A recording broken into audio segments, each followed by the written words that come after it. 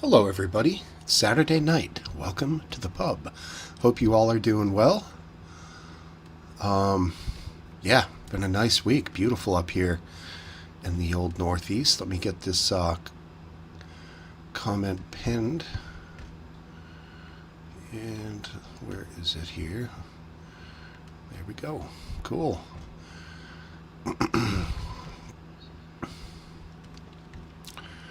Let me know if anything sounds odd, and I'll fix it. There it is. All right, cool. Yeah. What do we have? Light group tonight. We got Steve-O. What's up, man? English Bottle Cap. Last Dance. 3 people. Cool. A few more watching. Right on. Sound is good. That's good. That's good. Lots of interesting things to talk about this week. Certainly what's going on over in Iran, I'd like to get into a little bit. And whatever else anyone has in mind. Other subjects I really enjoy, non sequitur type stuff that's just kind of out of left field. So anything like that that comes along, feel free to bring that up as well.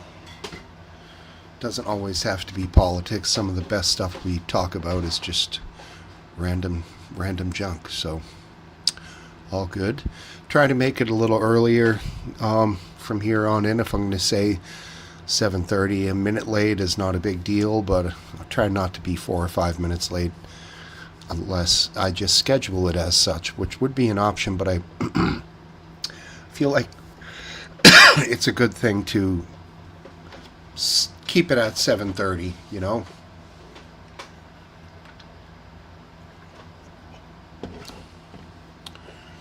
Yeah, I did hear a little bit about that English Bottle Cap. Wonder what it was. Do we have any news? Any mechanical failure? Something along those lines?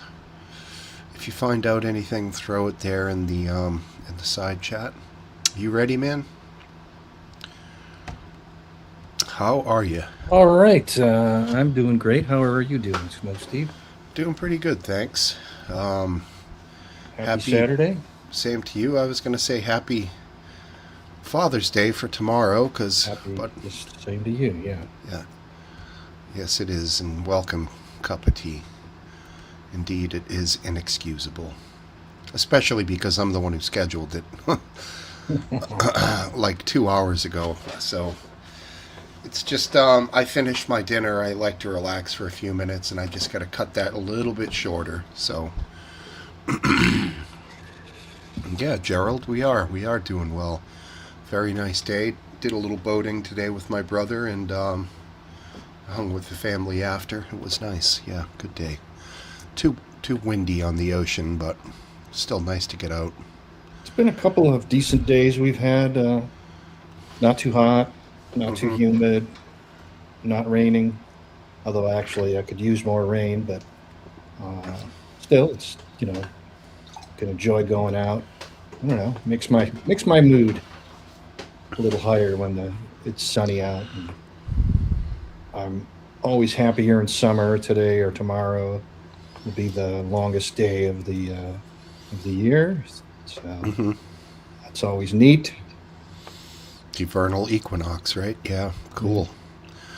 Yeah, longest day, and then it starts kind of shrinking in a little. I think evenings first, and then mornings start getting a little later, minute by minute, you know? Yeah, I don't really know, but yeah, that sounds about right. It's interesting, though, it's not necessarily the hottest time of year, No, which is odd. You would think the sun at the highest point in the sky would be the hottest, but it isn't. I would believe that it's generating the most energy, Sure. putting the most photons into our atmosphere, but it probably the oceans and the water are still catching up, and Exactly. as they get warmer, the possibility for days getting warmer increases. Hugely. Gerald asking, what outdoor events do you like to do? Oh, these days I do mainly walking. Sure. And I do like to.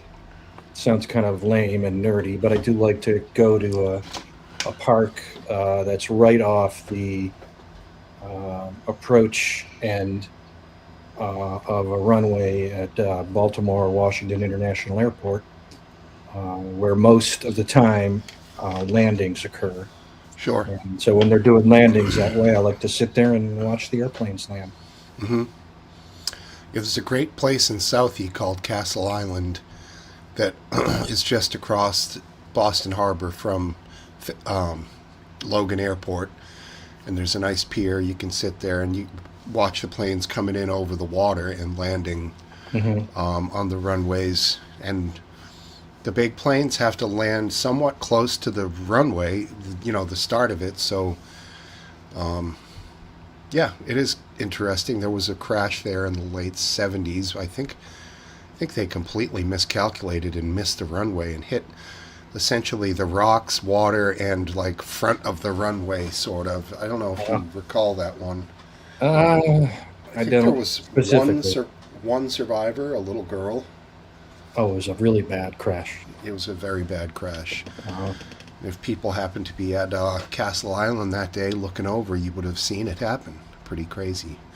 you remember the Asiana Airlines crash at San Francisco Airport? It sounds like a very similar thing. The runway is goes up to the water, Mm-hmm. and off the end of the runway, it's water. And the plane was landing, coming into the water, and didn't kind of hit the seawall a little Right. bit. Yep. And amazingly, it didn't break apart. And I think the only people who were killed were not wearing their seatbelts, and somehow they ended up. Maybe it did break open, but not apart, and they ended up being ejected. Hmm. And then a fire truck ran over one or two of them to finish the job if they weren't already dead. Jeez, that's terrible. Yeah, wild. I generally keep my seatbelt on until the plane comes to a complete stop. And 90% of the people on the plane unclick at that moment. But I know that I when I was a young guy, I'd fake seatbelt it, like not even click them together. But Yeah, at this point now, I figure, what's it hurt? Just yeah. I mean, it would.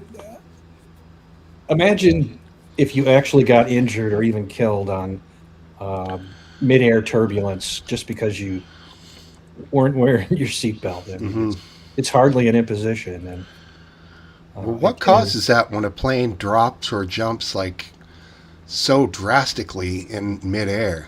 I I've don't been in know. thunderstorms, and you Yeah. get the rumbling, the shaking, the odd side to side shit. But Well, in thunderstorms, you expect it, so people do buckle their seatbelts. right, But occasionally, it happens in clear air where there's no hint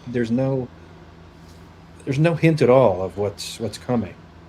And I don't know if they understand why the air becomes turbulent in those spots. Um, I don't really know. As far as yeah, I know, just they're just surprises, and I don't know if it's even possible to detect that. You would think, the density of air must be different in that location, so maybe they could use something, radar or something that could mm. maybe indicate where the clear air is not is turbulent for some unknown reason. But So when they're referring to the turbulence is the result of what? So is it air pressure, air density? Is it a lack of oxygen in one spot? Is it updraft, well, downdraft, or it could be updraft, downdraft. In some sense, wind is caused by pressure. If the wind is blowing from one side to the other, then it must be that the pressure is higher on the one side than the other. So that's why the wind blows. But exactly why isn't it smooth over? Why is there like a little knot in the air in certain places? I have no idea. I don't know if they have if they know. Hey, Banksy. Hey, Banksy, what's up, bud? Good to see you. Banksy's been playing some pretty good videos recently about various unrests that are happening in the UK, which Uh-huh. I guess there was an election recently that might end up meaning that there's going to be a challenger to Keir Starmer coming out soon. But I don't really know the ins and outs of that. And there's a guy who does. Right on Hope- cue. Hopefully he's not on uncle duty tonight and he has decent audio, but we'll bear with him either way. Yep. Yeah, I got you, man. What is up, Welshman? Good evening. Good Bailey. evening. Good evening, all. Can you hear me all right? That I sounds can. good. Yeah. Excellent. How you doing? What's this recent election I heard about over there? Makersfield. Yeah, so basically, the new leader of Labour won. He was a mayor of Birmingham and he had to become an MP to become a Prime Minister, so that's the way they've done it. Hmm. But basically, they're doing what the Tories did a couple of years ago. They keep on choosing a leader and the public don't. Unfortunately, the audio is difficult again. Sure. Yeah. Okay, I'll come out and come back in. All right. I don't know if it's a microphone proximity thing or what, but it's clear, then it's muffled. Yeah. I think a better microphone is needed. Yeah. Right. Or yeah, the phone microphone, if that's what he's using, is not cutting the mustard per se. I've never tried to use the phone microphone. I don't know if it's okay sometimes or terrible. No. Sure. I hear you, man. Well, back to the plane discussion. Have you ever felt really bad turbulence? No. I've had bumpy rides, certainly, but nothing that I would characterize as really bad. Now, Interesting. I've been in bumpy rides that lasted like an hour or two, Yeah, I've never experienced that. and it's annoying, but I'm okay with it. Other people on the plane were getting sick. Do you purposefully pick certain areas of the plane to sit in No. if given a choice? I look for. Let's see. I like to sit by the window, Sure. even though it's a little more crowded, because I like to look out the window and see Sure. the sights. I generally prefer to sit closer to the front Hmm. when I can, just because it's less of a hassle getting in and out. Getting on and off now. Yeah. A, B, and C, I think is how they classify it at JetBlue, are the first three sections. Mhm. Those are the ones you want to be in. Okay. If you can, always pick out near the front because you're first on and you're first off. So, unless you get one of the ones with the rear exit, but those are pretty rare. Let's get this guy on here. Good evening, gentlemen. Good I hope evening, everybody's sir. well. How you doing? I'm evening, good. all. I'm good. How you guys been? How's it going? Is Welshie with us? He is. Yes. Can you hear me? Yes. Yeah. I'm on a different phone now, so see what happens. Yeah. Mike was really bad on the last one. I I'm going to completely turn you understand up all the way because you're low, but you're very clear. So let's go with that, Welshman. How is it, Banks? that. Not bad, mate. Not bad. Another day in another dystopian Britain of. I don't know. I feel like I'm living in that movie V for Vendetta somehow. But it's all good. It's all good. It's at least sunny. Nice. So, How about you, gentlemen? Well, Banksy, while I'm on it, right? Because you would have heard of it. So there was the Americans wouldn't, because this has been kept very hush hush. So this week in the UK, we had another, we believe, another enrichment. And what it was a 3-year-old was picked up and thrown into a crocodile pit in a zoo. Yeah, that's been actually covered by some Americans. I've seen some American channels pick up on that as well. I didn't hear about that. That is unbelievably. Was it an accident, or he literally Well, someone? No, so it they was a mentally arrested disturbed a 30-year-old chap unnamed. They're given his inside leg and his shoe size. They're given details like that, but not details that identify him. Well, But some they people have said they that said he's a white not dude. fit though. for charge. He's not fit for charge, which You think, means you think he might be an engineer? well, they're saying I think they're saying he's got mental problems. Yeah, I gathered that. Yeah, but they released him after 12 hours, I believe, or 6 hours.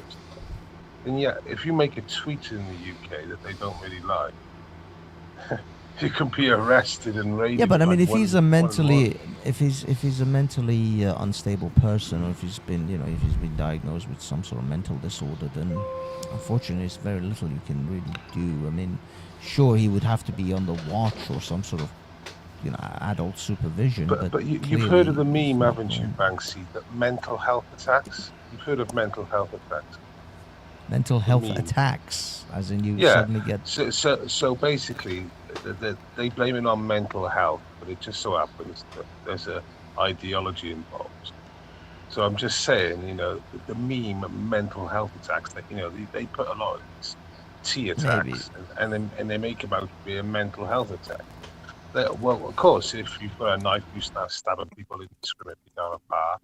I would suggest you must be mentally ill. Yeah, but I wouldn't have, there's other reasons. If you why pick up people a might do 3-year-old that. and throw him in a crocodile pit, then maybe you're not all there at the top. Well, yeah. I usually I'm would sure question that your might be the case. sanity if you're capable of such a thing. But why don't they release certain details that would just be transparent? Because they've totally hushed this out. I don't know. I don't, because the thing is, you and I haven't really talked about this, but I've seen like other people tweeting and doing various different things online, and some people are saying, it wasn't some engineer or rocket scientist. It was in fact just a homegrown mental guy. Yeah, but they haven't released it. But by not releasing these vital things, right? That's why people come up with like theories like they do. Yeah, but the internet is rife with this crap, man. The internet is practically like nowadays, Yeah, but especially what's Twitter, not crap is just. is that some 30-year-old guy picked up a child and threw him in a crocodile pit, and he was attacked No, I'm by talking a about. crocodile. I'm talking about the conspiracies around who he is. Yeah, I and know, what but he- we know what's true at the moment. This child was attacked by the crocodile, and if one for the owner's wife who jumped in the pit, they reckon the child wouldn't be here now. There was only 3. Yeah, I mean, he was definitely attacked by the crocodile, but the crocodiles are just reactionary creatures. You throw something towards them, they'll just immediately bite it. So Yeah, they probably get fed that way too. You throw a hunk of meat in there. absolutely, yeah, they just So I mean, crocodiles do what crocodiles do. And It's like being thrown into a shark pit and shock horror! I got bit. I bet the Those bad sharks. crocodile didn't even know what it was attacking. It didn't even look at it like because they're But sort of the funny thing is, they're sort of there was- dinosaur, aren't they? They don't do fuck all for like years, or they literally just stay there and They're not just eat they're, for they're, about they're 4 weeks. instinctual creatures. Yeah, they just instinctively bite something that comes Right. near them. But what the thing is, there was a statement sent out by some crocodile, expert saying, "Please don't blame the crocodiles. They are just geared to do." I'm like, who blamed the crocodiles No here? one's Who was locking and loading, ready to take out a crocodile in a zoo? I mean, what the hell? Nobody's blaming the crocodile. No, I mean, it kind of reminds me in a different sense, Well, but they shouldn't be here, should they? The crocodiles. it's sort of like when Timothy Treadwell got killed and consumed, and his girlfriend killed and consumed by the same bear. The bear isn't there killing anything other than food. To us humans, it's grotesque. Yeah, the crocodile isn't doing anything grotesque. It's just having a Steve, meal. Just to put a bit of context, this was the case where we only had the audio of the bear attacking the human, correct? And nobody's ever heard it. Just so you know, the one that they said it was released was fake. Nobody's ever heard the real one. Yeah, let's But it ask the does question exist, again. innit? Would you rather come across a bear or a man in the woods? Yeah, I know. But they have confirmed there is audio only, isn't it? Because there was a cap on the camera, I think, wasn't that correct? Yeah, there is audio, and in the movie, the whatever the bear movie was about Treadwell, the director listens to it because the person who owns it is this, I believe, the sister of one of the people that was killed, either Treadwell or his girlfriend. And the director advises her to never listen to it, and if possible to destroy it, is, you know, because it's not going to do anything for anybody. But yeah, one would imagine it's fairly disturbing. Yeah. Okay, Gerald, do your thing, man. Have a nice night. Sorry to lose you. Yep. Good to have you here while you were here, Gerald. Just started. Yeah, I mean, That's Gerald. I don't know. Thank you, Gerald. Another fan. I don't know Gerald from Adam, as they say, but I don't know if whatever his issue is, I have no idea. And peace, be well, Gerald. See you again. Hey, No, I haven't been following Bolivia. just it's in a state of Bolivia, as who was it? Mike Tyson said that back in the day. I think he meant to say oblivion. You want to join us, RW? Make it a nice six pack. How's my microphone? Is it pretty bad? Yeah, I but mean- it's still understandable.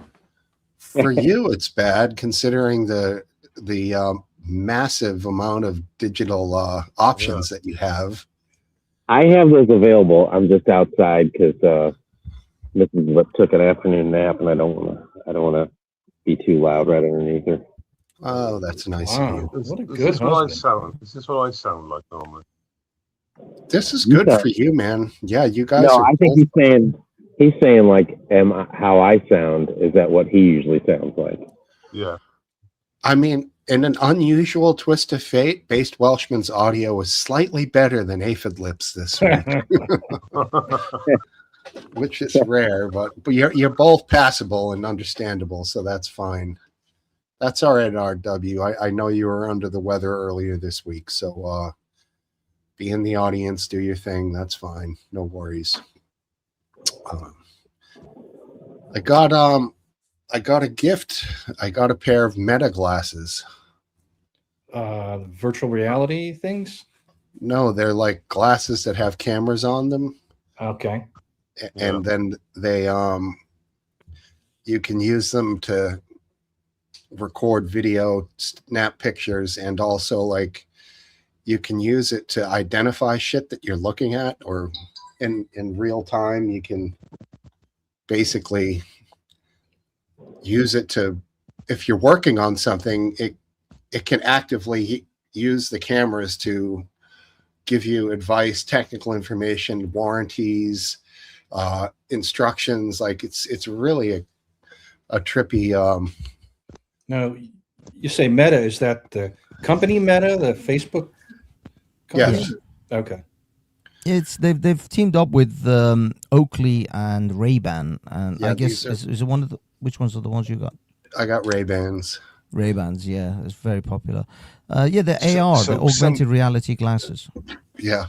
Yeah, my auntie Pat, she's just getting them now. I don't know if she's got them at this moment. She's gone blind recently, and family have decided to get her these glasses because it acts like an AI with her. Yeah, I've seen it, like the videos of it. It is impressive. Yeah, it is. They have microphones that are right over your ears, and so you can talk to it, and it'll answer your questions and do whatever you want, right from whatever you're looking at. Kind of a trip. The unfortunate feature about them is the video is only recorded in vertical. It can't go horizontal. So Yeah. It's designed to work with Facebook, and that's which is I find very irritating. exactly. There is a way of getting around the red light. If you Google it a few times, I'm sure it'll come up. I think the way that I'm led to believe to get rid of the light is you drill it, and you drill it until the light stops, and you don't go any further. But Yeah, in the I- little flashing light.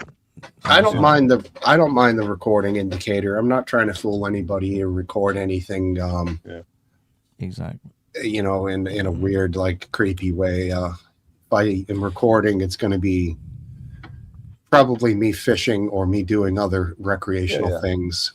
It's an auditor's trick, that is. Mm, Yeah, You the can't- auditors prefer to not have anyone see Yeah, their... so you can't. There's not. Working blue, That's all right. that's a safety feature, mhm. so that you know you're being filmed. So they don't allow you to take that feature off. But there is a way of doing it, and that's the drilling. Yep, If you go too far, you haven't got any glasses above. right. It doesn't bother me, like I say. The vertical, I might make some YouTube shorts or maybe some Instagram stuff because Instagram's all vert. But for long form YouTube stuff, obviously phone or GoPro is preferable for the wide. I'm told when you press record, it only records for 3 minutes. 3 minutes is the maximum. Again, why it's good for like Instagram, YouTube Shorts, or Facebook. You know, short form stuff. That's where that. I mean, I don't understand why they can't do a Wi-Fi to like a storage, so you could basically store, and that way then you can record. And you know what I mean? Well, this is actually what some of the guys last week when I was at Brighton, the Patriots sort of protest. One of the chaps there had the Ray-Ban glasses, and he was wondering if there's a way to get live streaming through it. Well, there is, but it's only on Facebook. Or Oh, you can only live Instagram. stream through Facebook or Instagram. Oh, but you can actually live stream through it then. You can, I believe. Yeah.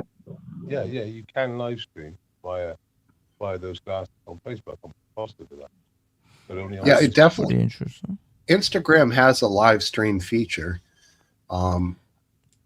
And the bonus with that, from what I understand, is you can when you're using it on Instagram, you can use your phone or whatever you're running the Instagram app on as also like a viewfinder of what you're filming, which for the most part doesn't matter because you're looking through the friggin' glasses, but it's it's obvious, right? Yeah. If you're looking in that direction, you're filming that direction. Yeah, there's it's a lot of, like, in the classical form is a lot of intuitive things with it. Like, you can't really tell what's happening with it. Like, it doesn't show up on your Meta app when you're recording. You're not live seeing what you're recording. After you stop the recording, then the whole thing shows up there, and then you can import it to your gallery. Or if you're happen to be live streaming at the time, you can just live stream it directly to Instagram. But So again, those glasses have been out for a couple of years now. So I'm quite confused why there isn't a YouTube equivalent where basically this is like an Android equivalent, like with There's a few Basically, bunch of other it's- AR glasses. Samsung's even released one. I don't know, but yeah, there must be some that film in horizontal and do longer videos. Like, but again, what that comes back to for me is at that point, just get a GoPro if you want way more storage and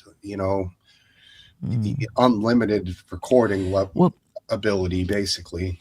one thing I will say, apart from the fact wearing a GoPro on your head makes you look like an absolute dweeb, the fact that if you wear it on your chest, and this is where most of the time I wear body cam sort of style, it's not as easy to move around. Like you literally have to move your whole body to capture whatever it is you're capturing. Whilst when you're wearing something on your face, like glasses, you just move your head. I'm quite often I turn my head and I see things that my camera doesn't catch because I haven't pointed the camera to it. I just turn my head and I can see it with my eyes. And sometimes I sort of forget that my audience isn't seeing what I'm seeing, because my camera isn't pointing to where I'm looking, because my head is on a swivel whilst the camera is pretty stiff.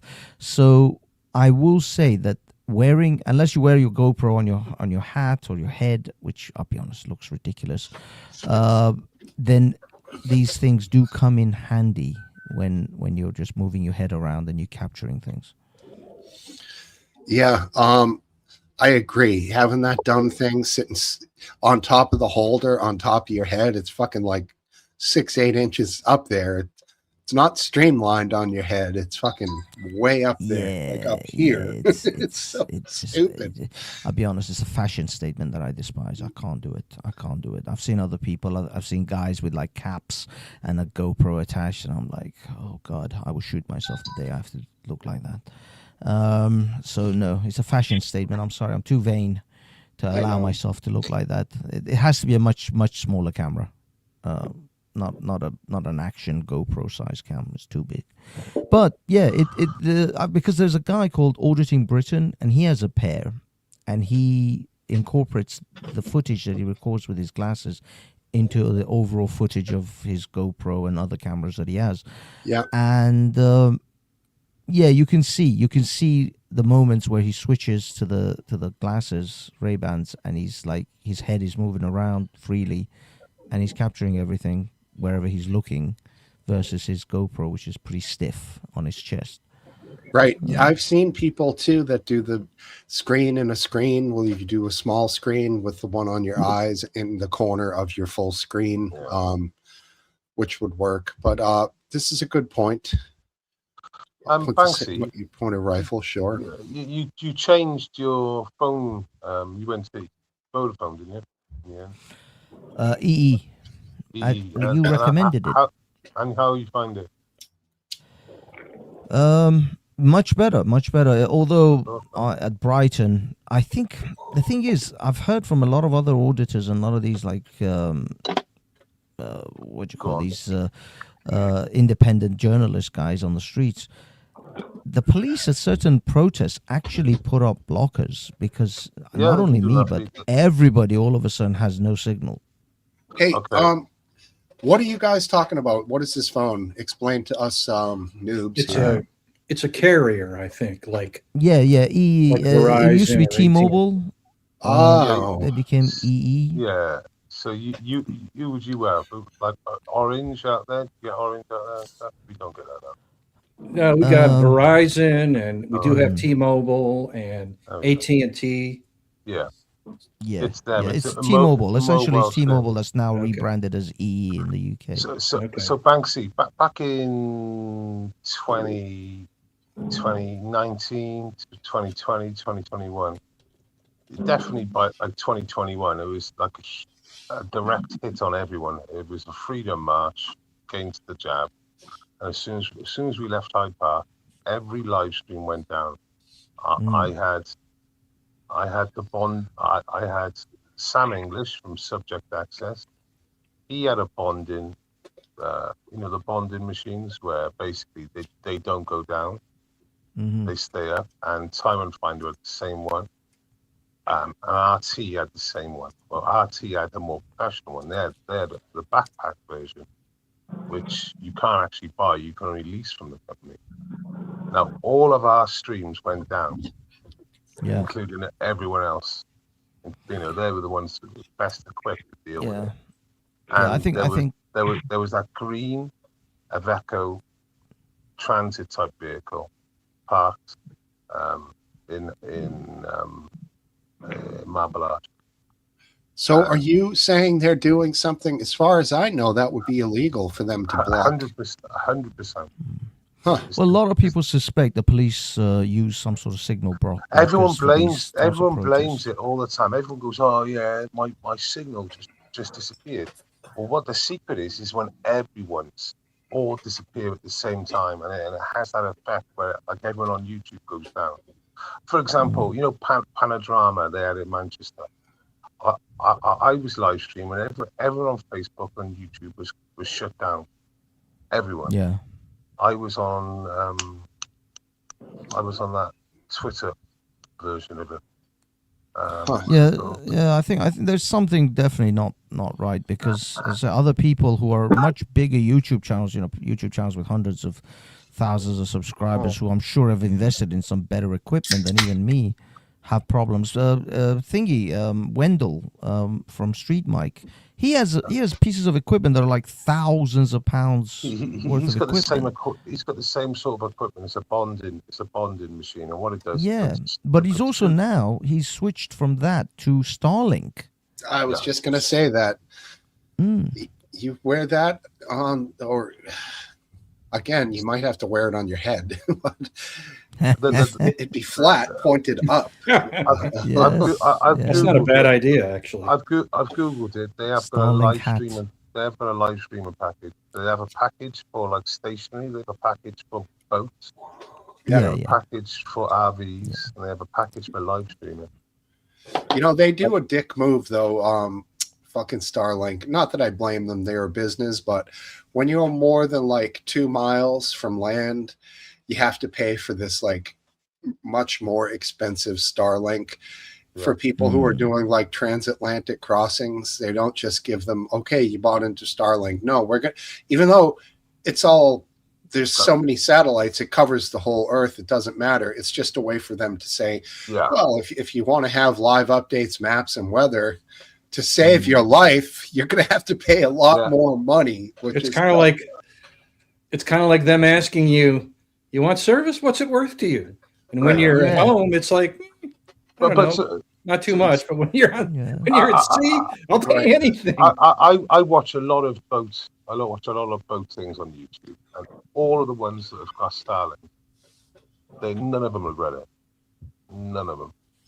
Oh, they love it. Yeah. Obviously, they're making a business out of it. You know, they're actually making a business, but that they say that immediate where we can contact on emergency phones and stuff, but that's like, ball ache and it costs money, and he said with Starlink, he said I can do all my work in the middle of nowhere. I can do my editing, I can fucking spend, and it's just available, and it's like, very powerful as well. Fast, I follow these camping sort of guys who do a lot of survival and camping and stuff. The guy was in Morocco. He was in the Sahara Desert in Morocco, and he just turned on his Starlink, and bam, he was off. So it looks like it literally works anywhere. I believe so. I mean, I'm assuming it has the same restrictions with like a heavy cloud cover with a low ceiling. Does it interfere with it? Like maybe like satellite TV, you have issues with that at sometimes a year. It does. And rain, it interferes with it. And it's the same things that's always plagued satellite reception, rain fade. And to go back to the switching off internet services, right? When you hear quite often that people say the protest, it's just a myth. But there is times where they definitely have, because the thing you look out for is that everyone goes down. RT, Russia Today go down, everyone goes down. Russia Today? Yeah, we get Russia. Yeah, well, we used to get Russia Today. RT. That's banned in the UK now. Isn't it? That's completely banned in the UK now. Yeah, you have to jump on a VPN. Yeah, it wasn't during COVID. During COVID, they were out reporting, weren't they? They were like, obviously. Yeah. Well, I mean, this Russia war situation, obviously, RT is Russia propaganda. So it's not just banned, by the way, in England. It's banned across Europe. You can't actually. I can't jump on a VPN in Europe. I have to jump on a VPN outside of Europe. RT were always live streaming, the vaccine stuff, because then it was good because it was against the UK on it as such. You know what I mean? Against the authorities, they sort of filmed it. But yeah, well, when everyone goes down, and you literally look at everyone, and everyone goes down literally within seconds of each other. Yeah, and you've been That's hit. interesting.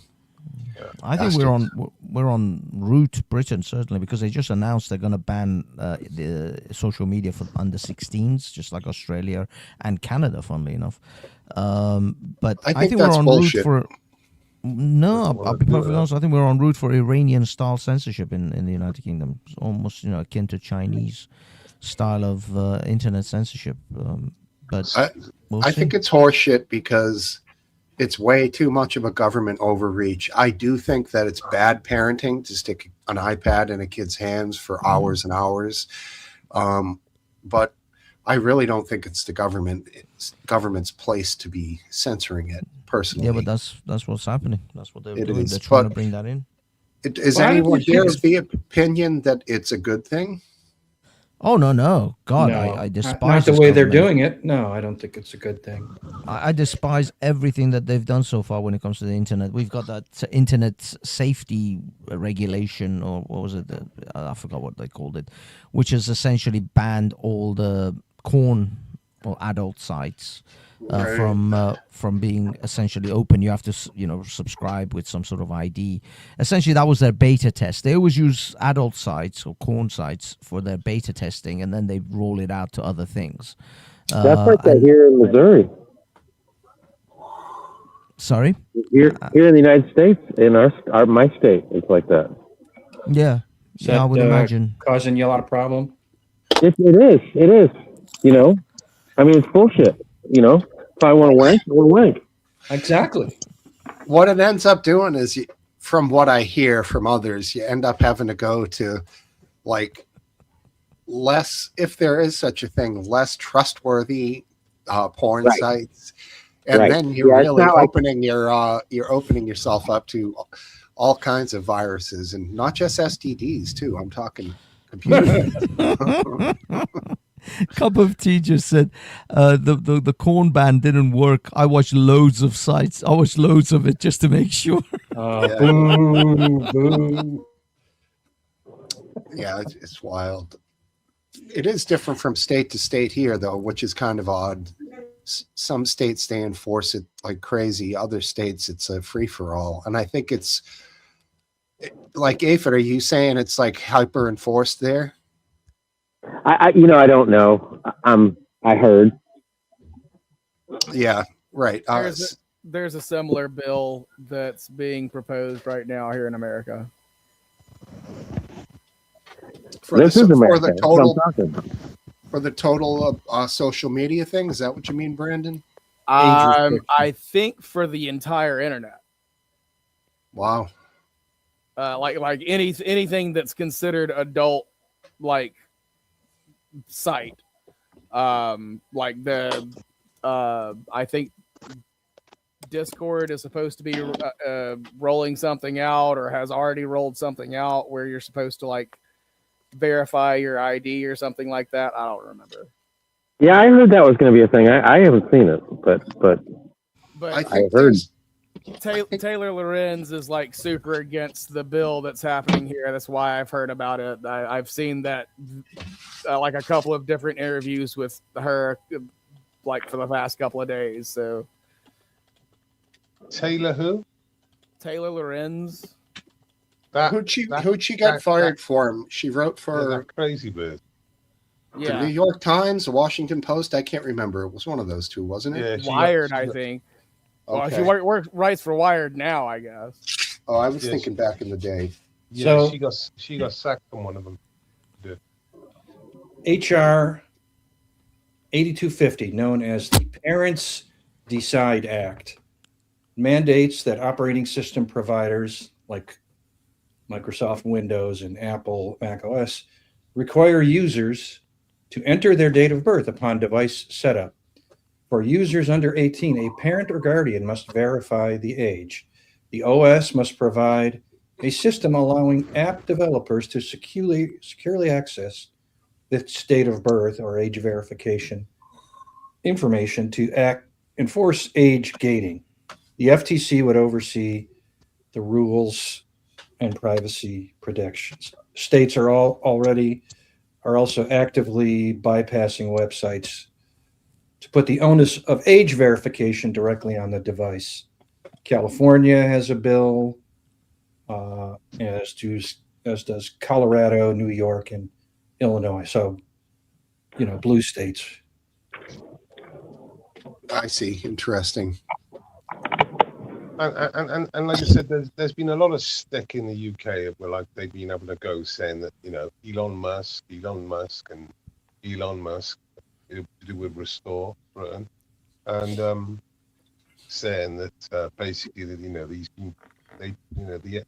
that the X itself has been promoting Restore, but the reality is Restore has done better on social media on Facebook than it has on Twitter.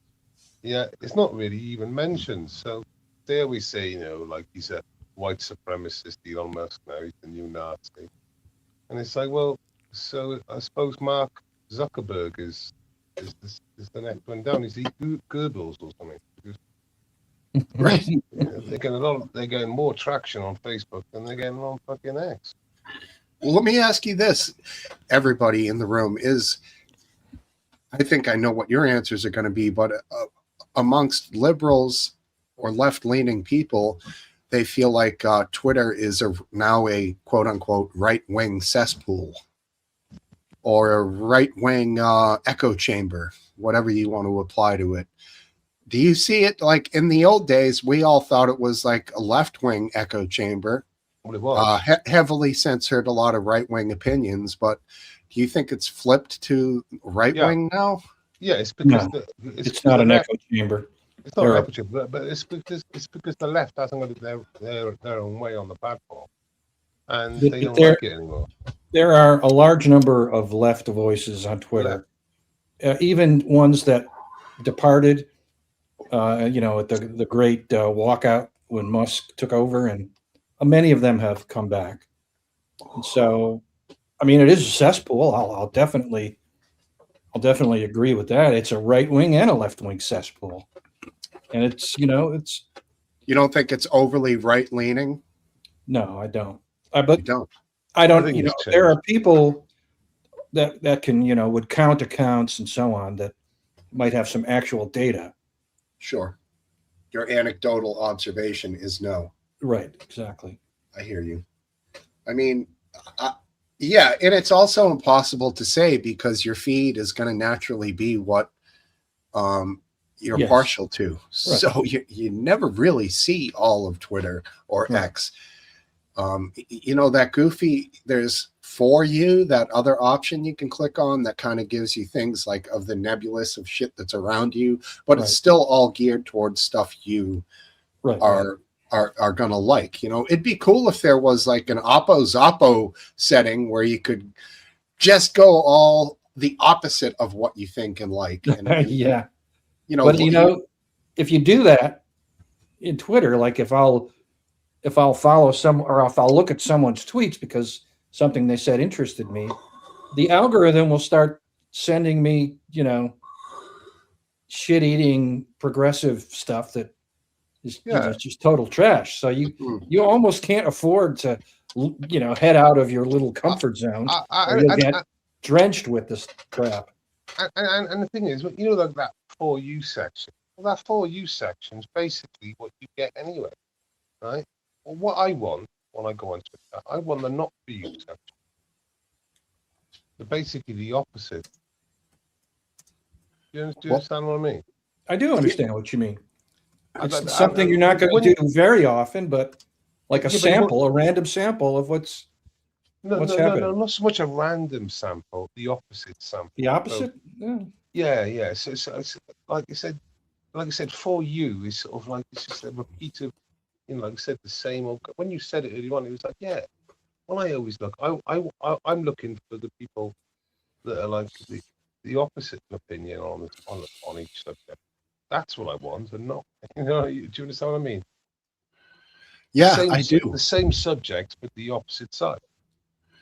What I'm looking for are more data accounts that are not I mean, they might have ideology, but there was one tweet I saw where a guy looked at petroleum inventories of various kinds, just which kind of gives you insight into fuel pricing and maybe fuel pricing futures. And I forgot to follow him, and the next time you log on, I couldn't find him. It's like there. Was it Mr. Global? I don't know. I don't know who. See, you want a history button then, don't you? I do. Tweets I've viewed. Yeah. Yeah, that would be cool because you have that with YouTube. If you wake up the next day and you're like, fuck, I need to find that song or video, you can just go back and boom, there it is, Right. Yep. Yeah. When I found that feature, I was impressed. I was in the same scenario as like X, where you can't go back if you lose it. I agree with Incarnation. He tweets unhinged stuff and he reposts nonsense, things that are just not true. Mhm. But he's also a great entrepreneur that has done great things. Amazing things. And for that, I'm willing to tolerate his shit posting. He spends, was it 42 billion to buy X, and he's basically, his interviews. I just like the way he's quite flat over him. He's like, yeah, I just want free speech. I love it. If you want me to censor, he said, if you want me to Don Lemon, if you want me, he said, you love censorship yourself. It's on the tip of your tongue. He was taking the piss out of Don. He didn't even know he was, before that meeting. But the point is, he said, look, if you want to change the laws, and sadly, the governments around the world are doing exactly that. He said, if you want to change the laws, so then it's a lawful requirement, then speak to your congressman. He said, well, up until that, he said, I believe that everyone's entitled to, say what they believe. You see, the thing is with what he did. I mean, first of all, let me caveat this. I don't trust Elon Musk. I find him to be a bit of a second-hand car salesman type of a guy. He promises the world and delivers less than half of what he promises. If you actually look at the track record of a lot of the stuff, especially with the Cybertruck and not the Cybertruck, but the actual the Tesla truck fleets. And a whole host of other things, the Boring Company. There's a whole bunch of stuff that this guy kind of over yoked the pudding, if you like, for his products. So it's not like I have any kind of total love for this guy, but I do appreciate his appreciation for free speech, because his maneuver of buying Twitter and pushing Twitter or X to become this very open free speech platform forced the hand of YouTube and Facebook to actually be much more, much better on their free speech side of things. Because before where that, would the right wing be on social media now? The right wing wouldn't be anywhere. They'll be just getting banged. Well, I mean, they'll be in these fringe platforms like Rumble and fringe chat programs and stuff like that. There'll be fringe stuff. Doesn't work like that, does it? I suppose it'd be Telegram, because that's what it is now. Well, Telegram, Rumble, what was that one? Getter. Rumble's more YouTube than it is X, isn't it? Yeah. I'm talking the fringe platforms as a whole. I mean, Getter is a copy of Twitter or X. I have that app on my phone still. I'm still laugh when I see it. GETTR, I think. Getter. Yeah. In the form of like, get her done, boys. Like that way. Yes. I can't remember. I think either Hayden or one of those guys back in the day was getting kicked off of everything, and they were like, "We're moving to Getter." Maybe it was Drone Tech. I can't remember, but I never watched one fucking thing on that Getter. Where's all there the was also another one called Blue Sky. Oh, Blue Sky. That's the left wing. Yeah, Blue Sky. That's the left wing. That's the one Incarnation is on. That's pure. That is essentially the polar opposite to X. I mean, it kind of rose to prominence because of what Elon did with X. Well, I hear like really violent on there. As long as you say things to the left, it's fine. Everything's good.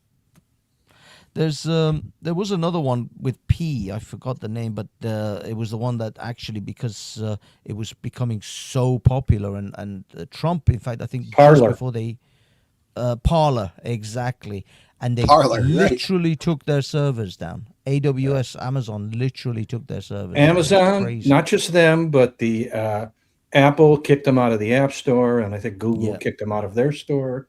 Yeah, Truly a conspiracy to yeah, man, they destroy crushed Parler. those poor guys.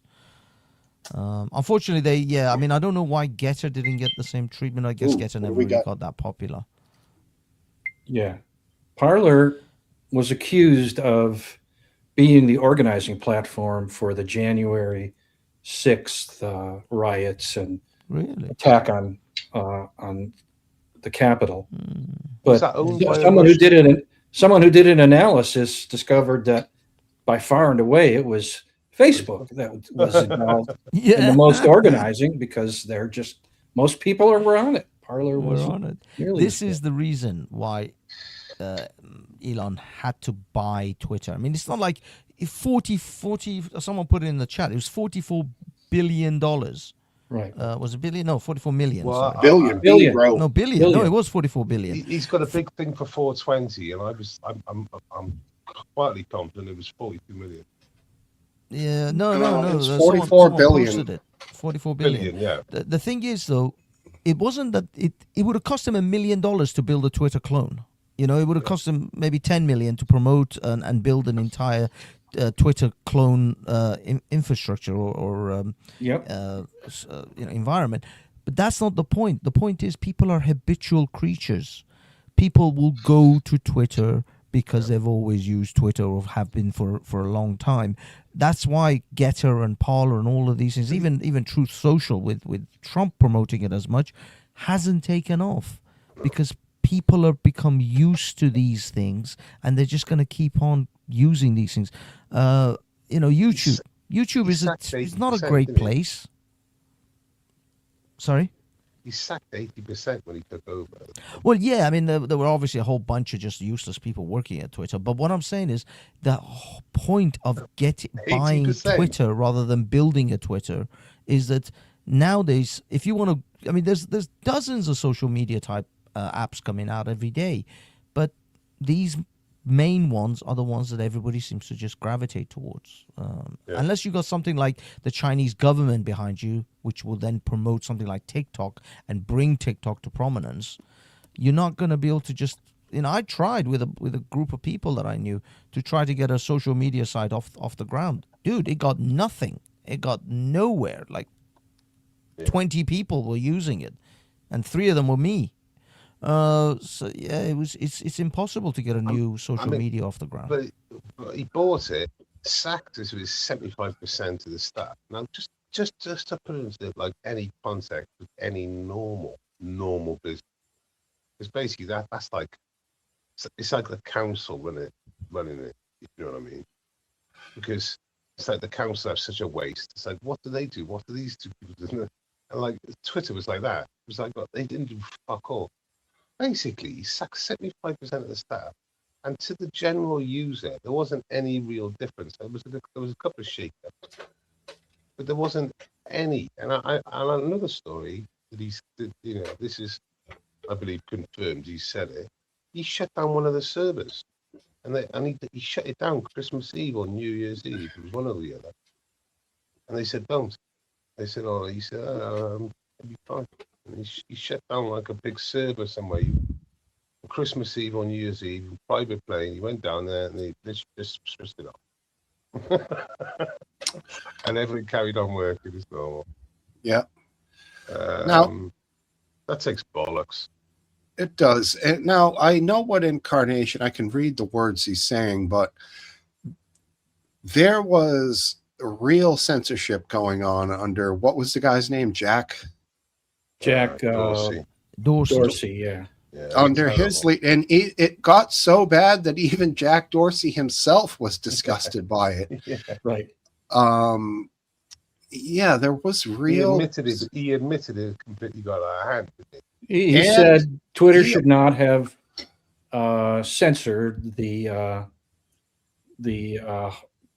Hunter Biden laptop story. Right. he was forced, basically. You know.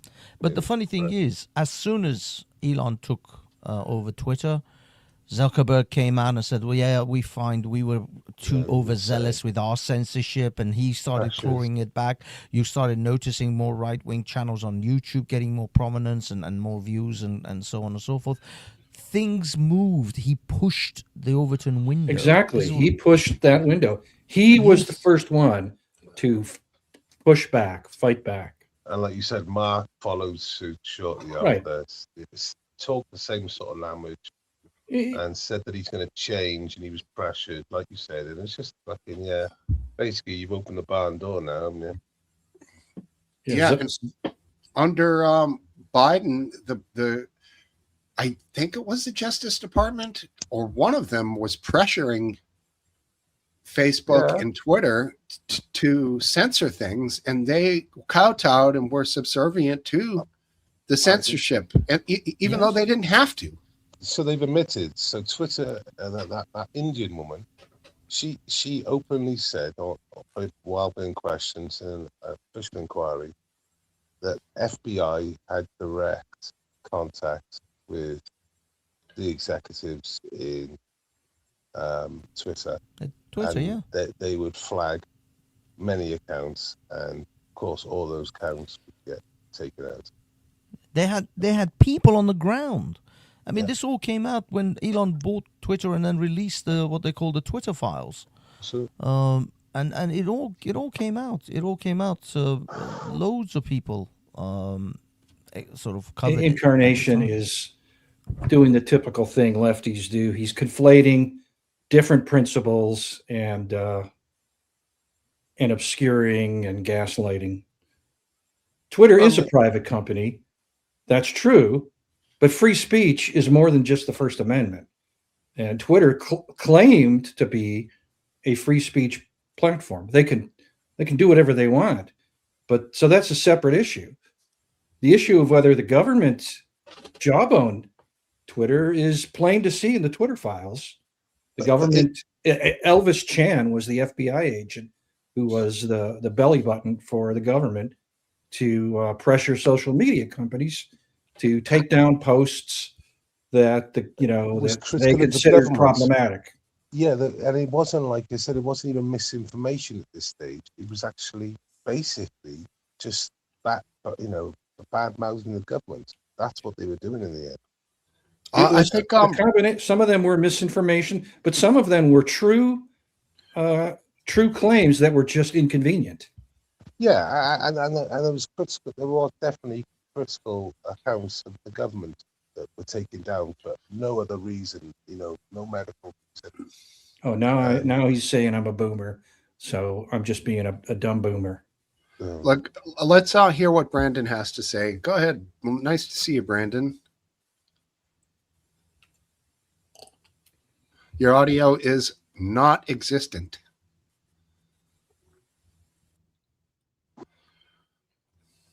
I don't think you're technically a boomer, Last Dance. I am. I just Okay. made. There you Okay, are. so what year was it that the government was censoring Twitter? 2020, 2021. I don't know the exact years. Yeah, it would be anywhere between like 26. I mean, you read the Twitter files, right, Dick Brandon? Okay. So wait a minute. I heard 2016 to 2020. No, I didn't say 20. I said under Biden. It Oh, didn't okay, happen but in based- Trump's. It didn't happen in Trump's first presidency. It didn't. Are you Did sure not. about that? Are you sure about that? Well, COVID started basically at the end. A lot of the censorship came after the vaccine was developed and Trump was no longer there. Basically, a lot of the censorship was happening after Trump's presidency ended. The thing is, it's Okay, not, okay. it's not, So- okay, so yeah, the but thanks, it's Twitter not even a fires. discussion because they gave testimony where they actually said all these things. The Twitter execs admitted What year was that? all the things we've just said. What year was that? When the According Twitter to files Google, It's December October. 2022 through to December 2020. Okay, through so to when March so when Elon Musk 2023. took over. Can't hear you, Dank. Shit, we lost him.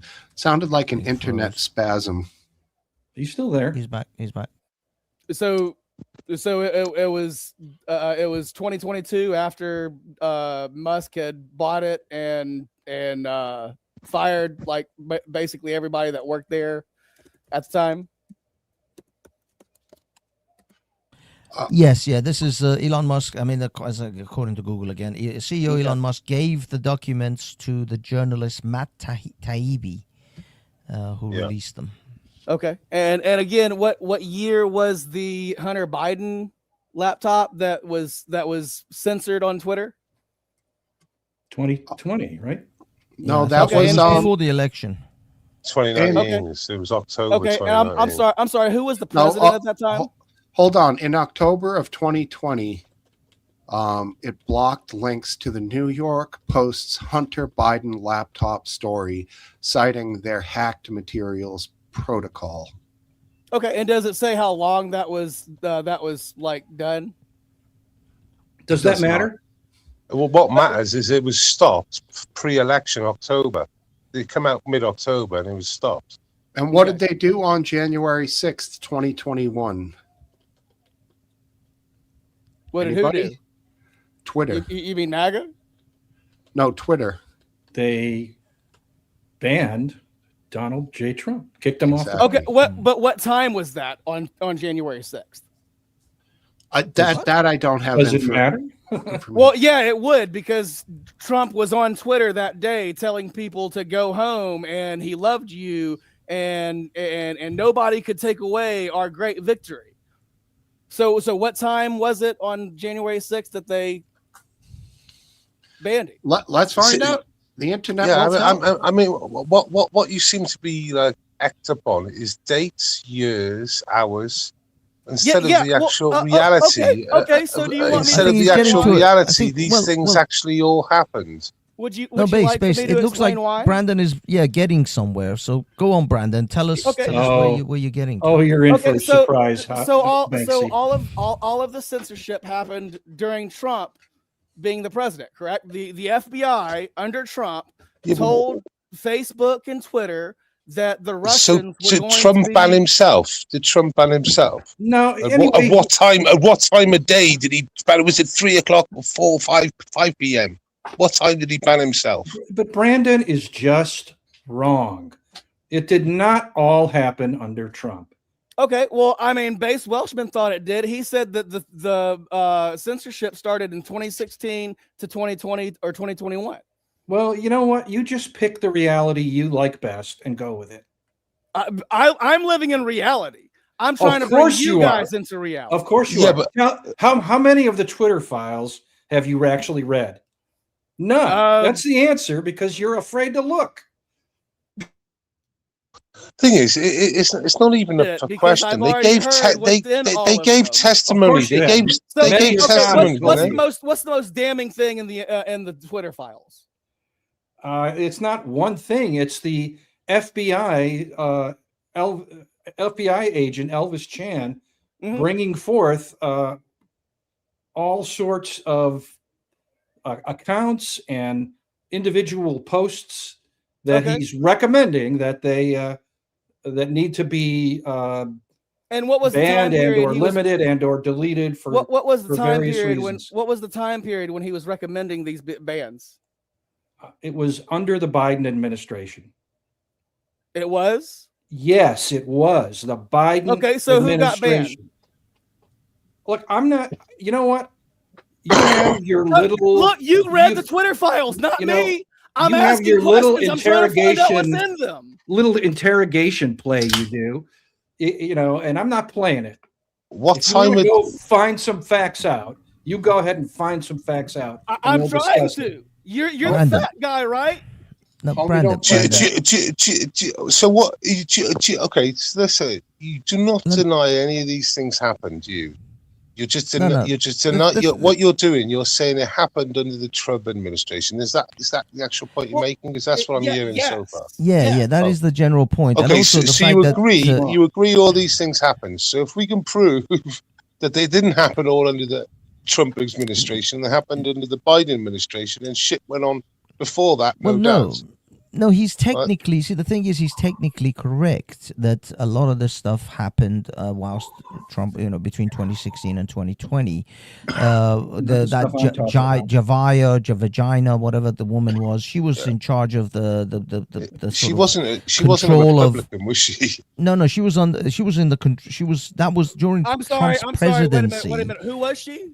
What was her? What was her She title? was the trust and safety head of Twitter. trust and safety or whatever okay. at Twitter. Okay. And is that The person Indian supposed woman. to be a Republican or a Democrat? No. I mean that's not. Okay, That's not. She's a That's not my Democrat. point. Let me. that was Can I a just make my question point? That Brandon, Banks Brandon. said, right. No, Brandon, I get you what you're trying to do, and the fact is that this is to be honest with you, it's a kind of a low level kind of trick of the mirrors, smoke and mirrors of a magician, where you're pretending that because Trump was in office in that period, that whose the government was FBI. No. Whose That the government FBI was was Trump's FBI. And we all know that all of these things were embedded long before Trump got elected. The FBI had its fingers and still has its fingers in all these social media pies long before Trump was elected. And they still are manipulating those things now. Okay, so you're saying and that the fact you're that saying you that even no, in his I'm first even, term, no, Trump listen, was Brandon, retarded I'm even and going to didn't give have you I'm even control going to over give his you own credit. government, correct? Listen, Just I'm let him even going to finish give you a first, credit Brandon. that Elon Musk bought Twitter and created a free space in Twitter during Biden's administration. So in effect, freedom of speech came about, if you really want to play this game, under Biden, not under Trump. But these are all nonsensical because we all know that the liberal left FBI was set up and manipulated and liberal then left went out and FBI? manipulated the left platforms, social media platforms, in order to enforce a particular lefty narratives. And the only thing that started to change a little bit, and only a little bit, during 2016's Trump administration was that the political sphere started to move towards conservatism. But those institutions that were captured by the left were still very much captured all the way through the 2016 to 2020 Trump administration. They were not conservative administrations. They were not conservative, establishments. So the FBI and the what you call it, Department of Justice and all these things were still very much captured by the left. It is only in the last really 5 years, since 2020 till now, 5-6 years, where these establishments are moving. It's the actually same not in the even UK. towards It's the same in the conservatives. UK. They're moving towards the center. Is all I'd give them. The institutions have been conservative by captured any by the means. left. The institutions can I have been retort now? captured by the left. Okay. So who was the FBI director under Trump? Comey. No, you tell us, Brandon. Don't ask. Tell us. Okay. I mean, Give me don't, just a don't make moment, I'll rhetorical tell you. questions. Give me Just just a moment. simply tell us Let's what it see is that you want to get to. You're asking a lot of rhetorical questions where we're supposed to find answers to. Just these are rhetorical questions, dude. Just get on with it. Just tell us what it is that you want to make the point you want to make. Director. You're Googling it.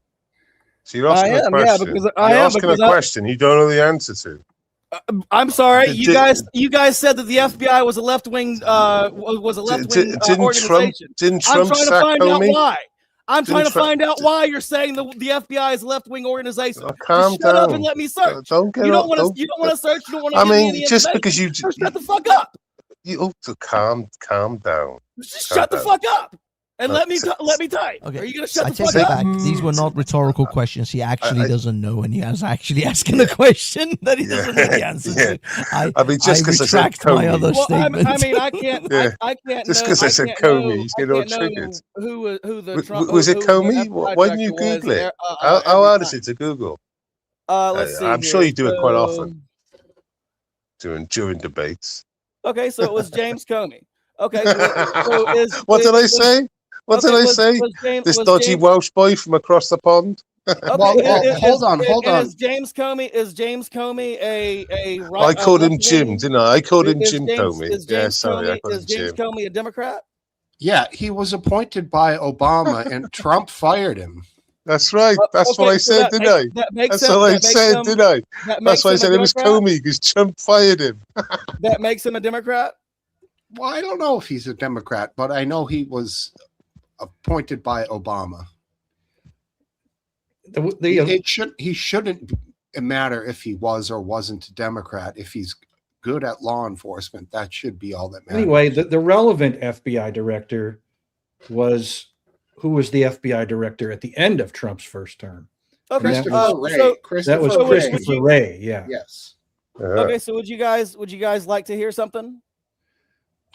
Sure. James- I would James like Comey. nothing more. We'll love Okay. it. We'll love it. Okay, so James Comey currently identifies as independent. He was registered. Shut the fuck up! Let me fucking talk, okay? He was a registered Republican for most of his adult life and served in the George W. Bush administration. He left the Republican Party in 2016. He has stated that the GOP left me and many others and has become increasingly critical of the party under Donald Trump. So let me ask you again. When exactly did he become a left-winger? 2016. You know, I don't think He's independent. I don't think So I don't all think- and under your view, are all the independents just left-wingers? Based never said Comey was a left winger. Based and Hafez said that the institutions themselves were left wing. They've been captured. They've been captured. Capture, ideological capture. Okay, so when did that happen? That's happened over the last 15 to Decade. 20 years, and it's not just And government. it's the same over here. institutions, it's Same who was over the here. director- academia and who was the director that made that happen? All the education system, all the university Education, right. system, everything. Okay, so what you're actually what you're actually bitching about is that reality has a left-wing bias because right-wing everything is wrong. yeah, that's So what we're when saying. reality starts to creep in, you can't fucking handle it, and you have to call it left-wing. I don't know what you're not making any sense at all. Yeah, I'm you not. know- What do you So mean okay, so reality? a Do trees have a Republican- left-wing a bias? Republican who was registered a Republican his entire adult life, who served until under a when? Republican president Until who when? brought us to an illegal Until war when? Until when? When did he stop becoming a Republican? until 2016 when Donald Trump brought him into the office and told him that he had to be loyal to Donald Trump and not the U.S. Constitution. I believe that Constitution Is has a that what reason he to said? leave the Is it? Republican Is that what Party. he said? Okay. Yeah, no, clearly I would say Obama appears to not have cared that he was a Republican and appeared to think that he was going to be just good at the job. Okay, why do you think that? Well, just from what I'm observing here, he was, from what you've said and what I'm reading about him, Obama picked him. And I think he had some conflicts with Trump. I don't remember what those entailed. Trump said he was fucking useless. Okay, let's see here. But I mean, I don't necessarily recall, when the shit was happening, it's like you remember everything, we're paying attention to it all, but years later, like now, it's tough to recall exactly all the little things about it. Well, Dank's busy Googling away there now. He's doing tapping away. All right, the first in-person meeting between Donald Trump and former FBI Director James Comey took place in January 6th of 2017 at Trump Tower, not in 2016. The primary purpose was an intelligence briefing regarding Russian interference in the 2016 election. During this meeting, Comey privately briefed the president-elect on the most sensitive elements of the intelligence community's assessment. This included the Steele dossier, which contained unverified, salacious allegations regarding Trump's personal conduct and ties to Russia, Additionally, Comey assured Trump that he was not under personal investigation. Comey later testified that this meeting prompted him to begin typing detailed contemporaneous memos of his conversations in the FBI vehicle immediately afterward, as he was concerned that Trump might later misrepresent the nature of their discussions. Let's see here. Statement for record. Statement for the record. Senate Select Committee on Intelligence, James B. Comey, June 8th, 2017. Chairman Burr, Ranking Member Warner. Okay, we don't need to go through all this. Thank you for inviting me. I was asked to testify today, describe for you my interactions with President-elect and President Donald Trump on subjects that I understand are of interest to you. I have not included every detail from my conversation with the president. On, get to the point. It'll never happen. Huh? He's literally just reading through Google.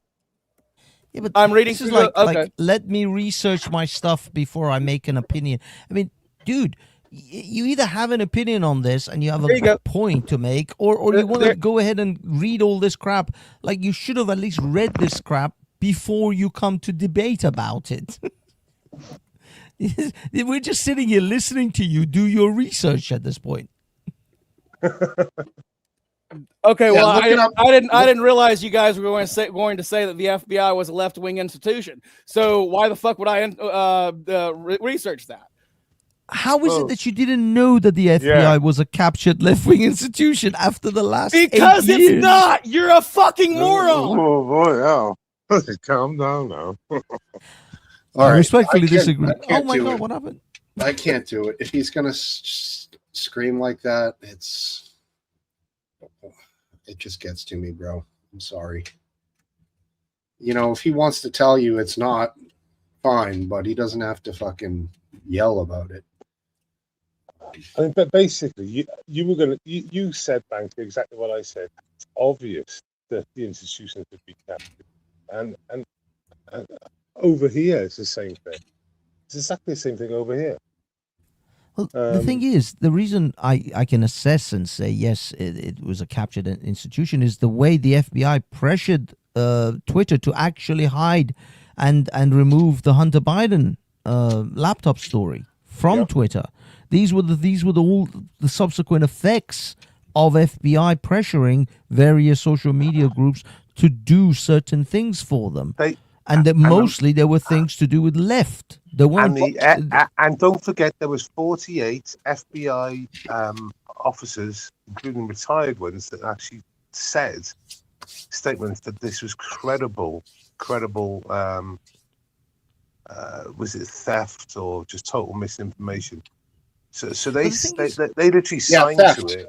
Hacking, theft, it was something along those lines. We're talking after the fact here. We're not even talking about things that could happen in the future. All of this has already happened. The jury is in. Yeah. Let me ask. Let's get Last Dance's opinion in on this. Do you think at some point in the last 10 years or so, the FBI was like partisan, liberal? I wouldn't say that they were left wing. I would say that they were anti-Trump. What's a different spin on it? It is a different spin, but it means the same. It means at least as far as the Trump years go, it kind of the interests of the left and government institutions aligned. So does that mean if you're truly to believe that the FBI is in the pursuit of justice, that they fundamentally believe that Trump in his actions is unjust or breaking the law on like too many occasions? I mean, what they believed was that somehow they came to this belief that Trump was a stooge of Putin. And despite the fact that there was just no evidence of that. the Steele dossier. The Steele dossier, which should have been, laughed at and thrown away, was was used as part of the it was a prominent basis for the Carter Page FISA application to the Foreign Intelligence Surveillance Court. And the Steele dossier was 100% trash from front to back. Yeah, it was all lies, and it was by a British, some sort of agent from Britain. It was. His name Steele. His name was Chris Steele. Chris Yeah. Steele. Christopher Steele. I was a guess, but you know, it's like I'm quite good at these weird things. So yeah, Chris Steele was, and it was all a lie. He should be up on a charge. That's I actually mean, quite an interesting statement by Mrs. Smoker, I guess. She says, "Why didn't you guys talk about how the FBI and the DOJ are now, and are they Trump captured?" Well, because that's not where the conversation went. But if it does go there, I'd be glad to talk about it. Yeah, and why don't hey honey, why don't you bait us a little with some information about what?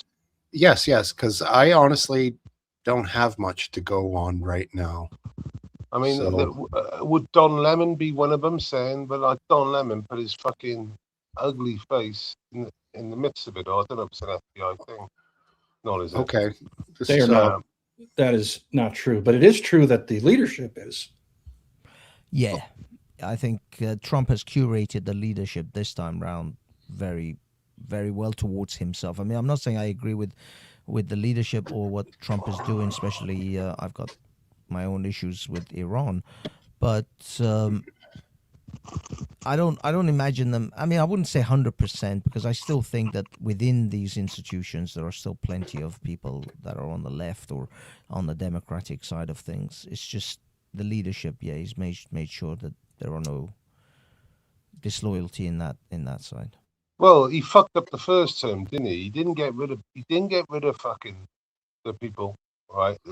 And he really needed to bring in his own people.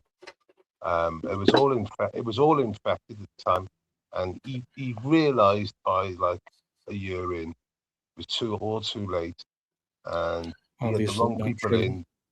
Jim, or James Comey was fucking a bad egg as well. So he this time around, he's trying to get the right people in that he believes are the right people. That's what I believe. He's done a better job at bringing people in this time than he did the last time.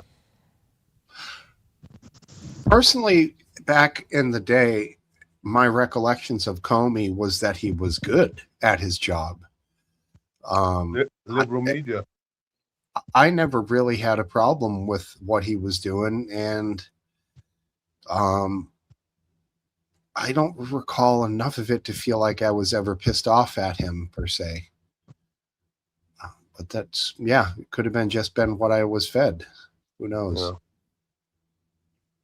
The thing is, there's so much smoke and mirrors these days, and a lot of times we are not aware truthfully of what's going on, are we?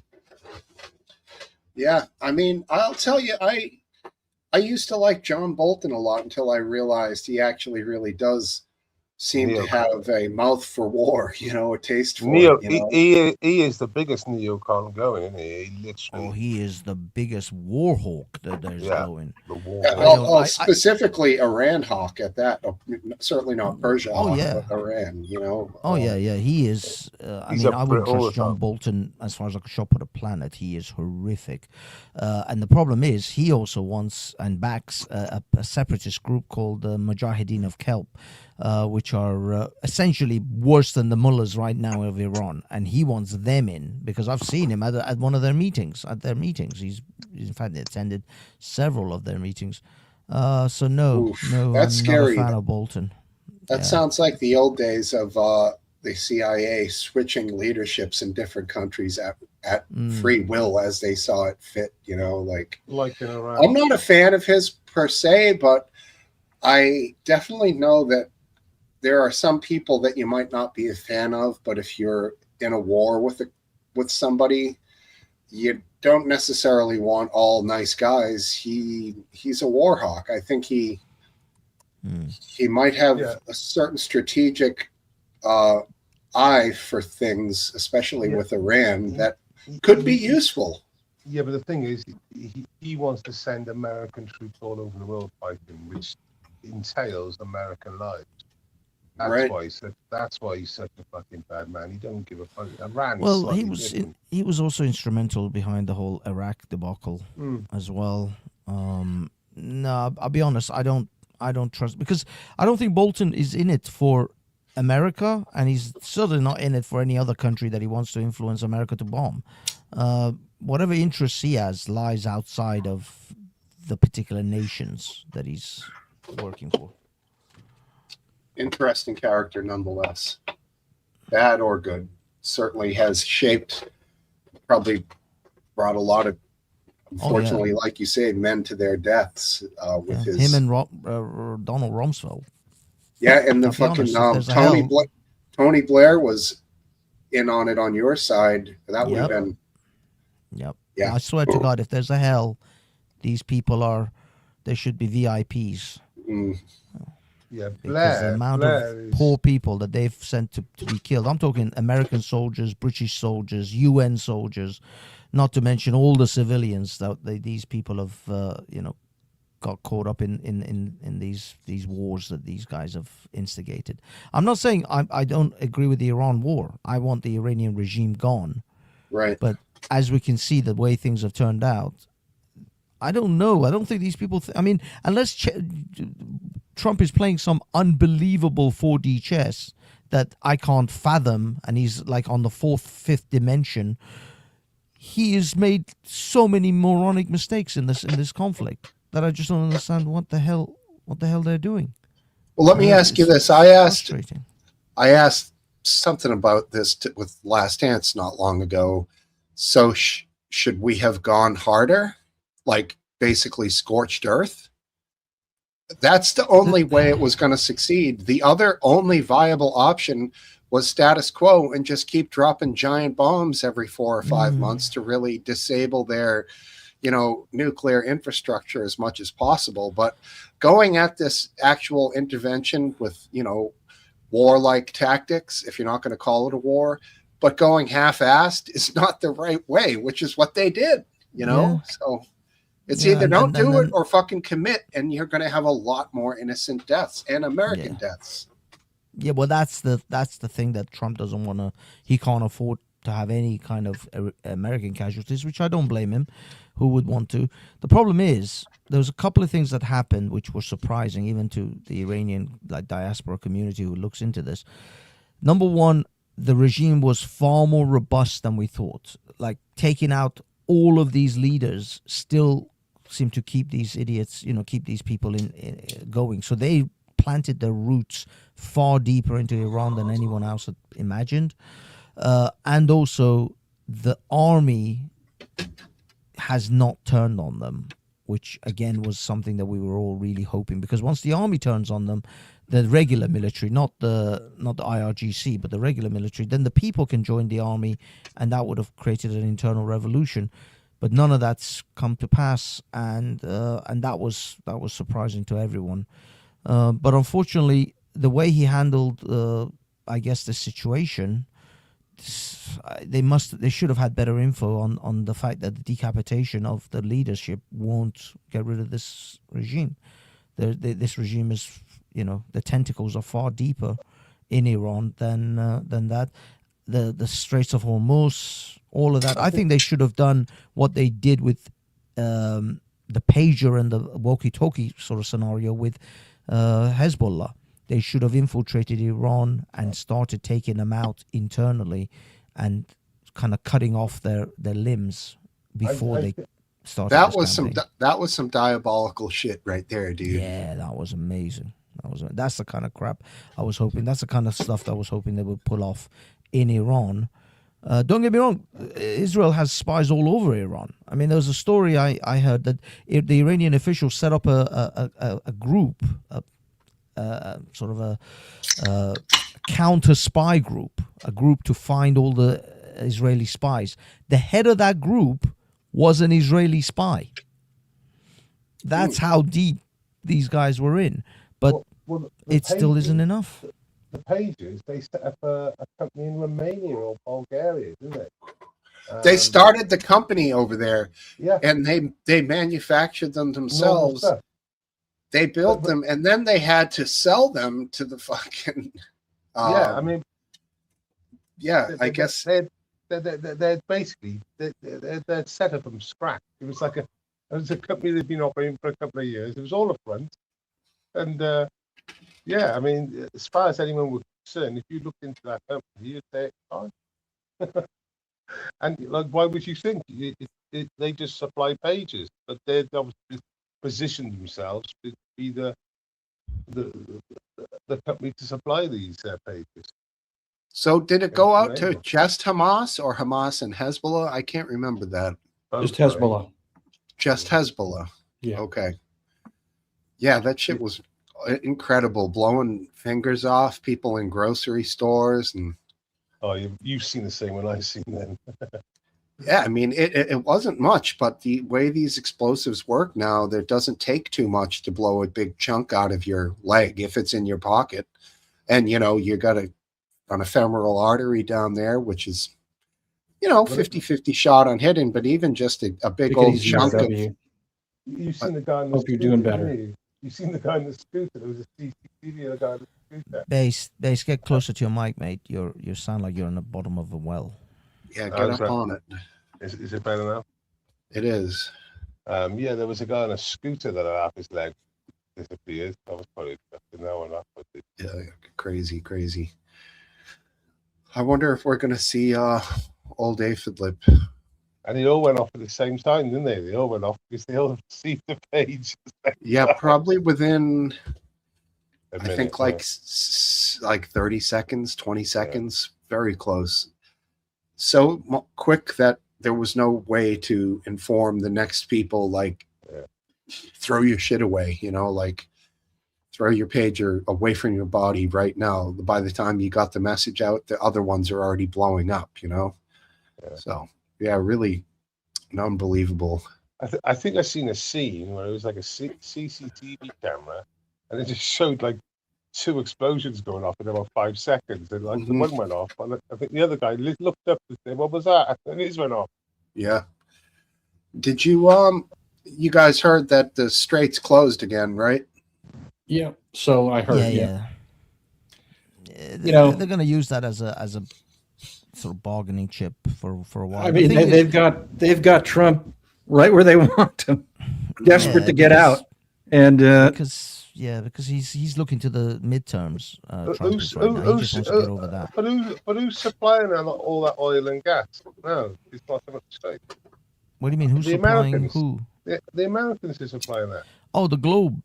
Yeah, I mean, essentially, America is now the global exporter of oil and gas. I But keep the thing saying is, if for This is the- example, say for example now, because Brent crude was 76 a barrel not long ago, 2 days ago.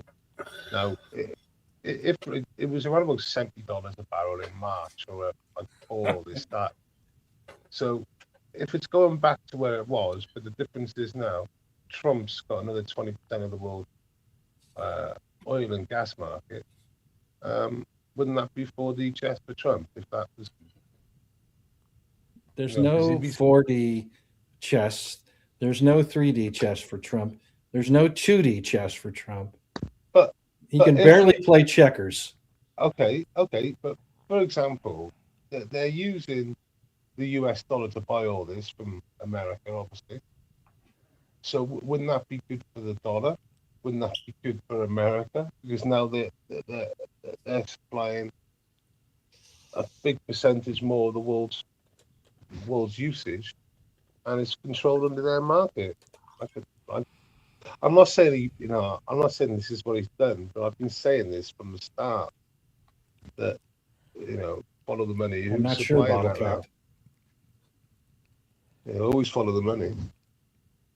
All right, so just to clear up any questions people might have about supply, right now the largest oil producer in the world is the United States at 19 to 22 million BPD. Russia is at 10 to 11 million Canada 5 to 6 million, in China 5 million. So, yeah, I mean, we might not have enough to supply the whole world, but they are the world's largest oil producer by 100% over the next one at Can this you ask? time. Can you ask the question? Does the US sell more gas and oil since the Iran war than before? Just maybe ask for percentage, or do it in your own way. The thing is, this won't damage, or at least it won't hurt the U.S. economy in the long term because of the fact that they're the suppliers. I mean, this will have a this'll be massive good. impact in Europe and other regions. But the thing And is, the dollar's going to be happy being, So, yeah. I mean, well, the petrodollar is certainly not going to go anywhere anytime soon. And that was another threat, by the way, by the Iranians and other nations, especially Saudi Arabia, since they stopped they didn't renew their contract with U.S. I think this was last year or 2024 to sell their oil in dollars. So there was a lot of other things in play with this Iran thing. But the main thing is that Iran at the moment, from what I understand, you see, when a country is an oil producing country, and this actually, a lot of people don't seem to mention this, but the Saudis and the Emiratis are also in the same boat, Kuwaitis, Bahrain. Their oil fields have to continuously pump oil. They can't stop and then start again. It's not like that. And so they have to pump that oil and then reserve it somewhere. Iran's reserve, as in where they can reserve it, is going to essentially fill up within, I think, a month or so.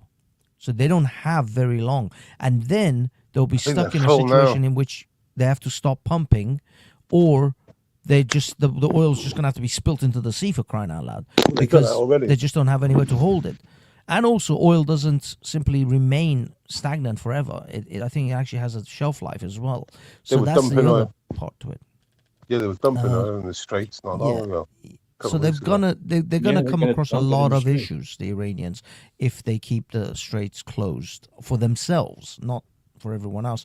But at the moment, they're willing to suffer in order to make America suffer. But like I said, if America, did you find out if America is now supplying that gap, right, in the market, then America wins. No, because you got to realize it's not just the Iranians that have got that oil issue. The Saudis, the Bahrainis, not so much the Saudis, because Saudis have access on the Western front. They can actually get their stuff out. But the Emiratis, the Kuwaitis, the Bahrainis, the Qataris, they all have to get their oil out. But the reason why the Americans are producing so much oil is because of fracking. They've sussed fracking out really well out there. And fracking is just for gas. It's nothing to do with oil. Well, yeah, but I've been mentioning gas and oil because that's what's coming out of that area. But my point is, I keep on saying, is if now they're supplying that gap, then the Americans win. And I know you're saying they're not, but they are. No, they'll win it in the sense that America's going to make money. That's not the problem. The problem is all these other nations, the Emiratis and the Bahrainis, all those Gulf nations, they have deals with America that America is supposed to guarantee, have given them certain guarantees for security. Yeah, and it'll open up in a week. It'll open up in a week. It'll open up in like 2 days. It'll open up in a week. Well, let me point out something with this. It's just pulling strings. It's just pulling strings. Let me point out something. Why can't, with all of our might, why can't we control these couple of hundred rogue fast boats with missiles and big machine guns? They can. Like I said, it's just pulling strings at the moment. This is like, how tight am I going to make it? You would think, Welshman, like logically speaking, you're goddamn right we can.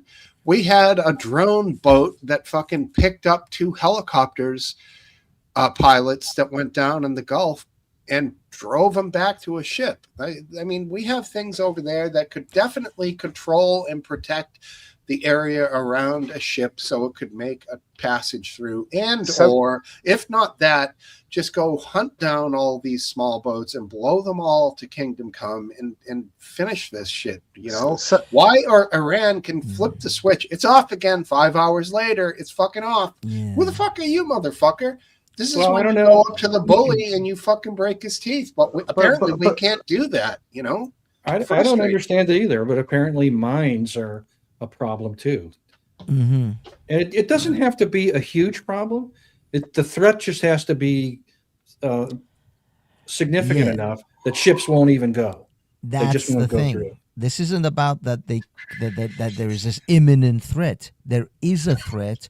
These large tankers, which cost millions, if not billions, of dollars, are they won't even be able to get insurance for themselves for their cargo. I mean, the So- oil in one of those tankers is itself worth, I think, close to $500 million. There you So go. just destroying one is an economic disaster for. Disaster. Not to mention an environmental disaster with An all the crude environmental spilling into disaster, the Gulf. I seen a program on big ships, and they were saying like after like 4 or 5 journeys, they've paid for themselves. Some of these big cargo Yeah. ships.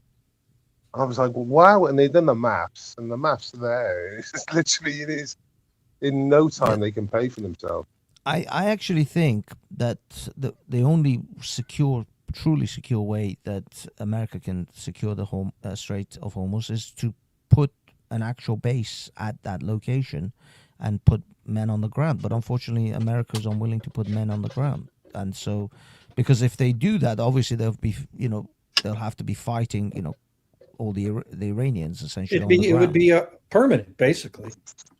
I don't like it because prior to this expedition of war was taken, we were fine and we wouldn't have had to do that. And I don't want troops on the ground over there. I don't want Americans dying to save Americans from potentially dying in the future of a nuclear weapon that doesn't even exist yet. It's like the whole logic is flawed with the whole thing. But So let me ask you this, Banksy. Why doesn't Saudi Arabia, why doesn't the Gulf states just build infrastructure to ship oil out of the western part of Saudi Arabia? And Well, maybe I mean, they might have to take over Yemen. well, I mean, I don't know about the Yemen part. They don't even have to if they actually go through Saudi Arabia. But of course, then all the Gulf states have to have some kind of secure contracts with Saudi. I mean, there is some. I've heard there are some actual efforts in that right now. They're trying to build pipelines from Emirate nations, Bahrain, Kuwait, and Qatar through Saudi Arabia because they can't really trust Iraq because Kuwait, the nearest nation is Iraq and Syria, and they don't really. Right. Those are very unstable places. Saudi is the only stable place. Yemen, Oman, these places are not really stable right now. They're Bedouins shooting each Yes. other. So Saudi could protect it too. They would keep in some of Yeah. these places, the whole construction of it would be constantly destroyed, blown up. People would be shot. But Um, to be perfectly honest with you, Saudi Arabia and the Emiratis are not particularly on good terms. I don't know if you guys have followed. Yeah, I looked yeah. this up. They've got some serious stuff going on with Libya. The stuff that some other people have said the word fuckeries that Saudi is pulling off in Libya, and so is the Emiratis. Also Sudan, they're doing some fuckeries. And these guys have been at odds with each other. There's like a little cold war going on between the Emirates and Saudi right now because And of was Sudan and Libya. was it the Emirates or Oman? One of them just left OPEC. I don't know about Oman. I can't remember who it was. If anyone wants to look it up, I but haven't seen any of that. But that yeah, that ties in because with OPEC, Saudi Arabia gets the biggest percentage, and other countries are feeling like they could get out of OPEC, market their oil individually for their own economy, and fucking just rein in the cash for their country, which does Yeah. make sense. Like, I don't know if I agree with the concept of OPEC. They all band together and then they pool together their oil, and then whoever they take money out of the pool, like as to the size of the country and the contribution that was put in. It's why not just have free market capitalism with the oil? Well, I mean, these guys are not free market capitalists to begin with. Second of all, they are not. I mean, they've got this tenuous relationship connection in the OPEC thing, but they're not friends. These guys are not really like, they're not like the Europeans. I mean, the Europeans, although they had bloody wars for centuries, they are far more cooperative with each other than. Yeah, it was the UAE that just left.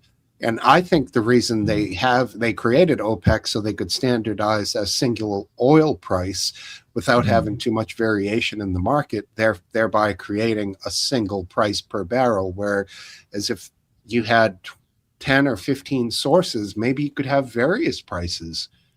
I don't know. Like, it's an interesting concept that could change everything if we go in that direction. Yeah, I mean, I'll be perfectly honest. This going through Saudi Arabia thing, by the way, there's a good chance Saudi Arabia will have some kind of charge for it, or some sort of toll, possibly for having pipelines going. But Saudi themselves, they've got the access to the west, to the Red Sea, so they're pretty comfortable in that way. I mean, the Emirates strike a deal with maybe Oman and then go directly into the Arabian Sea through Oman. But the Qataris have issues. Again, the Kuwaitis are screwed. I mean, they're wedged between Iraq and Saudi Arabia, basically, and Iran to their east. Iraq in a hard place. Yeah. Sorry. Wasn't the Q80s nicking Iraqi oil? That's what that's what Saddam claimed, that they were cross drilling into Iraq, because I mean they're literally borders. They've got the border with Iraq, so they were claiming they were cross drilling. The oil field was on the border, wasn't it, basically? Yeah, it's on the border of Iraq. So yeah, I mean, there's a good chance they were cross drilling. But the thing is, it's not just, as I say, the Emirates could maybe strike a deal with Oman. But the Bahrainis have issues as well. They need to possibly make a deal with even Oman as well, or Saudi Arabia. The Qataris are screwed. Actually, no, Bahrain is next to Qatar. Sorry, I just looked at the map. No, the Bahrainis are screwed. They don't have any choice. They have to deal with Saudi Arabia. So do the Qataris. The only group or country that has a chance of going through Oman is really United Arab Emirates. That's it. What's that? Like in the Middle East, with where these oil fields are, obviously they're generally on sand and dunes, aren't they? I don't know for sure. If I'm thinking back to all the fucking fires I remember from after the Gulf War, they were all in sand. Yeah. Yeah. So how far down do you get before you get the rock, right? Because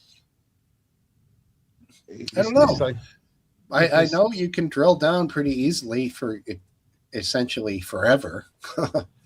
You just keep adding long. So basically, what I'm on about is if you're taking big voids of liquid out the ground, well, that land will then settle, wouldn't it? And move and drop. It shouldn't. I think there's more of a risk of that with fracking than with oil well drilling. Oil well drilling. Yeah. I mean, I don't know the science behind it. I haven't really looked. Yeah, I know. I'm sounding pretty dumb, like, but you know what I mean. No. I mean, it's stuff that we unfortunately, we're not international oil merchants, so we don't. I mean, obviously there's rock, underneath, but how far down? I suppose it's 30 under like hard rock there. Yeah. Well, like when there's an aquifer under the ground, it's only often half to 75% full, so there's going to be a lot of space at the top of it of air. So I would assume it's the same with underground oil deposits. It's not like a balloon full of oil all the way to the top, and as you release oil, it's going down. I think the level to begin with is probably Although I don't know that an aquifer and an oil deposit are going to be the same. Probably not. Either way, it's going to be rock hard soil. Isn't it? Yeah, it's rock hard. So- Thanks for the laughs, Eastwind. I love it. Thank you. Got my joke. Yeah. Yeah, this is. I mean, I'm just shocked that Trump went into this, and this is where I don't want to say it, but everybody's thinking it. You know, the small hats, the people of the tribe, a certain little country that was promised something 3,000 years ago. Now, the reason this particular war. They're not calling it a war, are they? What do they call it? It's not It's, a special operation. is it? It's Special an operation. expedition. It's Expedition, yes, a little walkabout. right, so. Because special operation is like the hot favorite. Isn't it? It's But like, Yeah, special continue operation. with the Israel theory. I know Last Dance is Yeah, fired up. He's ready the to reason, respond. well, yeah, the reason they kind of did this without, I guess, further thought inside it is because of Netanyahu's influence, and in fact, they kind of came out and said it. Israel was going to directly strike Iran, and I think they found that there was a window of opportunity to take out the leadership, and they were like, "We're going to do it if you don't come with us." And America essentially said, "Fine, let's do it." And I think they were slightly misled in the sense that they thought that if they take out the leadership in that one attack, that'll be the end of it, and then the Iranian people will rise up and take back their country, and it'll all be wonderful, and there'll be Starbucks and McDonald's in every corner of Tehran. Unfortunately, it didn't kind of pan out that way, and I think that was where the hasty decision to go in sort of probably came, was that Israel was going to do this without unilaterally, and America was like, okay, we're going to be caught up in it anyway. And the Iranians already said, you attack us, we're going to attack everyone. We're going to swing the stick and hit everyone with it. And they literally did. They started attacking Kuwait and Dubai and Bahrain and all these places. Hitting Yeah. the water desalination plants in a country that wasn't even really their fucking enemy. That was Well, pretty surprising because those things are incredibly expensive, and they could literally be causing the death of so many people. These places Yeah. have no other water. They've Yeah. got like 2 to 3 weeks of water on storage, and the rest is all from these desalination plants. It's yeah, I mean, it could invoke massive droughts across That's, that. I mean, it's right just now a dick we're in move. summertime. It's just Iran doing their classic dick move. It's Mhm. like, I would argue that prior to the Islamic Revolution, that was a really cool looking country from what I've seen and read.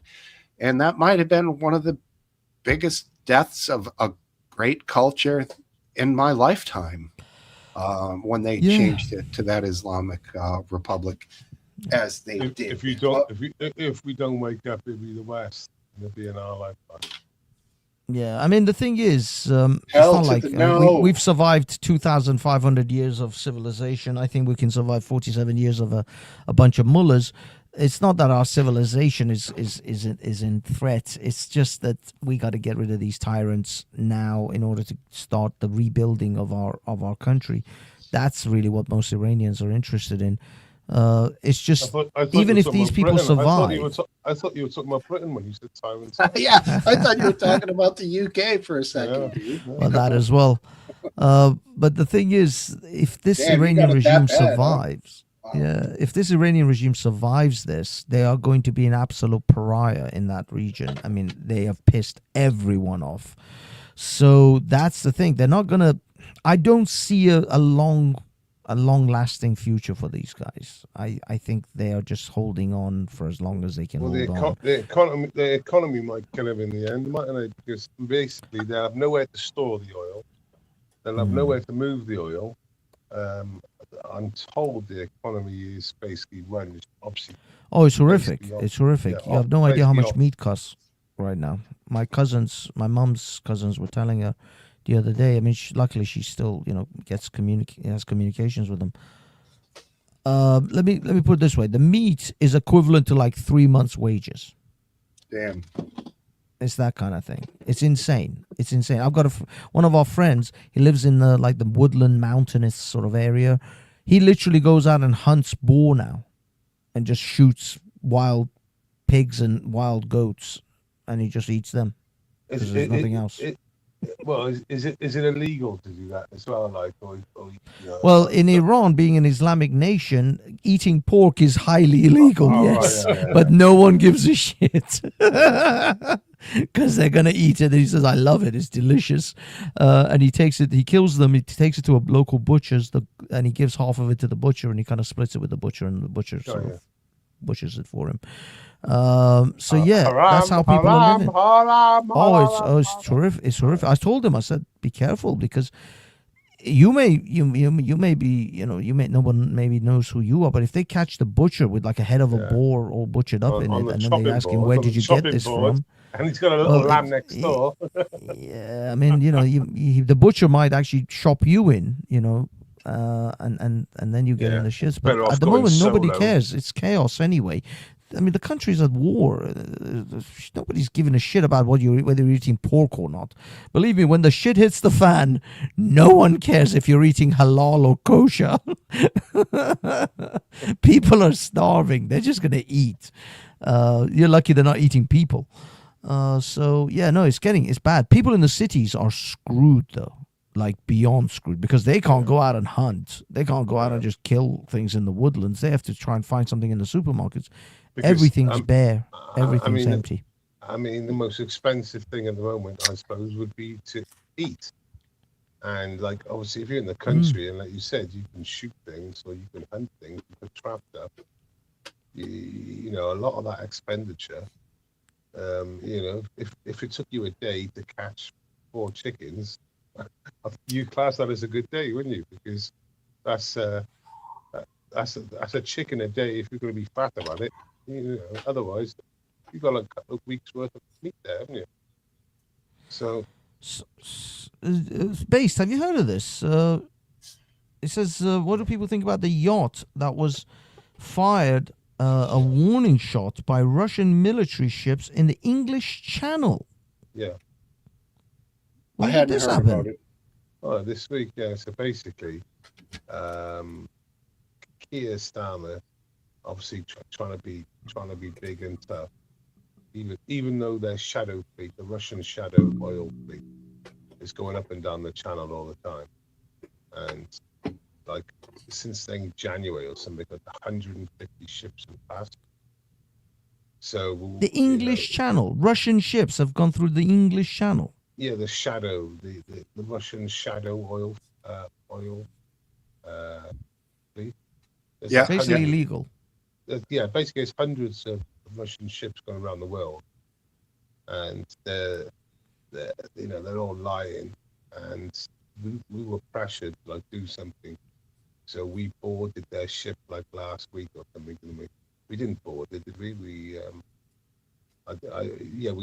boarded it. It wasn't an army ship. It was a civilian ship. Anyway, we boarded it. And then Russia turned around and said, you fucked around and find out. Well, here we are. Look at this poor little fucking yacht. Let's just fire some rounds around it. And they fired some rounds. This yacht's only 12 foot long. The retired couple on it. But how is So it it was a British flagged yacht? Yeah, and it was shot at by the Russian military. Are they accompanying these shadow tankers? Yeah. Oh, but wow. How is it that these ships are allowed in the British Channel? Well, it's international waters. Probably, I'm guessing that's only 2 miles offshore, right? Is where it starts. It's 12 miles. It is 12 miles? I don't know. I'm way off. 2 miles. That'd be nothing. 2 miles. 50 cal would get to the mainland. Yeah. For 2 miles. Yeah, 2 miles is a bit too close. Yeah, a little close. Yeah. Yeah. So basically, there's a huge Russian shadow oil fleet that goes around the world, and the English Channel is used quite heavily. and everyone knows it. They've identified like 150 ships in like a couple of months ago. And basically, Yeah. the British played hardball, went on to one of these civilian, like Russian flag vessels, took it over for a period of time. I'm not too sure exactly what happened. The Russians are not happy about it. And they just they fucked around. And then they're not going to find out, the Russians. And 20 nautical miles south of the Isle of Wight. Yeah, that's very close to Britain. That is like on the doorstep of Britain. Mhm. Isle of Wight is just literally just off Portsmouth. Yeah, 20 miles off. 20 miles off the Isle of Wight, mind you. Like, I mean, yeah, I towards can't the say. French side. Last Dance, what would the response be from the United States if a Russian frigate was 20 nautical miles off of Manhattan? We would just tail them. Yeah, that's We it, would right? lodge a complaint or something. And have like either a nuclear sub or some destroyer just hanging Yeah, around them. and there would be some sort of retaliation, like we would do Yes, sir. something with one of our ships getting close to their. So Yeah, it would be quote unquote an international incident. Yes, there's. But for these guys, they're saying it's daily. Well, not the shots fired, but Well, the shots fired is different. That's a different altogether. That is violence. So right. And what's Ben Starmer's response there, fellas? He's gonna Ben? shut the fuck up now. He's gonna shut That- the fuck up because he's done nothing. No, That's it? Basically, it seems like they haven't. I just heard about this story just like literally now. Nobody You was guys- even talking about it. There's stories and lore about the British Navy, and you still have one, right? I mean, it still exists. I mean, what the fuck? Yeah, Let's it's go. a couple of guys in a rowing boat. You know, what do they call them off of Ireland? A currach, Yeah. four-man rower. Yeah. they have a That's- navy. It's embarrassing. No, it's crazy. It's crazy how the British military has fallen. They literally have a song saying Britain rules the waves. We're barely ruling a swimming pool at this point. Yeah. There you go. That's sad to hear. Yeah. Well, Oh, bottle cap with a little bit of a spicy. Yeah, we're all talking about it like it actually happened, but somebody just mentioned it in the chat here on the side, which I mean, I haven't looked it up, but we assume that you guys come with facts. Wait there. I couldn't read that, and it went away. What did Cup of Tea say there? That doesn't matter. Let's move on. Anything else come to mind there? Last Dance for the week? No, not really. Nothing. Trump's approval? Anything? Any of the stuff he's done with the waiting pool, the reflecting pool? Yeah, I don't pay attention to that. Well, That's that's all I do know. It's been a failure, and it looks like the paint is already peeling away. So it's a problem that's already been there. What I was told, it costs 30 million, right, which is like a tenth of what they were going to price it up at. So it hasn't worked. He said it carried out in about 4 weeks. So I suppose there's one good thing. It didn't cost. It didn't cost 300 million. It's not being repaired. It's cost 30 million so far, and it's not repaired. So I don't know what the end result's going to be, but the original price to repair it was 300 million, and Trump said, "I can get that cheaper." Yeah, he got it done cheaper, but yeah, it's not fixed it. Well, I mean, to be honest, they should just fill it with sand and get rid of the fucking water altogether. And Yeah, I agree. Bob's Why? your uncle. Because It's gorgeous, the reflecting pool. well, Yeah, it but doesn't seem like they can handle it anymore. Something went awry. I mean, it's I heard it's it's easy. like that. It's just a shallow pool with water. How complicated can it be? They should put fish in it because the fish would sort it out, wouldn't they?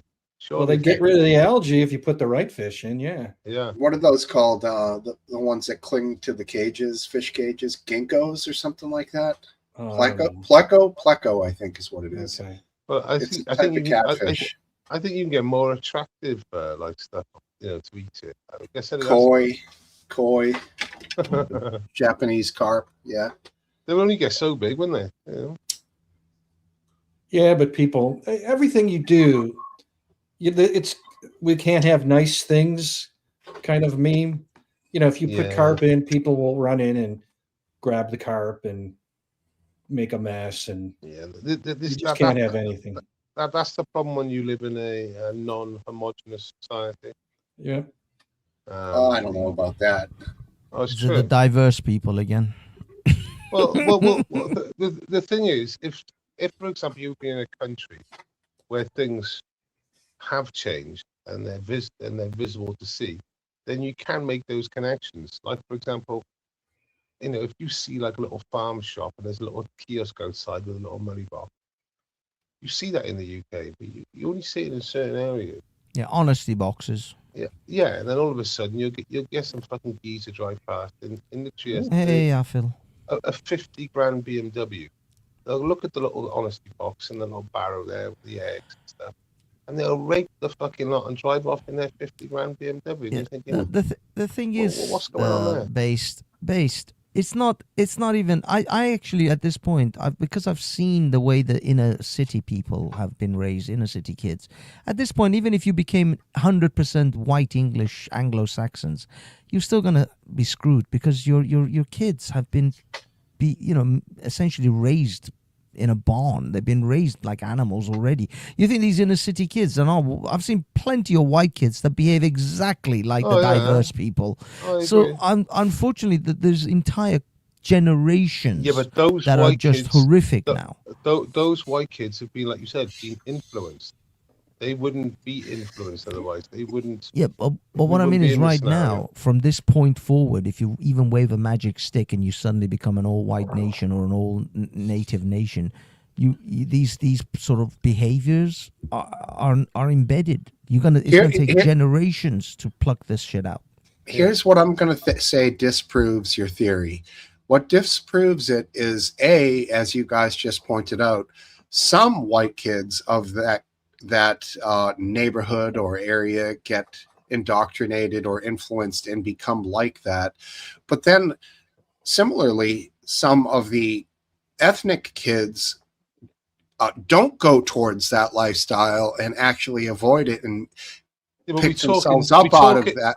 So it's not a hard and fast rule what you're talking about. No, but we're talking generalities, don't we? Right. So my theory is it's not the We don't race. talk like a monolith. We don't talk like a monolith. I understand that. It's not the race in particular that is it. It's the entire attitude and it's the boiling, basically it's the it's the boiling entire boiling pot. what's the word I'm looking for? It's the entire zeitgeist. It's the zeitgeist of that And It's a culture. group. Yeah. It's exactly. a microculture.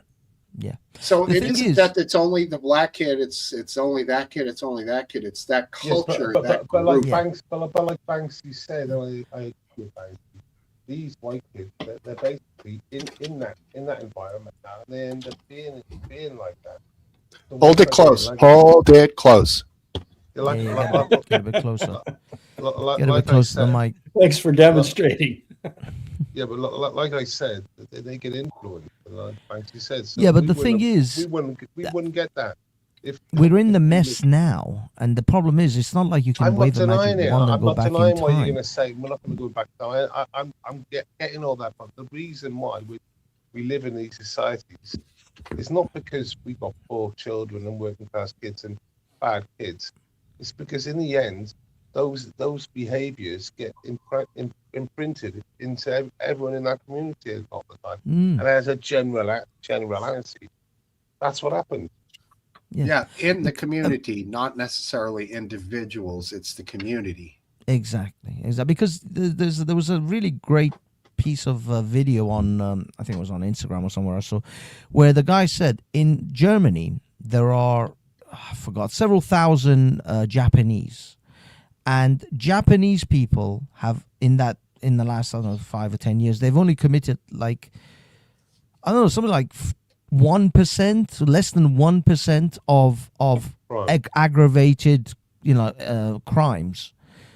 And at the same time, Algerians have committed something like over 1,000% of aggravated, aggressive sort of crimes. So it's like if I could replace half of Britain with Japanese, we'd have a wonderful, harmonious society. It won't be English, but it'll be harmonious. No one will be stealing shit. No one will be killing anyone. So this is the thing I'm trying to say is it's a cultural thing. It's not the people who come from X, Y. You can train people. Don't get me wrong. Some people are feral.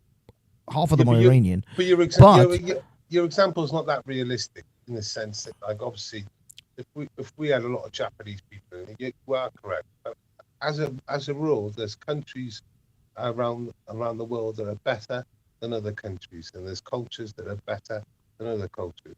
And the Japanese is very neat, very respectful, all loads of good things, especially orderly, law-abiding. Yeah. Agreed, and so was Britain 50 years ago. But over a period of, like, especially the last 30 years, things have changed dramatically. Yeah. Well, okay. I just, because the reason I'm saying this is that we allowed a shitload of feral, essentially savages from the third world. I'm just going to say it, guys. Don't hold back. You might hate me, but that's what it is. And a lot of them Iranian too. I'm not even holding back. My people are screwed up too. But you let a whole bunch of feral people that come from very disordered societies, and then you didn't even check them and tell them this is not how you behave in this society because of you were scared of being called racist. So imagine having the worst combination of shit in which you bring in a bunch of savages and you can't even tell the savages you're savages and be civil because that will be racist. So you just have to let the savages behave like savages. But like I said, what you said there was one thing you said incorrectly. You said you can't say they're savages. You said you can't point out factual things to prove they're savages. You can't. That's what you can't do. Yeah, you just can't do anything about it. And if they act like savages, you just go, oh, it's just their culture. Like, well, then I don't want to have this culture here. Exactly. Can I object to that? So right. I read of a case where they, I don't know where he was. It was somewhere. He was some sort of sand person, and he raped some child, and he wasn't given a prison time of it. He was told he had to take lessons. Get in that microphone, bro. Get in the mic. He had to go be sent to have lessons about consent.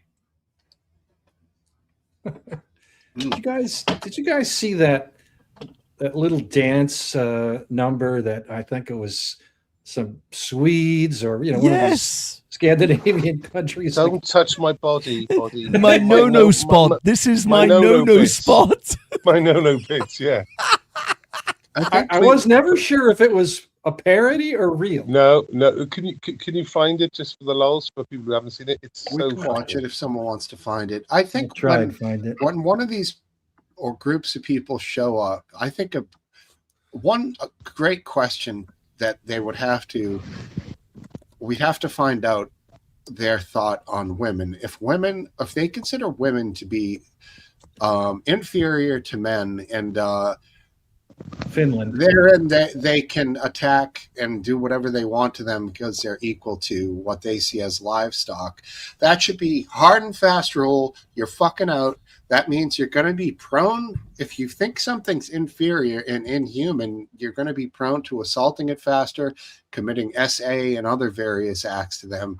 And that's a lot of them that feel that way. That alone should be enough to keep them out of your country. For God's sake, 50% of your country's women. They're the ones that give birth to your fellow future citizens. These are people that should be exalted, held on high, not thought of as fucking livestock. So fuck those motherfuckers that think that. they can hit the fucking road. You know, The thing is, Steve, you see the reaction to that is because we're not getting rid of. Oh, sorry, go on. This is it. Whenever you're ready. No bits, is it? Or- Stop! Don't touch me there. This is my no-no square. Square. Stop! Don't touch me there. This is my no-no square. Swear to God, if there was any other era, this would be a joke. This True. This should be the suicidal empathy theme dance.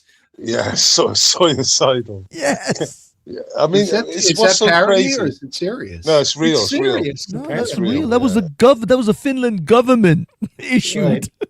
I mean, the music. It's like they got it from the 1980s. They got it from some sort of fucking It sounds like It's like a Devo. video tennis. game. It's like a tennis thing. And beep, beep, beep, beep, beep. One of those beep. guys in the back looks like he'd fucking clean somebody's clock for doing that. Yeah, the guy on the right looks like I he mean- can take care of business.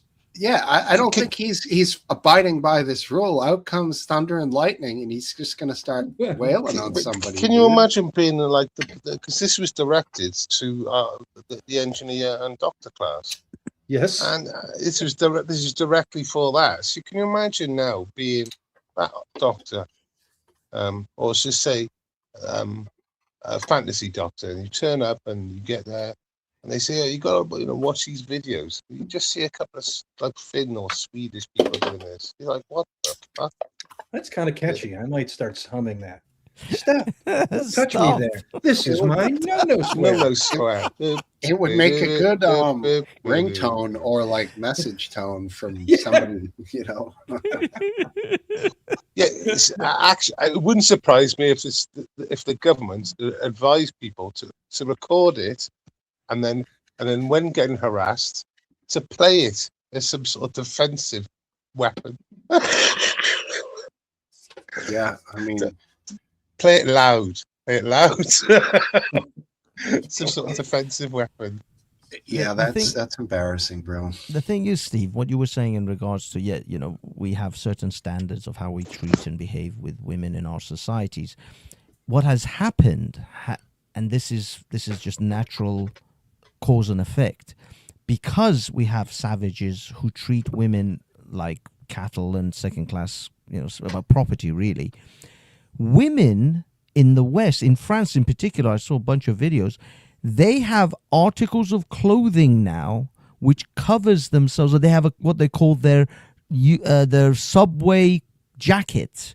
So they go out into the streets summertime, string, topless, not topless, but you know what I mean, their shoulders showing or whatever, skimpy dresses.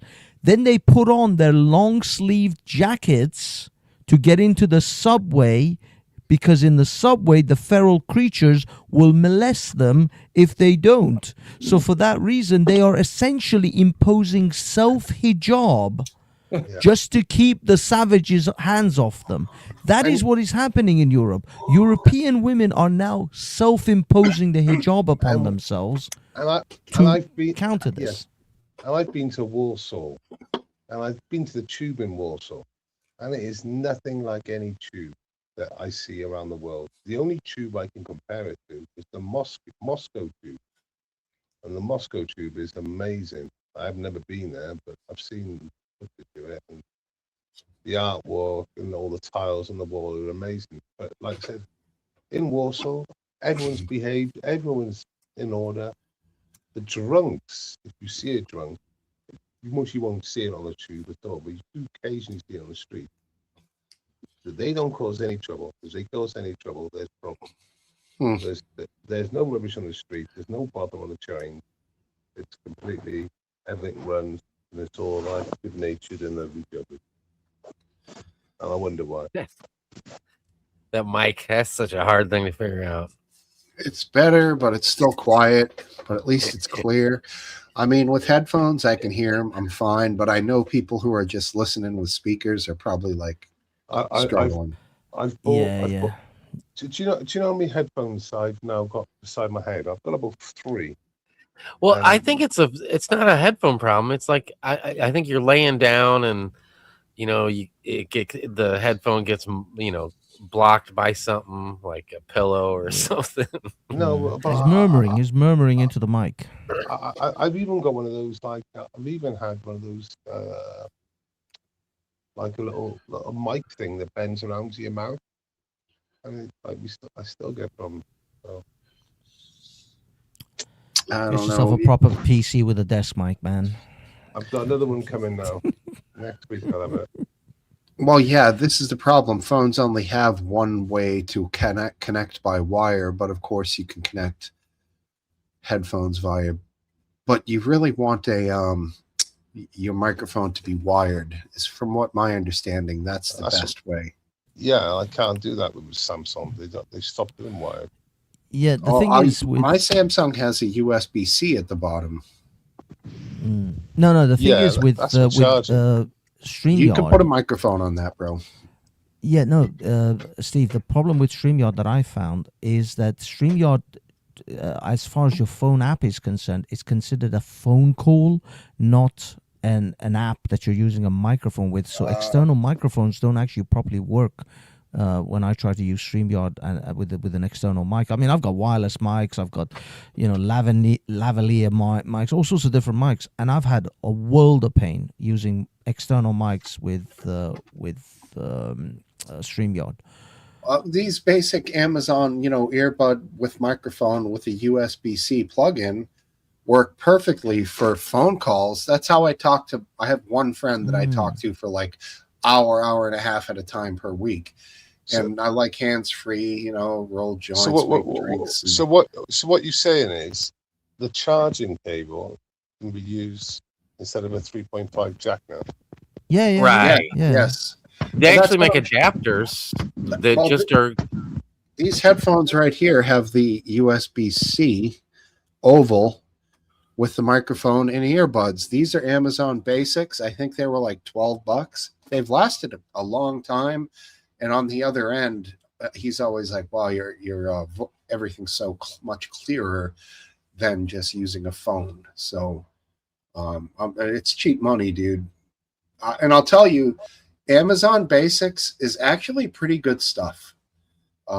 If you're going for budget electronics, so don't overlook that brand. It's not bad. It's endorsed by Amazon, and they will warranty the shit. So I'm looking for USB-C wired earbuds. Mm-hmm. Yeah, with microphone built in. Yeah. You're gonna have problems with your phone, obviously not being able to charge. So you may have to look for a little adapter as well that allows it to charge as well. Well, yeah, you gotta make sure that you gotta charge before you start. Right, because once you start putting two things on that one, it now boom, here's our audio problems again. You got a charger interfering with your audio. They're both going through the same port. Yeah. Although, you know how you could overcome that is with a contact charger. Just set it on that, so it's charging just through the magnetics in the back. You could do that, or you could get a USB-C dongle that has audio jack and in USB-C, so you can charge and plug in headphones at the same time. Possible interference, though, I'm thinking, with the audio signals coming in and out. I've never heard myself, but I've used it to talk to people on the phone. They've never said anything about it. What was that? That was somebody's That was a mobile phone. That was me. That was me. Sorry, I'm looking for these earphones. That was funny when we were talking. About hear that? The clearest thing that's come from your mic all night. Dude, get a I laptop. haven't heard that old notification for years, dude. Oh, wow. Fuck. Oh Christ, it's constant now. That's a Samsung flip phone, I think. Yeah. Samsung. Just get a laptop. The They literally S1. cost like $50, 50 quid. You can get a very good used laptop these days. It's Hell yeah, literally you under can. £100. It's so cheap, laptop. Dude, I got what was it? Tuesday, I think it was. I got a 2019 MacBook Air, and for $30. Are you kidding? Are you kidding? No, me? I'm not kidding you. She listed it as. Does She it listed still it run as. everything? Yes, I turned around, I sold it for Oh. $180, Oh, and I wow, could have dude. sold it for $250, but I knew the 180 I would sell it super quick. It was rose gold, so I didn't really want a pink laptop.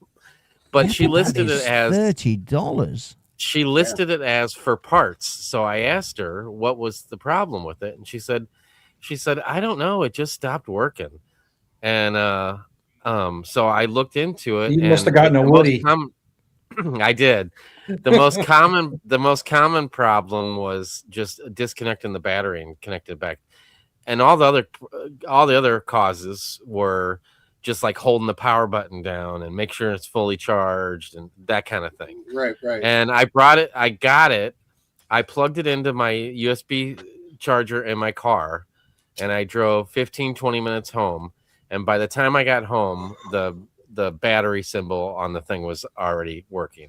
And I'm like, dude, I'm set, man. $30? Are you kidding me? That is Man, a oh deal. man, you lucky That's a good bastard. deal, man. I mean, I know. you can't, dude, everyone puts a cover on it. If you needed a laptop, the rose gold would be fine. And no one's going to.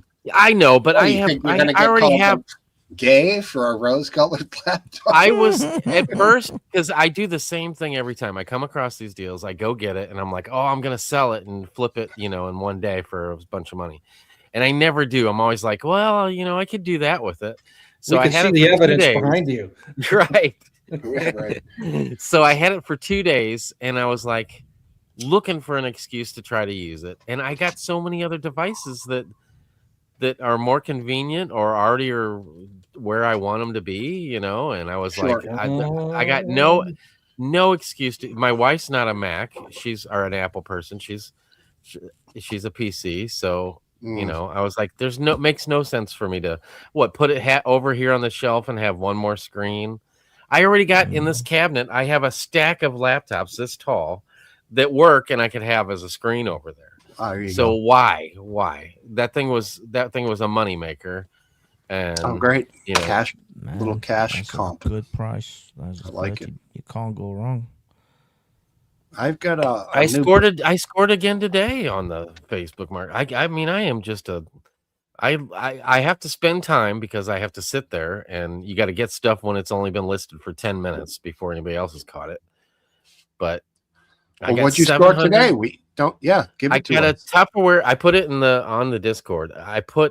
It's a Tupperware full of Nintendo 64. It's the console, controllers, and like 20 something games. And it's $708 worth of stuff, and I got it for $75. That's pretty good. Now, is that $708 in current resale, or it's based off of sales from eBay? So if I put everything on eBay, that's how much I would make off of it. What was it? NES 2 or Super Nintendo? What was it? Nintendo 64. 6.0. Okay. And that one game's worth $107. That one I'm going to put on eBay because. Did you get what was the big one? GoldenEye? No, it was Indiana Jones. I'd never even heard of it, and then I did some research on it, and apparently it's so expensive because you had to buy it straight from Lucas Arts. So licensing. And that's why it was so it wasn't a very common game. Sure. Like when you go to buy a Star Wars Lego and it's like 3 times what a regular Lego should be because you're paying. Well, you can go to the store and buy that. With this, you had to directly order it from LucasArts, their website, back 20, 30 years ago. Kind of cool though. Yeah. Have you resold them or are you going to keep them? I won't keep much of it, to be honest with you. I will sell that one on eBay because if I sell it on Facebook Marketplace, nobody's going to give me what it's worth. And so I'll sell it on eBay because that's the whole country. They can all look at it and buy it. The guy that has to have that stupid game for his collection will pay for it. And then the rest of who's on the hook to ship it with eBay? You can make it so they have to pay for the shipping. Cool. That's how my son does all his stuff. Nice. And then I'll keep the games that I want that I don't already have because I already have a pretty decent collection of. So I got a lot of those games already. And then the rest of them I'll go up to my game store and I hand them over. a dozen of them, and they'll give me like 2-3, depending on what games I give them, they'll give me like $200 or $300 in store credit, and then I'll buy new games with that. So, But that's so cool.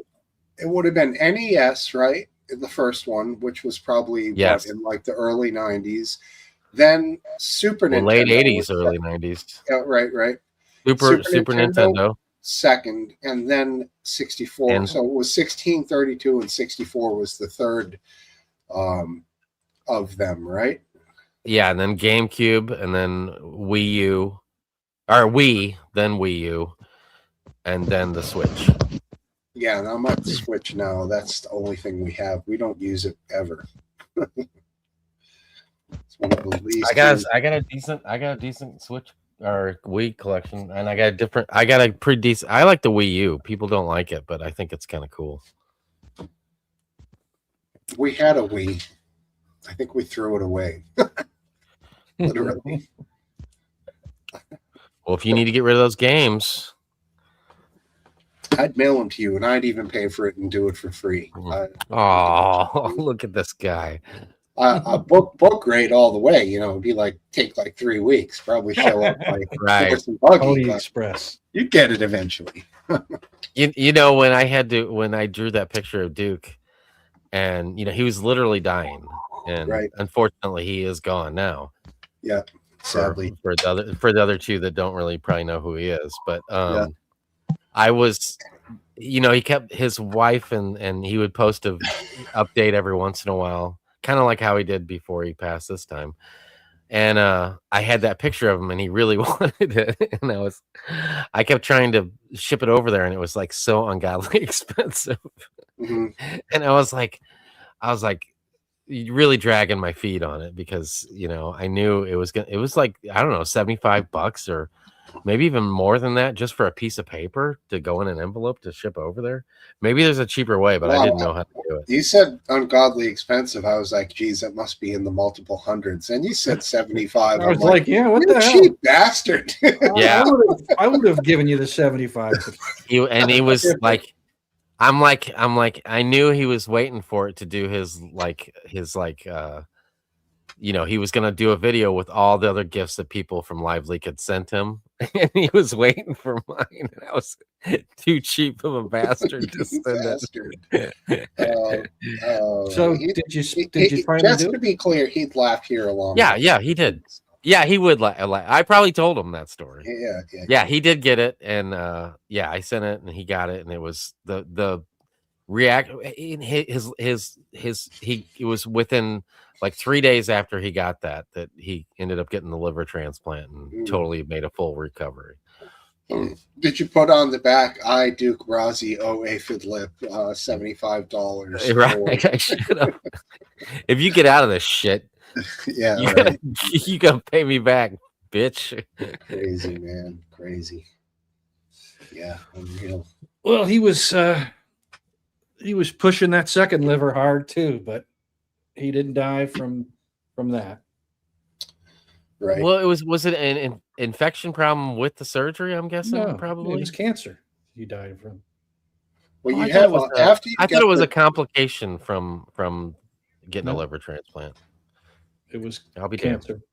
It is a There- complication because Yeah, you have to take anti-rejection, drug, Okay. which essentially reduce your immune system response. Well, some of them are actually immunosuppressive because Immunosuppressants. Okay. Cyclosporin is the most common one, and and if you can't, they don't kill. It's your immune system that kills Right. off most cancers before they even get Okay. started. But when you take I was gonna say, because I thought it was somewhat related to. it is related.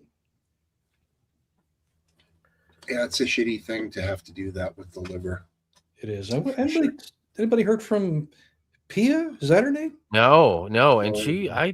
unless I would know. I can't see her like kicking me off of her Facebook. So I would think either she's not on Facebook anymore, or she just never posts on Facebook, because I don't see her at all. Well, that's that. Do you want to keep this thing going? I'm done. I'm just gonna grab a quick pee and a drink.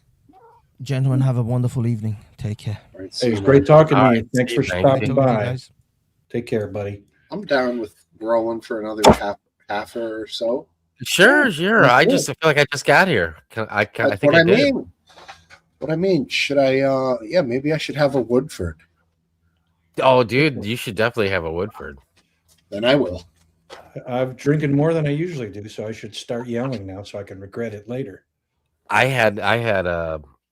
went to the we went out to lunch and then went to the grocery store. I had to pick up a couple items, so I ran in there and the gal was set up with the drinks by the liquor section, which is where I was headed. So I did a little thing of, it looked like it was in a wine bottle, but she said it was whiskey. I did a shot of it. And then I chased it with the wine that she had with, because I said, what would you pick? And she's like, I'd pick both. And I'm like, that sounds like a winner to me. But I think it's the first time I chased a shot of whiskey with a shot of wine. What kind of wine? I have no idea. I wasn't interested in the least. I just wanted some free booze.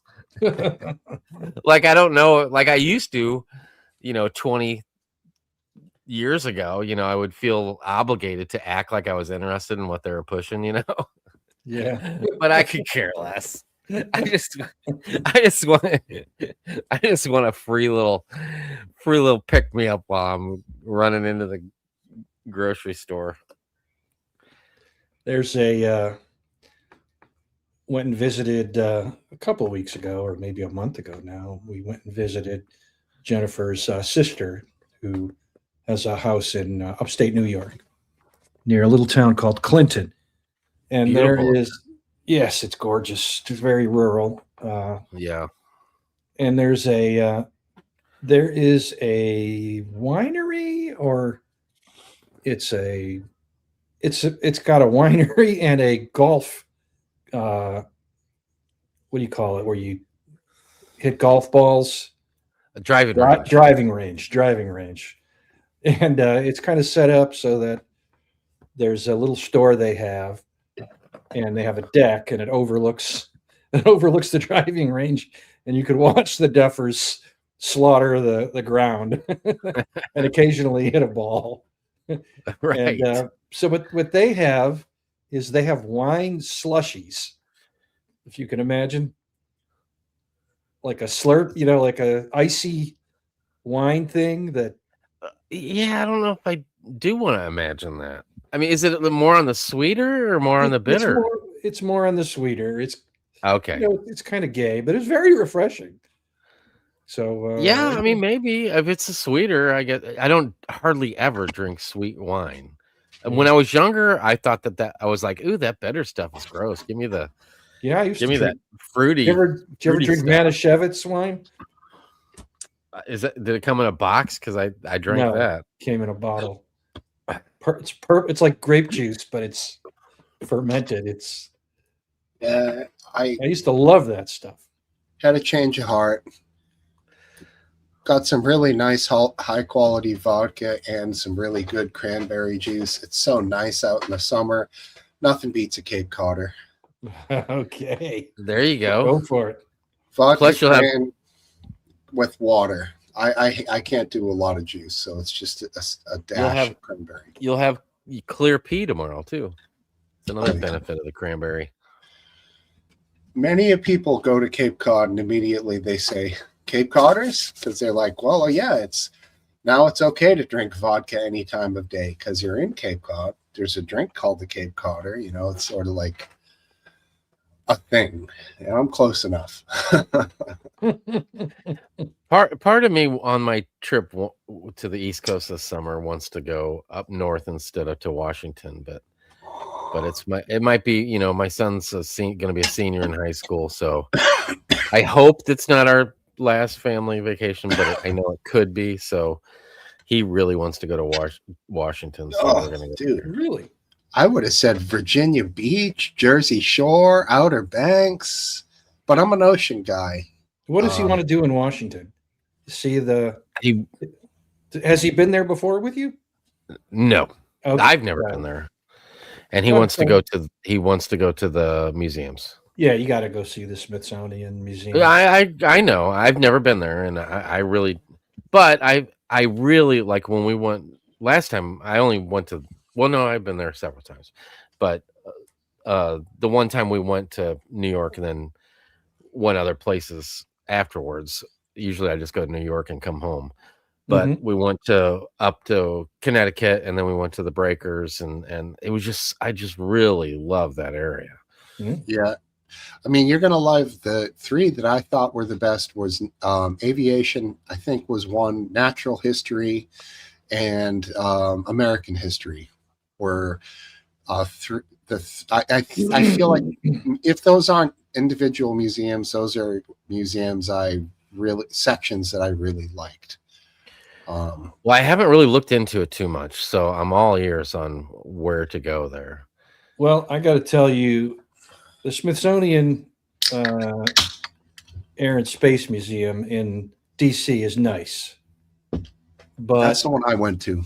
They have an extension of it out at Dulles Airport, which is a bit of a drive from DC, but it's the Udvar Hazy Smithsonian Air and Space Museum, and they got some incredible stuff there. They have an SR-71 that you can get up close, personal to, all kinds of missiles and just fantastic stuff there. I mean, you think it's better than the one in DC?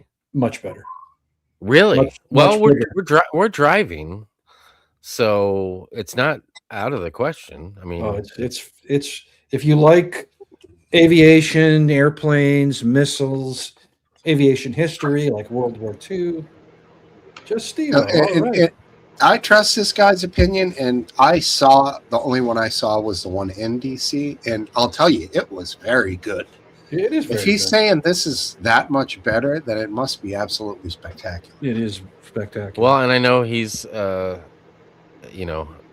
very into aviation. I heard him geeking out earlier about where he likes to do his pastime, watching the planes land. Which is cool. I did that when I was a kid with my dad. There was a place by our airport where you could. It was like a commuter parking lot, basically, right there where you could do. And they don't have that anymore, and I missed that because it was kind of a neat. It's a neat free thing that you can do. I always love the neat free things that you can do with your family. Yeah. I don't know if I told you guys. Did I tell you guys last week we went to the Asian market? I don't know if I did bring that up in the the wet market. Yeah. You went to a wet market, huh? Yeah, it was so much. It was so enjoyable. It was definitely really an experience that Good. Excellent. It was fun. I've never been to one of those before. My son had never been to one before. Did you get anything? We did. We got some Dog. No, we got one thing that's called Patrick. It's a sleeve of cookies. It's basically graham crackers with vanilla. We got some. He's real into sushi, so we got some of the rice. It was crab flavored, but it was the sticky, like a tube of it. It was kind of odd, but we got that, and then we got some other kind of cookie thing. I'm and then we thinking got more like exotic Asian sauces, like some kind of chili garlic fish sauce. Well, I told him next time we were gonna go there, I was gonna get some gochujang because I've been wanting that. Yeah, shit like that. You can't get at the locals. But we're gonna go back. But we looked at all the frozen food, which was outstanding. Not What'd frozen. You have? You guys freeze up? What'd you get? Crab rice and some. We didn't get. Yeah, we didn't get. Well, we weren't gonna go straight home. Cookies. Afterwards. I mean, what kind but of? But they had live eels, and I'd really almost like to experience what it's like to get a live eel and do something with that. I'll tell you what's better than live eel, cooked eel. It's called unagi, and it's delicious. Really? Oh yeah. Really? Flaky white. They based it with that what do they call it? That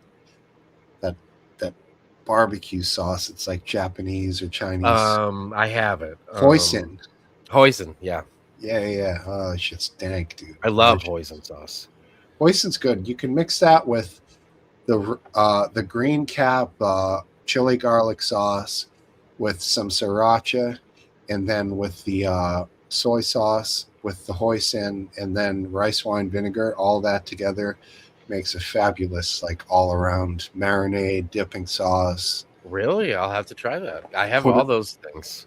You put it on rice. Like a chili crisp? Like a chili crisp? No. That's too okay. gimmicky. No chili crisp. No. I'm talking Well, what are you talking about? Hoi Fung chili garlic sauce. It's made by the same brand that makes sriracha. Hoi Fung It Foods. sounds like chili crisp. It's not. I'll bring chili it. I'll show you. Oh, you got some? Oh. Yeah. It's delicious, and I think I have fish sauce. I have fish sauce. I have I like experimenting with that stuff. So Oh, hell yeah. I'll tell you what's a good one.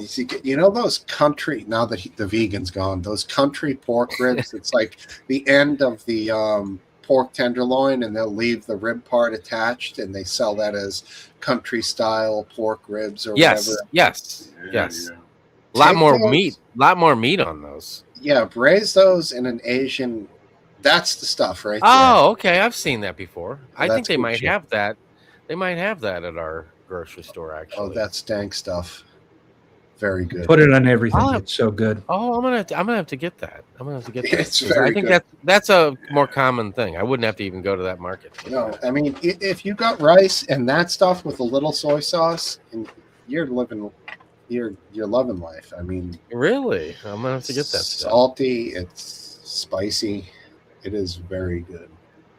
We Do you have like sriracha, Last Dance, or is that too much fish? I do like it. It's a little hotter than at my 64-year-old system could take, but Right. it is delicious. I have to admit that.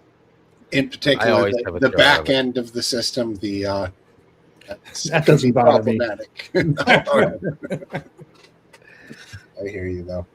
I'm the same way. If I get to go too hard on the spicy stuff, I feel a little off the next day. Yeah, and they're dull as east wind. really. Yeah, I have. I like, don't. My head sweats, but I don't have usually a problem afterwards. I never have a Any- problem any- afterwards. Yeah, you're right. It's like head sweats, but yeah. you my just head, get my son says I have low testosterone, and he's Google searched it to prove to me that is the case. I can give you. That's nice of your son to diagnose that for you. Right. I can do you better. I'll give you. I could raise your testosterone easy with a few. Like, it would take about 2.5 hours a week. It's just doing certain exercises. But you Oh, gotta really? yeah. Really, I want to hear this. Yeah. Yeah. Well, big muscle exercises, push-ups, squats. Oh yeah. You know, you got to pump like the bigger muscles in your like lat. Anything to work out your lats. If you can do pull-ups, God bless you. They're hard, but whatever you can do, you lift weights a few times a week. Your body produces muscle and produces testosterone. And that's a surefire way to do it, and that is the road to recovery for a lot of people. Just my opinion, and I happen to know it's fact. No, it sounds good though, because like Tai Chi and stuff. All of it. Basically using your muscles and to yeah. He was bragging a couple nights ago, and I was like, well, had his, we got I'm in a basement here, and we got the I-beam going across the whole length of it, and I'm like, well, let's see what you got with the pull-ups. And he's like, oh, I'll smoke you. And I'm like, I don't think you will. And so I'm like, well, let's see what you got. And he mustered out 5. And I was a little disappointed. 5's his not age- bad though. I mean, at his age, 8, maybe 9 would be good. Yeah. Well, I got 7, and I think I could have probably done 8. That's damn good, bro, for your age. What are you, I 70? think so. Yeah, that's what happened the other day at the gas station. I'm kidding. I know. You're my But age, right? I'm 70. I think you're a year younger or older than me. Older. You're 51. Yeah, I'm 52. 52. Right? I just turned 50, so we're close. Yep. Yeah. Close. 73. I could probably do, I haven't tried in a real long time, but I do work out pretty regularly. I'm going to guess I could do 4 or 5 pull-ups. But I'm also a big dude. I'm 200 plus pounds. Yeah, you're right? huge, So, dude. yeah, so that means I can do I can do 78 push-ups straight out. That's no joke, but that's easier than pull-ups. Pull-ups reward a person who's like ripped and thin and svelte that has good muscle tone and is a light body. That's important, for a pull-up. Not that long ago, I could do 12. Hmm. So I think I could do 8. I think I would push it if I could do 8. But it's also hurts too on that I-beam. Like if I had a pole, I think 8 would be no problem. I can maybe even muster out 9. Are you talking overhand grip or underhand grip? Well, I'm trying to think of the way he did it. I think it was overhand, but I think I prefer underhand. But he did overhand, so I was like, I'll do overhand. You did overhand.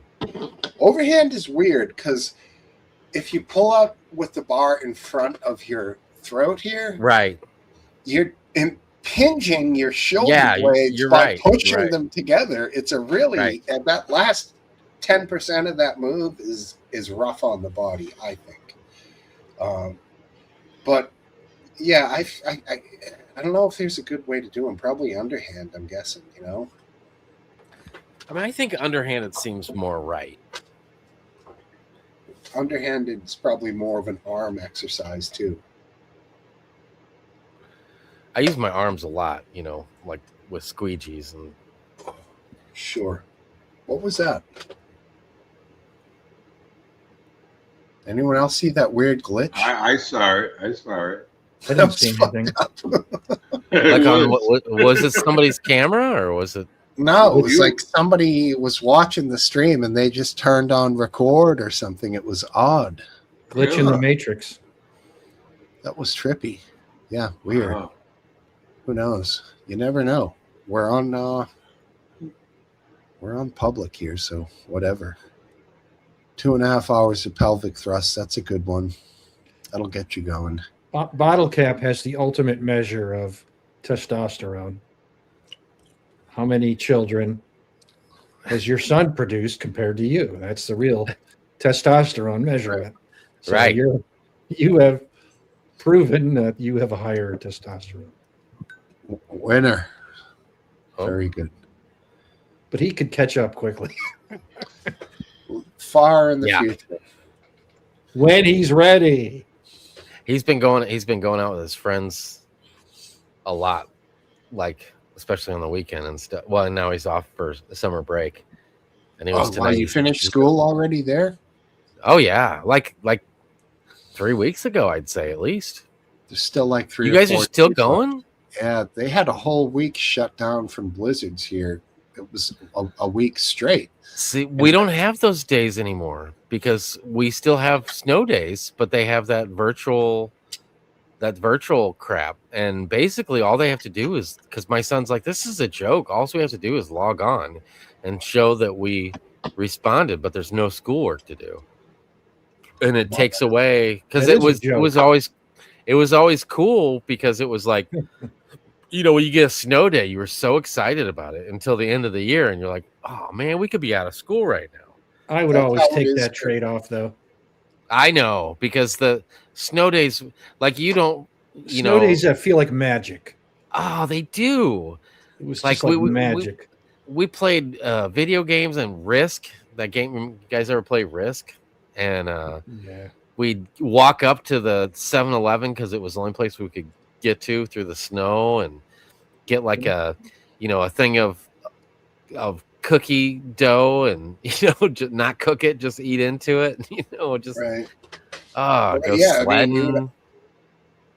If you were young enough, a parent would be home and like you could eat like a monstrous breakfast and just like not have to be running out the door. It was a pleasure.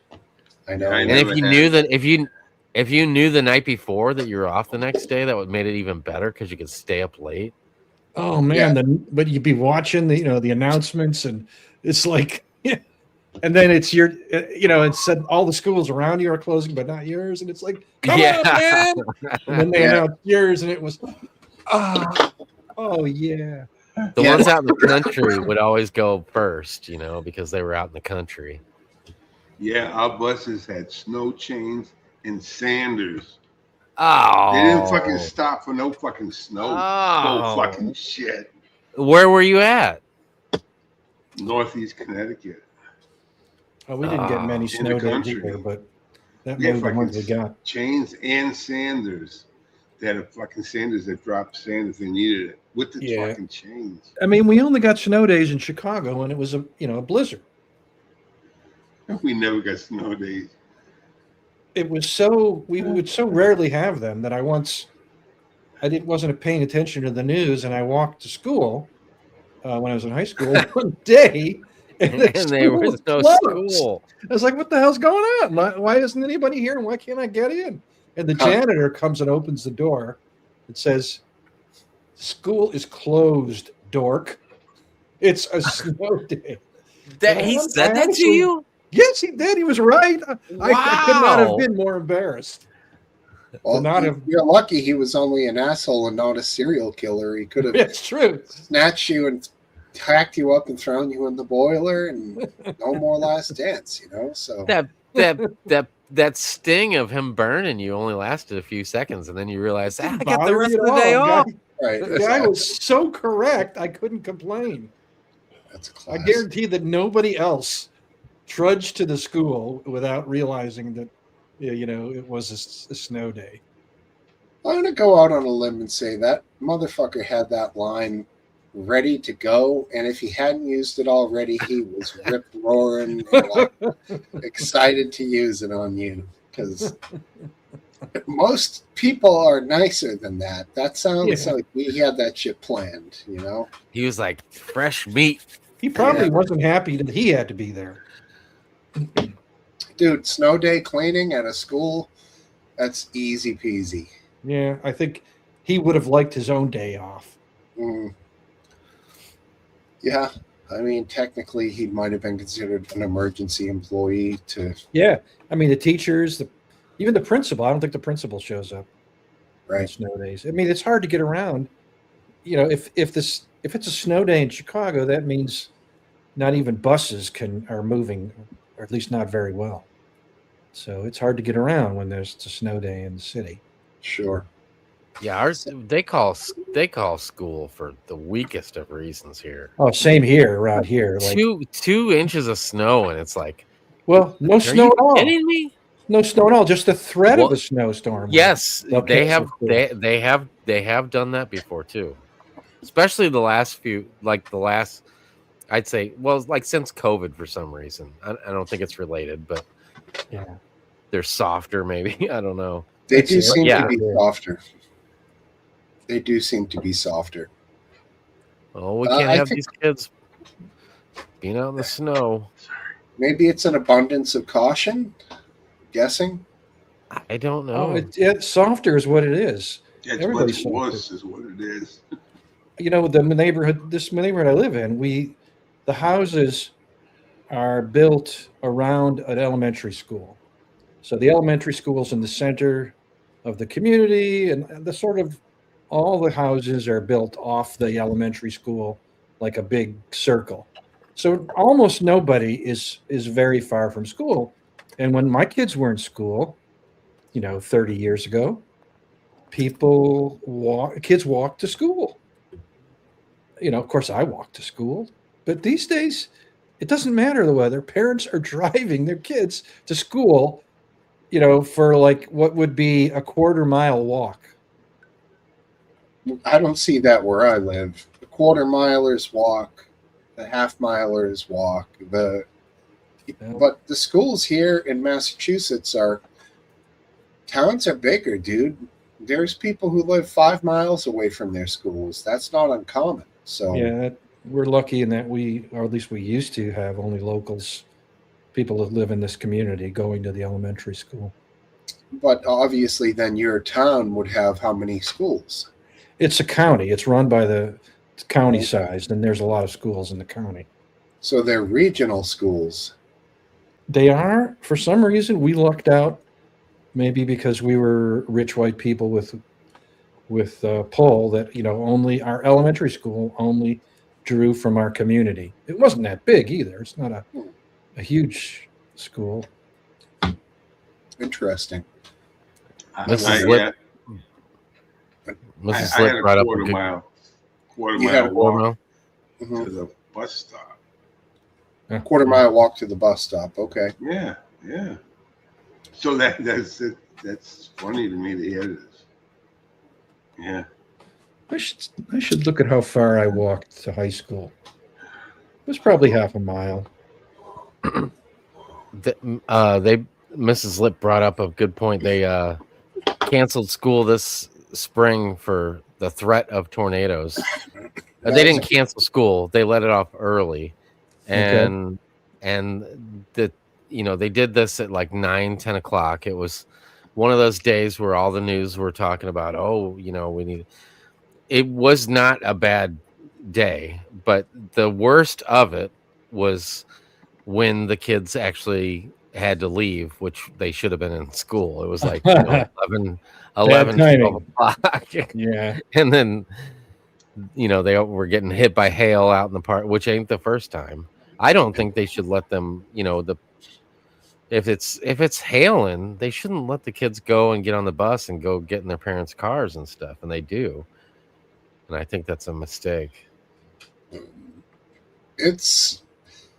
You're relying on people to make like real world decisions in the moment, and they're often like just teachers and administrators, and they're probably going to be wrong, because even us guys here probably have more of a live weather radar than these people do, when they might just say, let's just get them on the buses, but they don't know like the hail is incoming, even though they should. Right. There should be better knowledge of this. I would just chalk it up to like ignorant kind of idiots who are doing the wrong thing. You're right. It's just it's an unfortunate circumstance. 5 miles for English bottle cap. Yeah, it's a little more than half a mile to high school, which I never took the bus, and we had decent. I bet there's service. Some days though I wouldn't want to walk a half a mile. What days are those? Like with the weather, like either super duper cold, like you guys had as cold, if not colder, up there than we do here. I walked through it all. It wasn't, you just wore a coat. You dressed appropriately. Yeah. Well, my son does not dress appropriately. He wears shorts in the winter with a t-shirt and a hoodie and long pants in the summer. It does not make any sense to me whatsoever. Huh. You know what I did when it was really cold? I'd run so that I'd get there faster. I mean, I was a kid, right? Right. So my options are different. Today I'd complain. Sure. My school was probably, I'm just guesstimating, somewhere between 23 and 25 miles away from where I lived. My high school. Wow. It That's wasn't crazy. It was a 45-minute bus ride followed by a 40-minute train ride followed by either a mile walk or another 20-minute train ride. So, wow. Yeah, I went to high school. It was 35 miles away. Tentacle High School. Wow. 35 miles every day. Yeah, see, I grew up in Chicago, so your elementary school was almost always within walking distance, no matter where you live. Well, my parents paid for high school was a parochial school or Catholic high school, so it was private. Well, that makes sense. I see that. Well, then you went to a much better school than the public schools. Well, I don't know, because we when my son, well, I guess maybe it was before he went to school at all. We toured the schools, and it seems like the teachers that they get at the private and religious related schools are less qualified than the ones that they get at the public schools. That doesn't We matter. found that well, I mean, maybe not. I mean, the other problem I had was with he would be with the same 20 something kids basically from kindergarten all the way through. So I didn't think he would experience the. I'll be honest with you, it had a lot to do with the money too. Yeah, that's why I didn't. I probably was convincing myself that these were the I key did the points exact that same thing. I mean, I went to a public school, and I was pretty smart. I'm genius, but I did well. I got into college. I did well in college, but I definitely noticed that the kids that went to private schools, whether they were religious or even the more expensive prep schools, they were much better prepared for college than I was. I mean, I was really? scrambling in my first year to catch up in so many ways. That wouldn't have been the kids at my school because it was rampant with cheating, and it closed down shortly after I graduated. Huh. But yeah, it was essentially my family. I grew up in Dorchester, which is inner city Boston, and Dot High, which was part of Boston High, or the Boston High School system, would have been my only option because we lived in Dorchester. So the city school was Dot High, and that was a bad school. It was like right over near where we all knew that the Latin Kings, like, they had a street over there, and everybody knew that shit. And it was like, my parents were like, we're not sending you to that school. We have to send you somewhere else. So we did all the tours of the Catholic schools, and I picked the one that I went to, which happened to be when we lived in Dorchester, probably 18 miles. And when we moved, because Dorchester just got too bad, we moved to suburbia. I decided to keep the same school, and that's why the commute became like 25 miles. Right. How did you get there? Bus, train, bus, train, bus, or bus, train, Man. long ass walk. How long was your commute? You must have been an hour at minimum. He just went through this. Weren't you Total listening? was like an hour and a half. Man, that's. I mean, it really sucked after wrestling practice, or after a meet they would drive us home, but after a long practice, I'd be getting home super late. It's crazy. How the fuck was any kid supposed to do damn homework? Well, I didn't. I got by though. But I didn't either. Thankfully, my son's not listening, but I don't know if I ever in high school did any homework whatsoever. Are you kidding? No. Man. I told you guys this before that I changed my grades because if I would have failed one more class, I would not have passed high school. Well, And my parents don't think that. My parents think I breezed through high school. I mean, you're someone that just didn't take. You didn't have to deal with reality because you made your own. Basically. I mean, you're a pretty alpha guy, so that. I'm not surprised you changed your grades. It was either that or blackmail your teachers to give you good grades. But right, that's right. It would have been one or the other. If I could have found a way, I would have done that. Right. That would have been a lot less risky than my dad finding out that he would have. My dad was old school, and I would have got the belt if I would have done it. But my parents, I learned from my brother's mistakes. of course, the older sibling always gets. He was such an idiot. He would get like hit, and I'm not making excuses for my father. It was a different time, but that excuse is thrown around a lot. But he would get punished in some somewhat looked at in the today's standards severe way, and then he would be like, "You motherfucker, I'm gonna call the police." Bam, and if I got punished, I was just like totally silent and just knew that was the way. Same thing if I got a buddy that whenever he gets in trouble with now we're old, we don't get in trouble with the police, but we did a lot. and he was always so confrontational and so like, and it just never worked out in his favor. And I just would sit back there and I'm like, why don't you just keep your mouth fucking shut, dude? Because I've been in situations where I should have been in super trouble. And I talked my way and weaseled my way and polited my way out of it. Sure. You know? That's a win. And I don't look back at it and think I was a pussy because I obeyed by whatever the cop was telling me at that time, you know?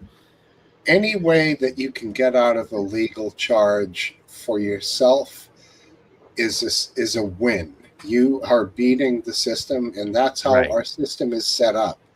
Right. You can beat it if you figured out a way to work it. Your friend has some hang up where he has to like puff out his chest like fucking King Rooster. He can't be Dude, talked to.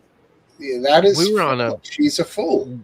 We were on a float trip and we got caught with the you know, happy lettuce, and he didn't, but and he kept going by with his canoe and just going off on the police. And I'm like, would you shut the fuck up? What was dude? it? Huh? It was oregano. Yeah, Oregano. it was their. But they got us. They were in the woods. They got us. Really? So Yeah. what was the deal? So we went up. We took a break, and you know, and I tried to explain that, but they had a system. You know, it was out of my control. Hold on. Are you telling me they had a stakeout of them in the forest for you guys smoking grass?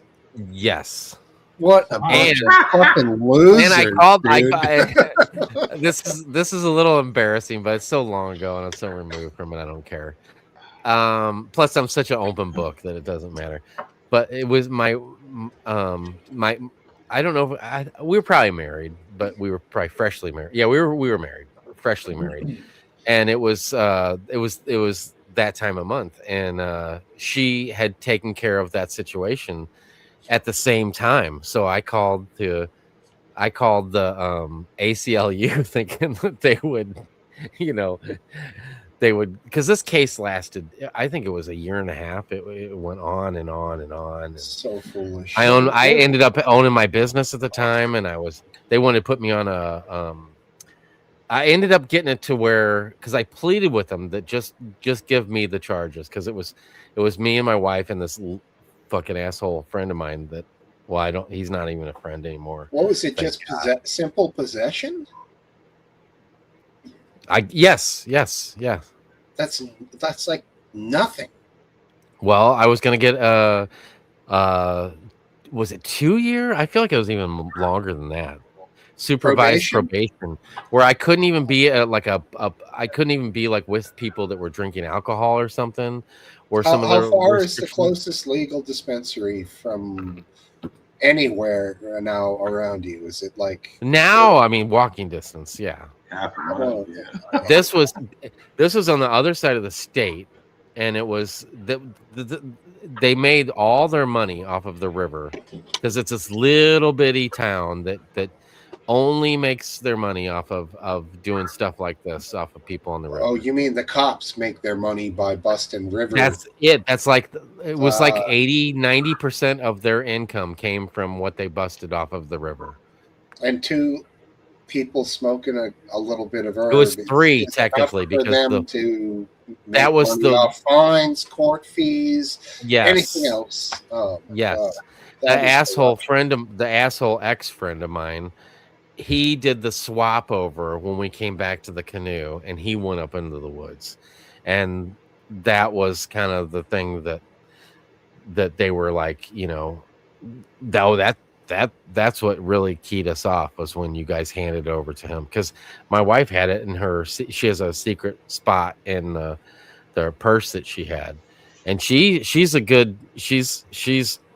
if not better than I am with talking herself out of a situation. And he's like, I almost let you guys go because she was so convincing, you know, and they searched her purse, and finally she she held off for the longest time. I don't remember what the situation was, or maybe Right. she showed it to him. I wasn't going to blame her for, because she was off with the two cops, you know, in the woods, because they what happened was, at the time we got done and I was racing the buddy that was so vocal, going back and forth. We were racing and we were doing a race with our canoe. So I'm paddling as hard as I can, and all of a sudden I'm looking, he's right next to me. And he gets this look on my face and he starts looking behind me. I'm like, what the hell is he looking at? And it was a motorboat behind us that came up and grabbed us and took us over to the shore. And that's when they did the whole, and then they got the other guy that was with us. Or You sons of a bitches racing around in your canoes, flaunting the law. You clearly need to be run up on by a motorboat. yeah. This is like I so totally got out. It brings my blood to boil. You know. Yeah, I got out of the whole thing too. I got out of the whole thing because I had a lawyer, and the lawyer was from that town, which I probably shouldn't have got a lawyer from that town, because he was in on it, you know. He knows everybody. He gets every weekend he gets another list of clients and goes through the whole same list. And after a year and a half, he got it to where I could take all the charges, and they wanted to give me, it was like 2-3 years of probation. And I was like, no way. I go, you know, I own my own business, and I go out with clients, and I got to tell them that, no, you can't drink alcohol, or what do you want me to do? This is impossible. There's no way this is going to work. And he's like, you own your own business? And I'm like, yeah. And he's like, hold on a second. He made a call to the judge, called me back 15 minutes later and said all charges were dropped. You have to pay me. It was like $150 court fee or something like that, and I was done with. And I was almost more furious. I mean, I was grateful that it was over with. What's your explanation for this, Ethan? I was like, seriously? Because I own a business, like, so if it's just some regular guy that is a union worker, he's got to go through all this. But because I'm a business owner and I got special privileges, and I was so pissed off about that. That's surprising. I don't know why they would bother. I mean, I don't know. It doesn't make any sense, really. It's not. But it was completely over with. Nothing. No charges. Nothing. Yeah. Well, good job. It's a funny thing. They're like trying to like hurt people, but when he realized it would ruin you, he's like, "Oh, wait a second. That's a little too far." Maybe. Let me talk to the judge, and yeah, we can make this work on other people, maybe from out of state, whatever, bullshit. But for you, they realized they were gonna fucking ruin you. Yeah, maybe. Yeah, I didn't think of it that way, but you could be right. It might be that they simply, not everything they were doing was above board. And they just don't want scrutiny. It wasn't. People it's funny that you say that. It's funny you say that, because that is the case, and that is what happened. And it became a big scandal in the state of Missouri that town was, one of the things they were doing was they were confiscating all this weed and not destroying the evidence, or whatever you call it, just going back on the market with it. And they were all smoking the weed when when they went home. And I don't know what they were doing with it, but it was a big deal at the time. It was like 5 years later or so, and the whole town got kind of a bad rap on the news. Here all the way here in St. Louis, which is BRB. This is a good distance away from here. Well, you must have been happy to see that in the news after you got back.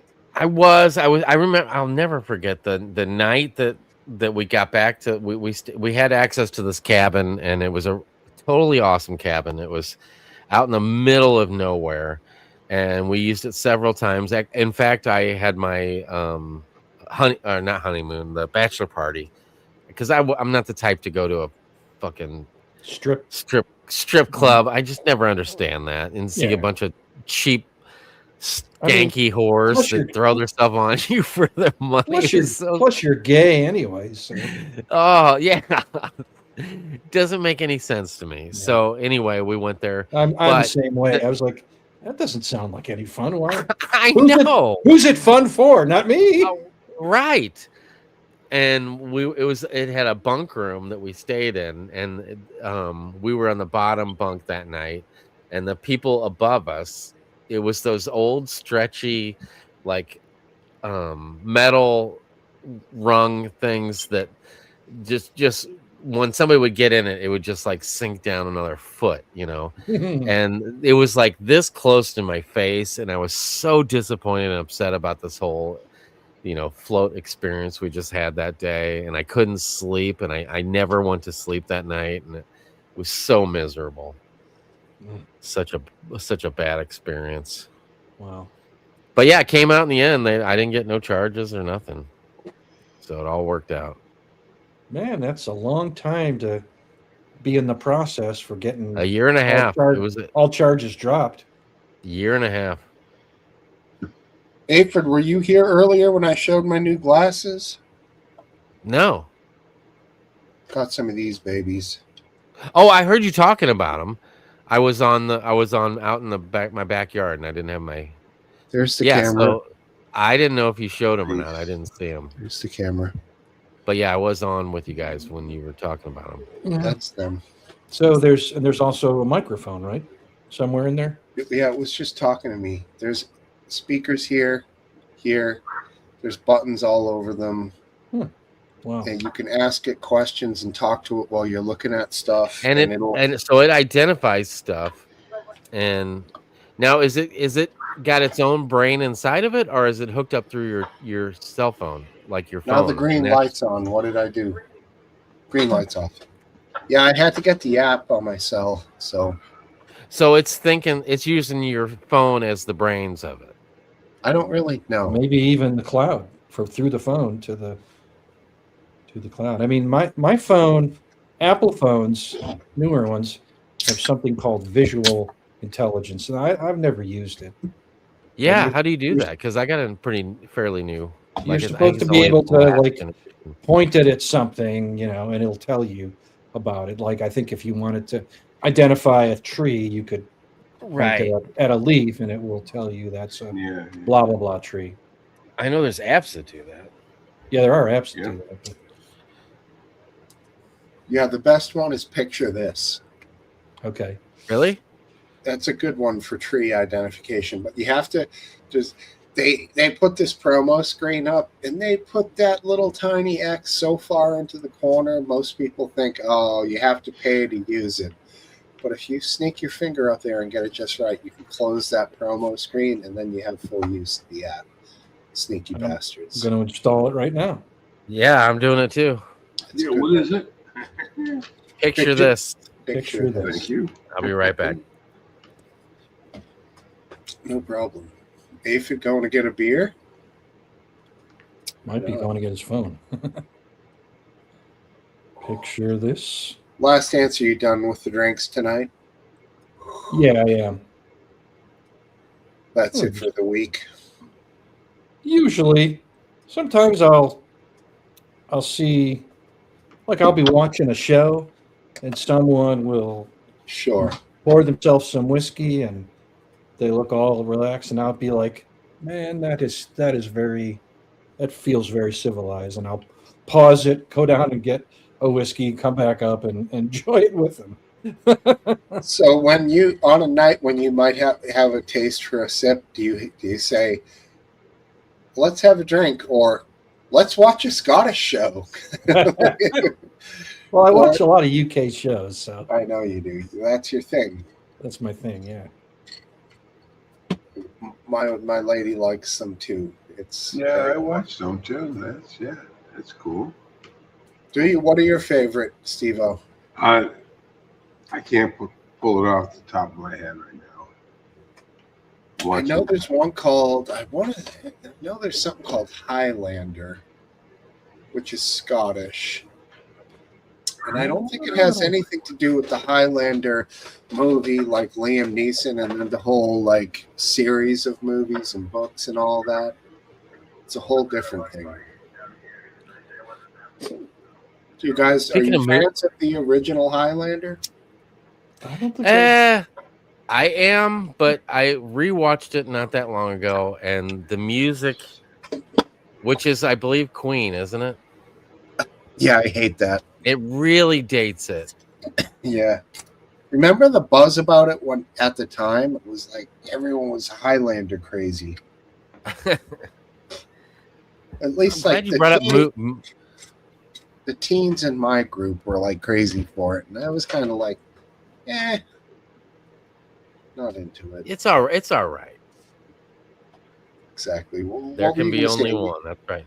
Oh, I was gonna say, well, sometimes we talk about movies on here and ones we've seen, and I haven't. I started it last night and I made it literally probably less than 10 minutes into it before I fell asleep, which is my main problem with watching movies because I always watch them when I go to bed.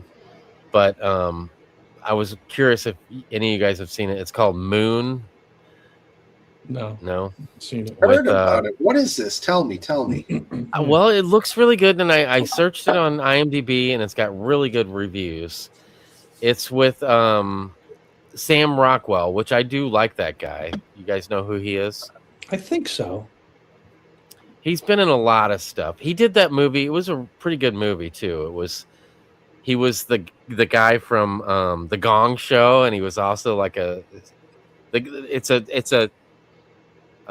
kind of the guy from Gong Show. It said he was like a secret agent while he was CIA agent. CIA agent. Yes. Yeah. And this is a movie about that and him hosting Was the Gong his name Show. like Wick or Whip or something like that? I can't remember. I I saw don't the know. Green That Mile. doesn't sound. But anyway, yeah, Sam Rockwell's great. I really like him. He was in the White Lotus, the last one of that. I don't know if you guys have seen that. No. That's another good show too. But anyway, they found a way to this movie called Moon. It's on Hulu. If you guys have Hulu, it's on, and I think it might be on Tube. It might be on Tubi. I'll check. Anyway, Chuck Barris. Yes, Chuck Barris. That's the guy's name from the Gong the Gong Show guy. Yeah. He's not He still claims alive. no, but he claims he was a CIA agent. And so Sam Rockwell did this movie where he was Chuck Barris and was the CIA. It would be conceivable that he could still be alive, but I think he's dead. I don't think he is. I think he's gone. But anyway, so this Moon movie, it's him. He's all by himself on the moon, and they found some way to harvest something from the moon and give us basically free. Well, not free, but the best source of energy that we have. And he died at 87 9 years ago, which would make him 96 now. Not 87 is a good long life, so yeah. But anyway, it looks really interesting, and there's some kind of twist that happens. And whoa, what are we listening to there? Holy cow! Sorry. Is that like an old internet dial-up from like a phone line? Actually, it sounds like a fire alarm. Sorry. Like if you're a firefighter. Yep. Sorry. Are you a volunteer? See the man at 321 Elm Street. Walmart. We got a Walmart problem. Yeah, we're not gonna go. That's not me. Sam Rockwell in the Green Mile. Green Wall Mile. with head bleeding. That's not me. Sorry, guys. Good meeting. Good movie. Are you on call in some way? No. Oh. No, I was a volunteer fireman and an EMT for 13 years. Wow. Good man. So the moon. That was longer when I was younger. The moon is high in something called helium-3, which H3. H3, which is has some possible excellent applications for nuclear fusion if we can ever build a reactor. On the moon? Well, we You can build it there, but I think you'd want to build the reactor here to get the energy here and bring the helium-3 back. How do you transport helium-3? Well, I don't know. You compress it and bring it back. And how do you propose harvesting it from an area of mixed gas? You'd have to have some sort of a... Sounds complicated. Yeah, it's theoretical. Okay. And what does I will helium-3 have to do with nuclear fusion or fission? Well, it's proposed as a fuel for nuclear fusion, which would not be radioactive. Huh. I like it. There is one main drawback of that movie that I'm suggesting, The Moon, and it is that he's all by himself in this whole movie, but there is like a HAL type. I don't know if it's a robot or I haven't got that far into the movie yet, but it is voiced by Kevin Spacey. So that's I love Kevin Spacey. I do too. A little bit of a drawback, and I think he kind of was kind of relieved of some of the charges against him. Exonerated is a better term than relieved. Relieved. Yeah, exactly. Especially I think that's what he was charged with, I believe. Charges, no relieved, no bueno. He was drained of the charges. I think that, and I don't know, I'm just drawing straws here, but I'm thinking he was probably kind of guilty of some of the stuff that he was accused of, and kind of not in other ways. Didn't it happen in Nantucket or the Vineyard? I can't remember. I don't know. I'm thinking he used his powers to take advantage of happened in Massachusetts. Young men. In one of the islands, not the Cape. I want to say Nantucket. What was in particular one? Oh, Cup of Tea says it's lame and gay. Well, we know it's gay. Sucks. Is he saying that just because I brought it up, or does he really think? Alan Jackson. I was really kind of excited. It's got like a 7.8 on IMDb. 7.8? Nah, it's kind of low. No, actually not. I consider 8 to be into the good movie category. Yeah, but I mean, if it was an 8, we would all know what movie I was talking about was. Yeah. Like Last Dance said a movie, I can't remember what it was. It was about it started out really good. Like the first scene is really good where they're in like out in the country and they're at a restaurant and what movie? Last Dance will know what I'm talking about. I don't. The two guys that work there. The one guy kills. I feel like it's somebody that comes in and then kind of takes hostage the other guy that works there, and it's kind of a road trip. Something I can't remember World, the name Perfect World. No, that's the movie Kevin I Costner. suggested to you with Kevin Costner. Kevin Costner. Right. That's not that movie. No, not the movie. The new movie I'm talking about, Last Dance suggested, and it was a newer movie. Huh. And the guy at the opening scene, the ruthlessly just blows this guy away in the restaurant. There's blood's all over the place, and he makes the guy that works there with him help clean it up, and then basically takes the guy with him, and they do a bunch of other crazy shit. You don't remember what I'm talking about, Last Dance? No, It was I your don't. suggestion. I don't. Man, Like a cheap independent movie. I feel like it was on Prime. You got Prime, right? Yeah. Yep. Anyway, I enjoy finding movies that I haven't seen before. Battle Royale.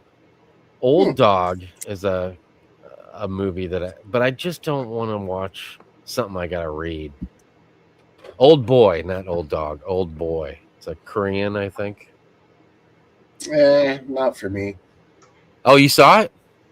No, I just don't like the name. It sounds odd. Well, it probably What do you think- translate to like hot chick.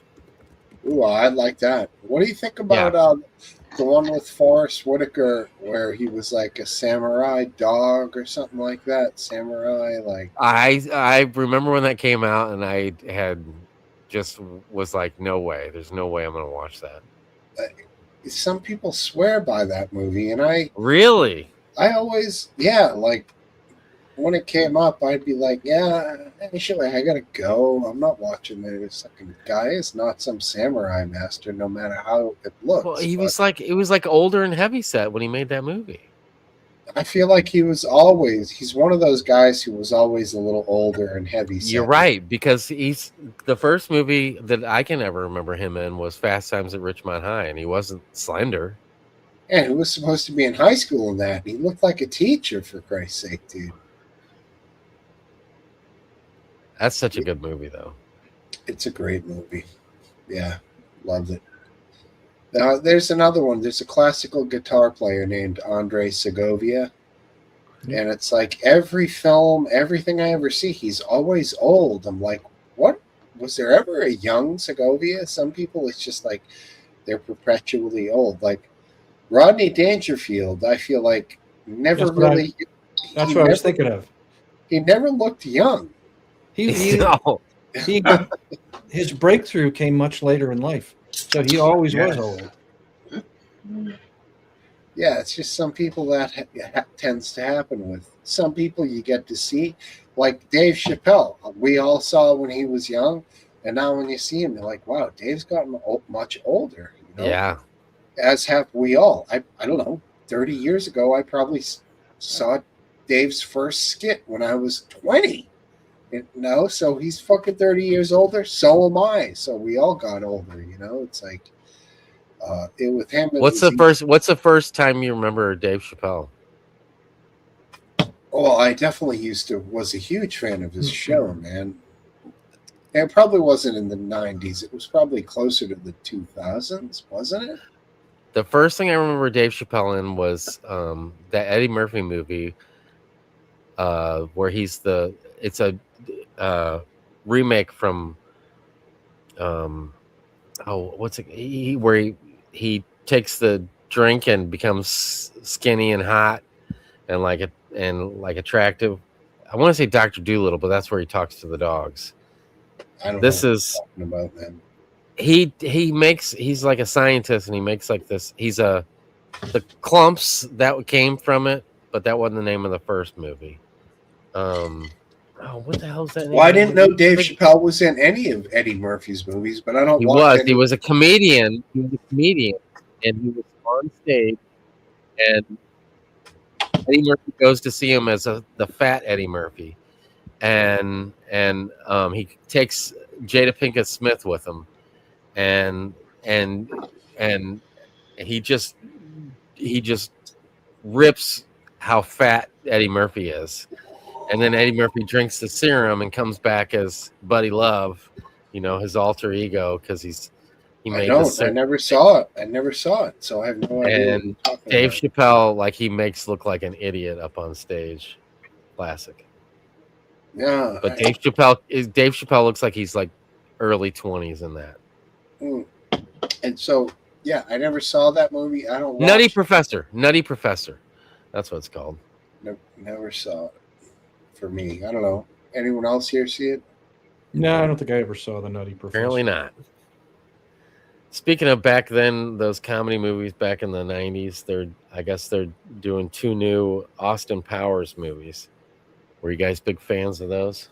Huge. Nope. Who's the woman? I was huge. Who's the woman they're going to use? I don't know. That's a good point. But they can't have too young of a hot chick because he's like old now. Well, no. Then that's a hot genre right now. Is cougars or whatever they're called. MILFs. Yeah, I don't know. Maybe not even that. Well, we're talking maybe gilfs. Not quite that. Somewhere in the middle. Not quite that. I'm on gilfs. That's fine for you. We'll all be there someday. Let's just not rush ourselves to the station. Enjoy the area where we happen to be. Jesus Christ. You know, you got to be a good tourist. Can't just run on to the grandmas. You know, chill where you are, huh? Absolutely not. Just leave them for me. There you go. Yeah, work it. What's Yeah, the real work it. grandma's neither? Oh, I don't know. This is getting awkward. This is classic. This would be real pub talk, as if nobody was listening. That's why it's good. And there's at least 9 other people besides us here. And I don't think we're included in the people who are watching us. So I think there is 13 people watching. I have I don't know.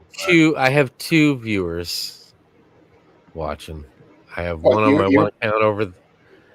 I got one on my one account over there and one on my other account right here. So I'm responsible for 2 of whatever our numbers are. Thanks for telling everyone. Yeah. Appreciate I always log into that one over there with my other account, so it gives you an extra. it. Well, that's good. I do Also, appreciate there's it. not that many people here. How many people does it say were here? 13. Yeah, 13. Oh, that's a good number. Did you guys hear about the decision from the Supreme Court that habitual marijuana weed? use Yeah, that's right. is not a legitimate excuse for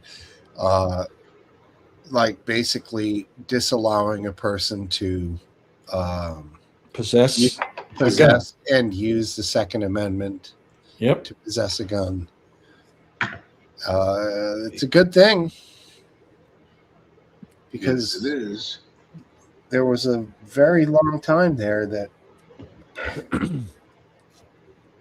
it goes back to the archaic days where they're saying that cannabis was this evil thing, this scourge of society that's going to ruin everybody. Yet they readily,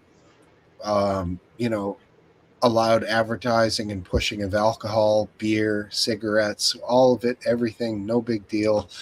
You put cannabis in there, and then all of a sudden you become a criminal. As Aphid, you talked about with your unfortunate circumstance. Right. But they never really questions anybody's ability, regardless of their record with public drunkenness, DUIs, drunken disorderlies, doing drunk crazy shit. Never a question with a fucking gun. And if you happen to be a person who enjoyed cannabis, you were definitely not allowed to be in the club with, the gun club. And they went to it 9-0. That's all the libs, all the conservatives, and everyone in between on that court said they absolutely agreed with the ruling, and it was just it's a beautiful thing. It's good. It's legal. It's very good for the Constitution. And it still allows officers to say, that doesn't mean by any means you can handle guns stoned. You have to be sober, but it just means that habitual use in your lifetime when you're not handling the guns, when you're home at the time that you could be having a beer, having a whiskey, whatever you might want to do that's within the boundaries of the law, as long as you in all of those cases, you're never going to handle a firearm. And the only time I suppose you might is if, you're getting attacked and your life is threatened. Yeah, home protection. You're in your home. Right. And you can sort out the legal shit after. Just keep yourself alive in that state, But generally speaking, what a great day it is for gun owners. Yeah, Well, it doesn't make sense with it being legal in so many states now. That's correct. 30, something like that. That's surprising it's not more. Yeah, and I'm guessing also, like with the federal government basically okaying medical marijuana, then you're running into so many states that it's legal, and then so many people are legally exempt because it's medical, then why would they be restricted? Because the federal government would exempt him from marijuana laws, that they're not going to be able to own a firearm because they're getting a treatment for, I don't know, cancer, and they've decided to try to do the cannabis route. So yeah, you're right. On so many levels, it didn't make any damn sense. Aphid, you were going to say something? Well, I see we got a request from the gallery. Cup of Tea wants to know what Steve-O's opinion is on this topic. Well, I think you just heard it. He means that, Steve-O. Yes, Steve-O. Yeah. I agree with the whole thing. If you're,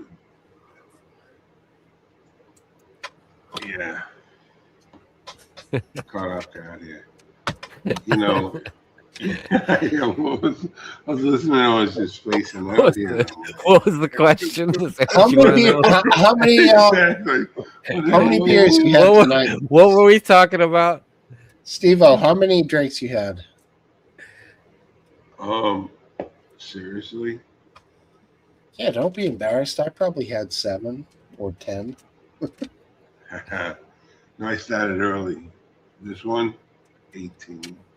18. Oh. All Bud And actually, Heavy. I would say, All Bud Heavy. you seem No a Bud little Lights. you seem a little more sober than usual, actually. Damn, yeah. See, I drink Bud Light, so what he's drinking is 5%, and what I'm drinking is 4%. So his are far stronger. Yeah, yeah.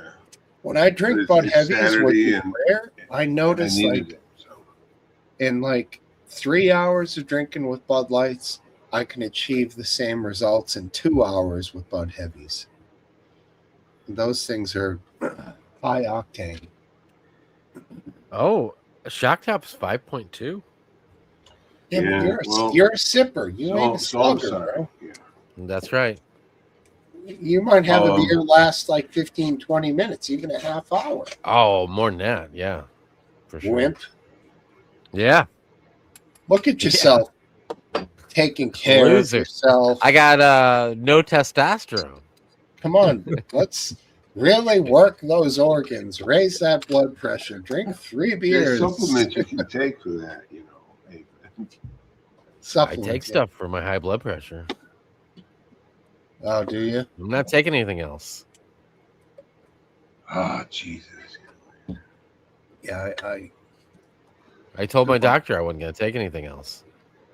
Because they had me on fucking like 15 fucking different descriptions. Don't ever take it. If anything, if it comes down to it and they start talking about statins, do everything you can in your free will to stay away from that drug. Really? Okay. My advice. Last chance, you on statins? I am. No, I would never. You had any reservations about it? No. All right, fair.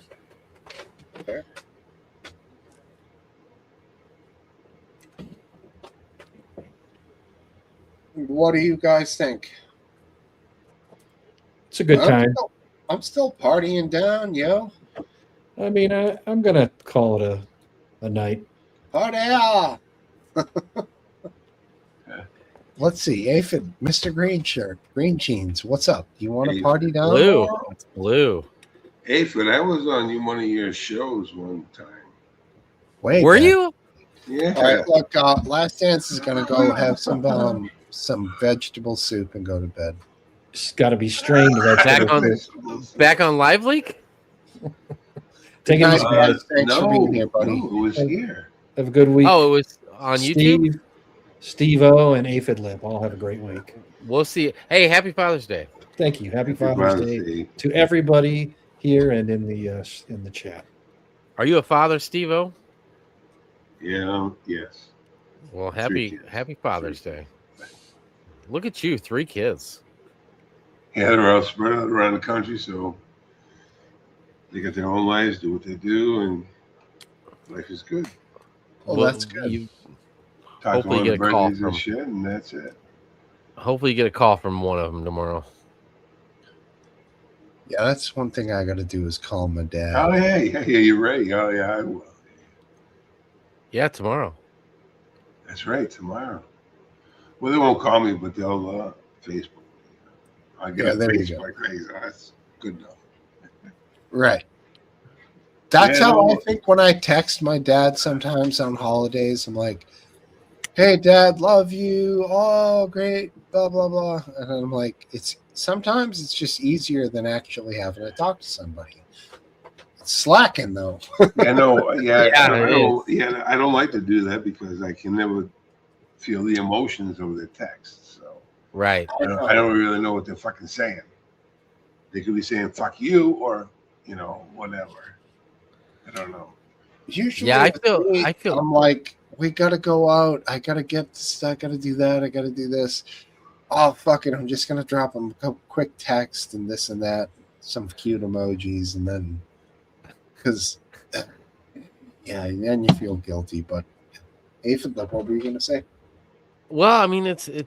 I don't want to have. I don't want to have that regret, because my mom's the only one left, so I went and had lunch with her yesterday, actually, because it had been like I've been really busy with work, and I that's just such an excuse, and I call her, like I don't know, 2 to 3 times a week. I talk to her on the phone, but she lives like 2 miles from me in the house I grew up in.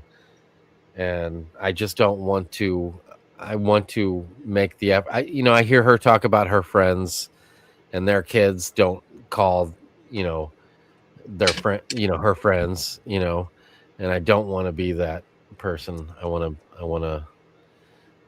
It's important to me that I fulfill my responsibility to let her know that, I care a lot about her. Well, that's nice. You bought her lunch. No, she bought me lunch. Bastard, I knew you That's were- why I won, motherfucker. Would you think I just wanted to see her? No, I knew it. No, I tried to, and I told her, and she looked at me and she said, "I don't want you to not come because you're upset that you can't pay." She's like, "It makes me feel good, so I want to pay." And I'm like, "Okay, Sure. okay. How can I argue with that?" Yeah, like that's how it is with old people. They have money Yeah. they can spend on some stuff, and then like that's how my daddy's like, I'm getting this one, and then that's Yeah. it. All right, cool, Dad. Then for like 5 more after, he's not getting it. It's Right. fine. But you let them get what they want, That's cool. I like that. Still getting together with her. So yeah, my dad's like I don't know, 1,200 miles away. Yeah. Your mom's probably 20 miles away. I don't even know. I'm just 2. She's 2. Unreal. I love that. Nothing more than to have that. But my father's such a fucking loner. He's like, yeah, I like living down here by myself. What part of Florida is it that he lives? I always forget. He's in West Coast near like Venice. It's I don't know. Do you know where Tampa is and Fort Yes, I do. Myers? It's Tampa. Tampa, Fort Myers, Sarasota, that area. Is he close to the beach? Do you go to the beach when you're there? Oh yeah, It's one of the best places in the world to see the sunset, I think. it's gorgeous. Well, I wouldn't know because I haven't been to a lot of parts of the world. It's the best place that I have seen the sunset on the ocean. Let me see if I have one. Back to the right. Oh, it's just so Sunset. glistening off of the waves. Oh, Sunset. awesome. Yeah, right. Tampa, Sarasota, Bradenton. Let's see if we can pull this off. Is that your dad? Oh, it's my brother. I was gonna say your dad looks so young. That's Brother B. Yeah. I heard you talk about you want on a boat with Brother B this afternoon. Tell Brother B next time you see him that old aphid lip says hi, because it was a short relationship I had with him, but I enjoyed his company. Yeah, he's good. That's him here. This was just a few weeks ago when we were in Florida for my birthday. I just texted it to you. Oh, good. And Last Dance. Brother B. And that's the sunset you are describing. And it was beautiful. Okay.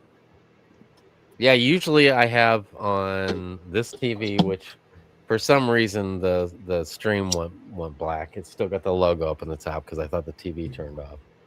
But it's our Florida. Oh yeah, right there, dude. I'm telling you, man. That is gorgeous. Yeah. It looks like it was cold. You got long sleeves on. I always do in Florida. It was like 90 degrees, dude. Oh, That's yeah, because this is last week, right? Or not last week, but like 2-3 weeks ago. Yeah. Yeah. So I always wear those fucking SPF shirts, all the way down to Like, the wrists, and for I'll wear sun? the hood.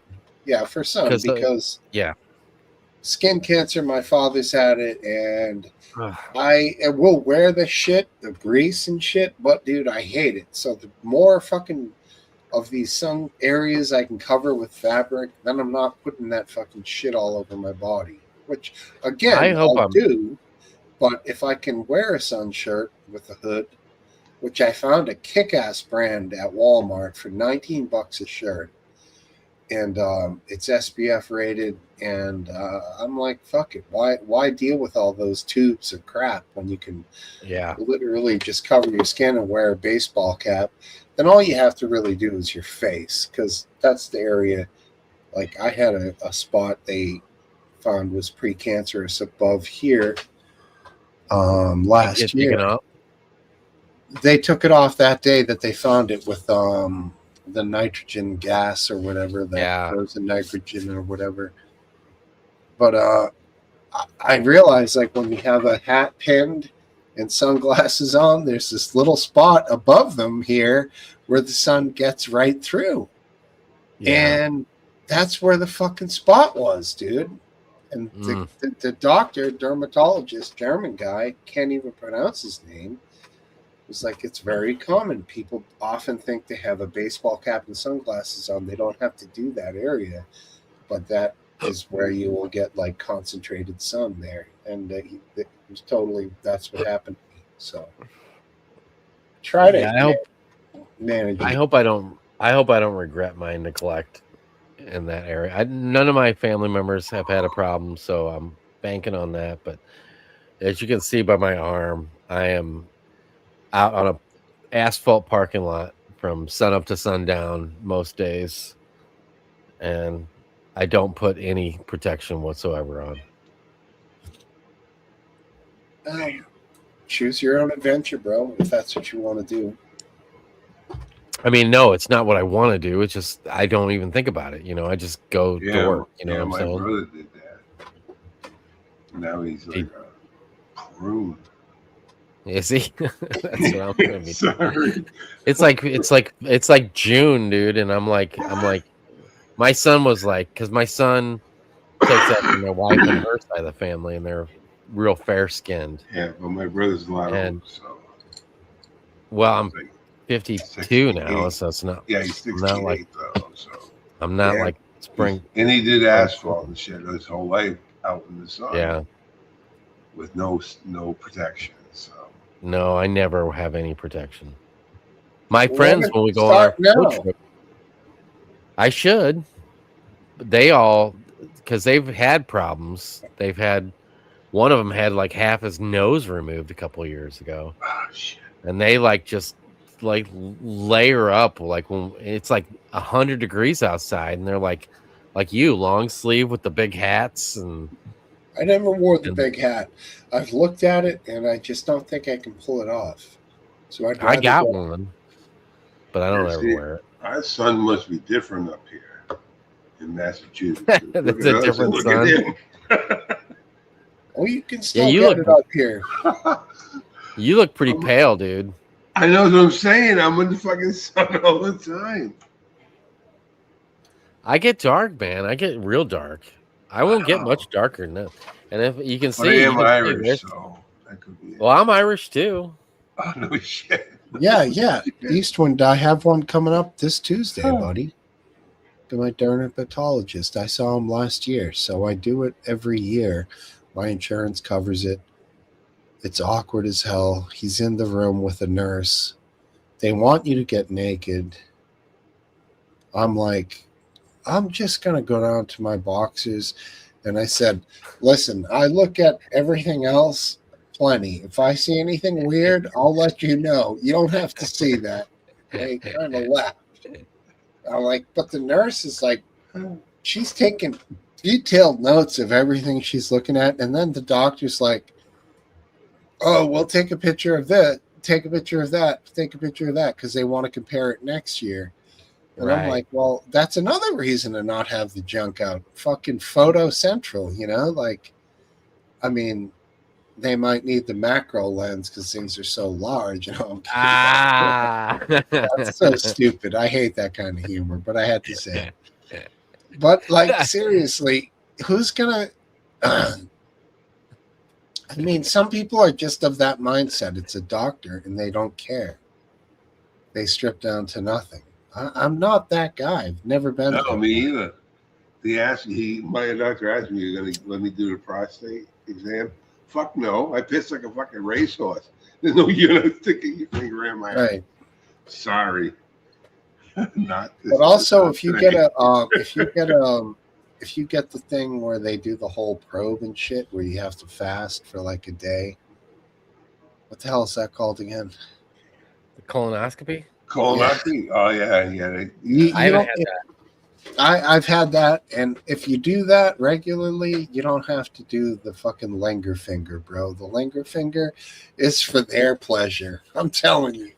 It has to be because I don't know. way. It's unnecessary. Yeah. They could do a PSA. They could do a PSA test for your blood, and that's pretty much all you need. I mean, I don't know about these fucking. I got a long history of colon cancer in my family.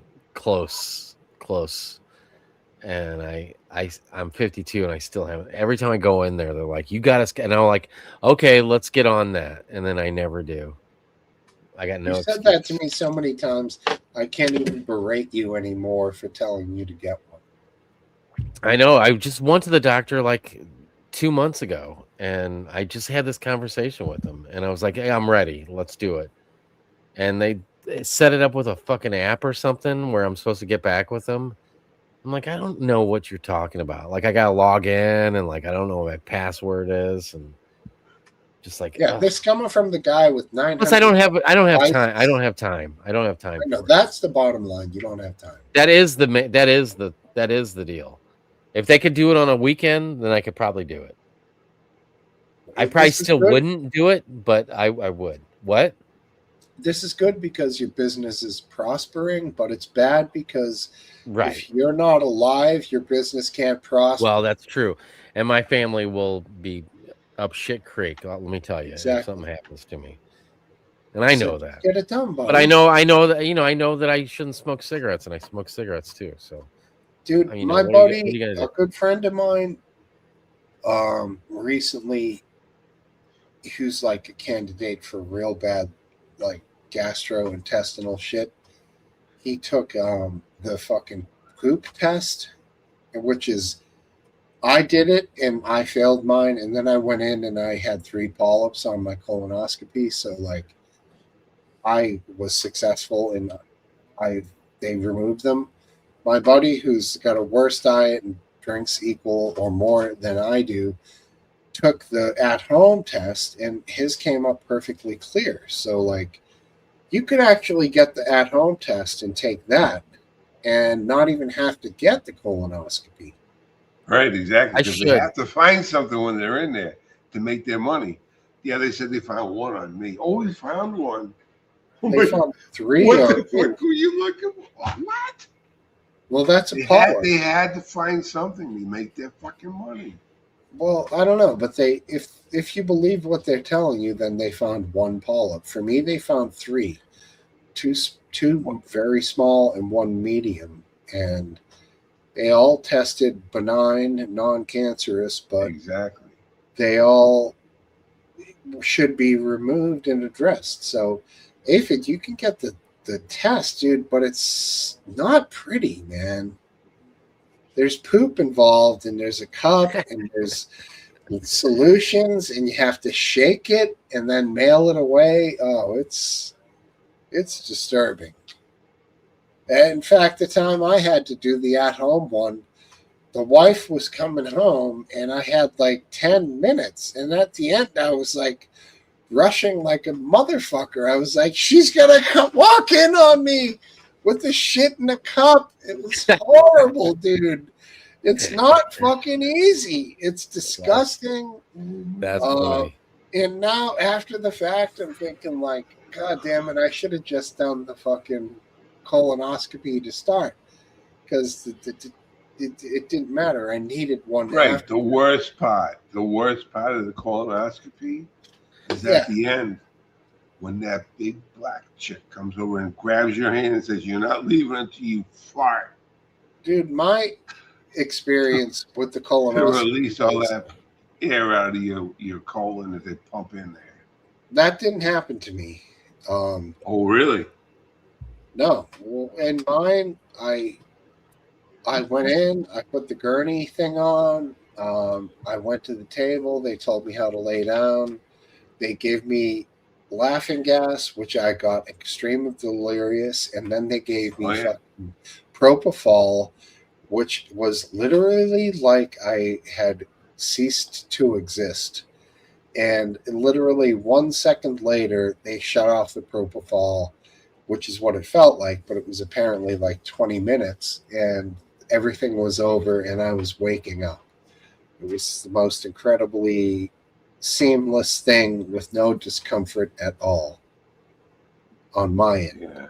And they probably didn't put me down that far.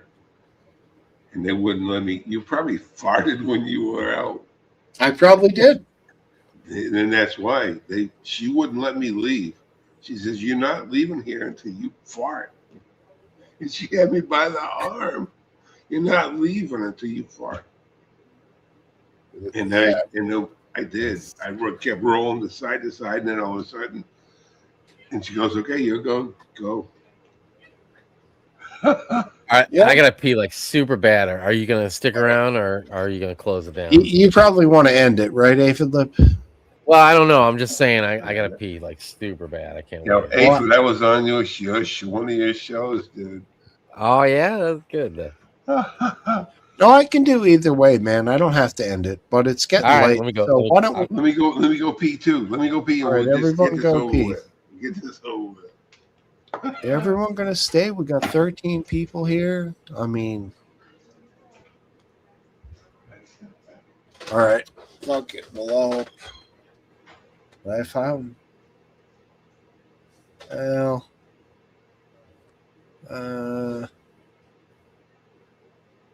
It's late as hell over there, fellas. So what? It's like 4:45. 4:43, thereabouts. Is that right? Cup? Thanks for being here, fellas. It's really inspirational. Cheers, mate. I need alcohol. But if I go away and then someone comes back, they could have their way with this thing. Then it could be over forever. Wait, Eastwind, you're leaving? We're not ending this thing, buddy. This is just a respite. I'm going to grab a drink. And let me get this guy on here. Hey, you got rudimentary controls, right? You can do shit? No, you didn't give me those. All right, well. I don't need to do anything. I just sit here. All right, Eastwind, thank you. I want to go take a piss, grab 2 more beers, and I think I'm feeling a Dr. McGillicuddy's. I don't know what that is, but I'm anxious to hear what it is.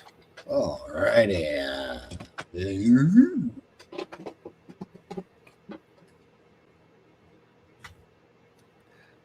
Let's see what's going on in the chat. Isn't that what the people say these days? What's going on, chat?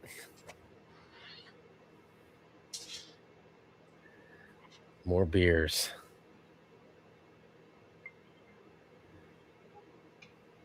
Oh, Eastwind thought it was over. It ain't over.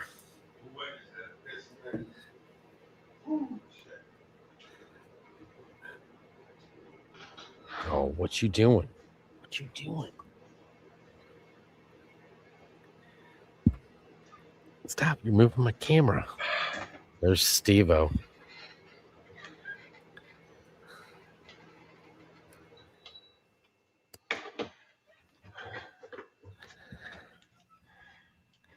So, how long you been growing that beard, Steve-O? Whew, this right here. Yeah, when's the last time you cut that thing? Well, it was longer than this, but the Was long it? part. Yeah, Yeah. I was stupid. I was out in the shop and on a fucking wire brush, and the wind fucking caught the fucking bottom of it, fucking ripped the fucking thing right off. So you had some kind of like powered wire brush that your beard got caught in? Well, you Ripped know, it out? yeah, I was stupid. I was out there and I had a piece of brass in my hand. I was on the wire wheel going. Oh, okay. Yeah. And then the wind, it just got fucking caught up. And it was not the all of it, but obviously, but the longer ones were down to probably here, all got caught and got fucking ripped out. So I was like, When's the last time you didn't have a beard whatsoever? 2 years. That's What? about it's 2 years. That is not 2 years, it is. dude. That is not 2 years. There's no way. Listen, I honest to God, everybody says this. Everybody says this. Telling you. You're trying to tell me with an honest face, 2 years ago you were clean shaven. Yes. No way, dude. Yes. There's no way that's only 2 years worth of growth. That's completely believable. Fuck no, it ain't believable. There's no way. I think he's got Absolutely. his time wrong. So listen. Is Chip That's there? So stop. Let me correct you. A year ago, Is Chip around? A year ago in March, He was around. He was sitting over there, but he's not around now. All right, let's Go hear ahead, the beard Steve-O. story. Go ahead. No, a year ago, my landlord died, and I had to move over where I was, whatever. And that was in March, and then I stopped a year before that. So in March it was 2 years. So March, April, May, June. 3. McGillicuddy's, yes, absolutely, brother. There you go, Aphid. That's what it is. All right. Peppermint, menthol mint liquor. Menthol 24%. That's a 100 ml. That's a double shot. $2. Go ahead, Steve-O. God, I wish I had one of those. He's cold. Yeah, 2 years and 3 months. Man, and you were clean shaven. You had nothing on your chin. Nothing. 2 years ago. Yeah. I don't know, man. You remember my picture that was... No, you don't remember. Do you remember my Live Leak picture? No. I knew you in Live Leak, too. Dude, I'm from fucking Ogreish days. I remember... Ogreish, dude. That's what you say. That's what you say when you're... Yeah. Back in the Ogreish days. Do you remember Boston Baked Bean?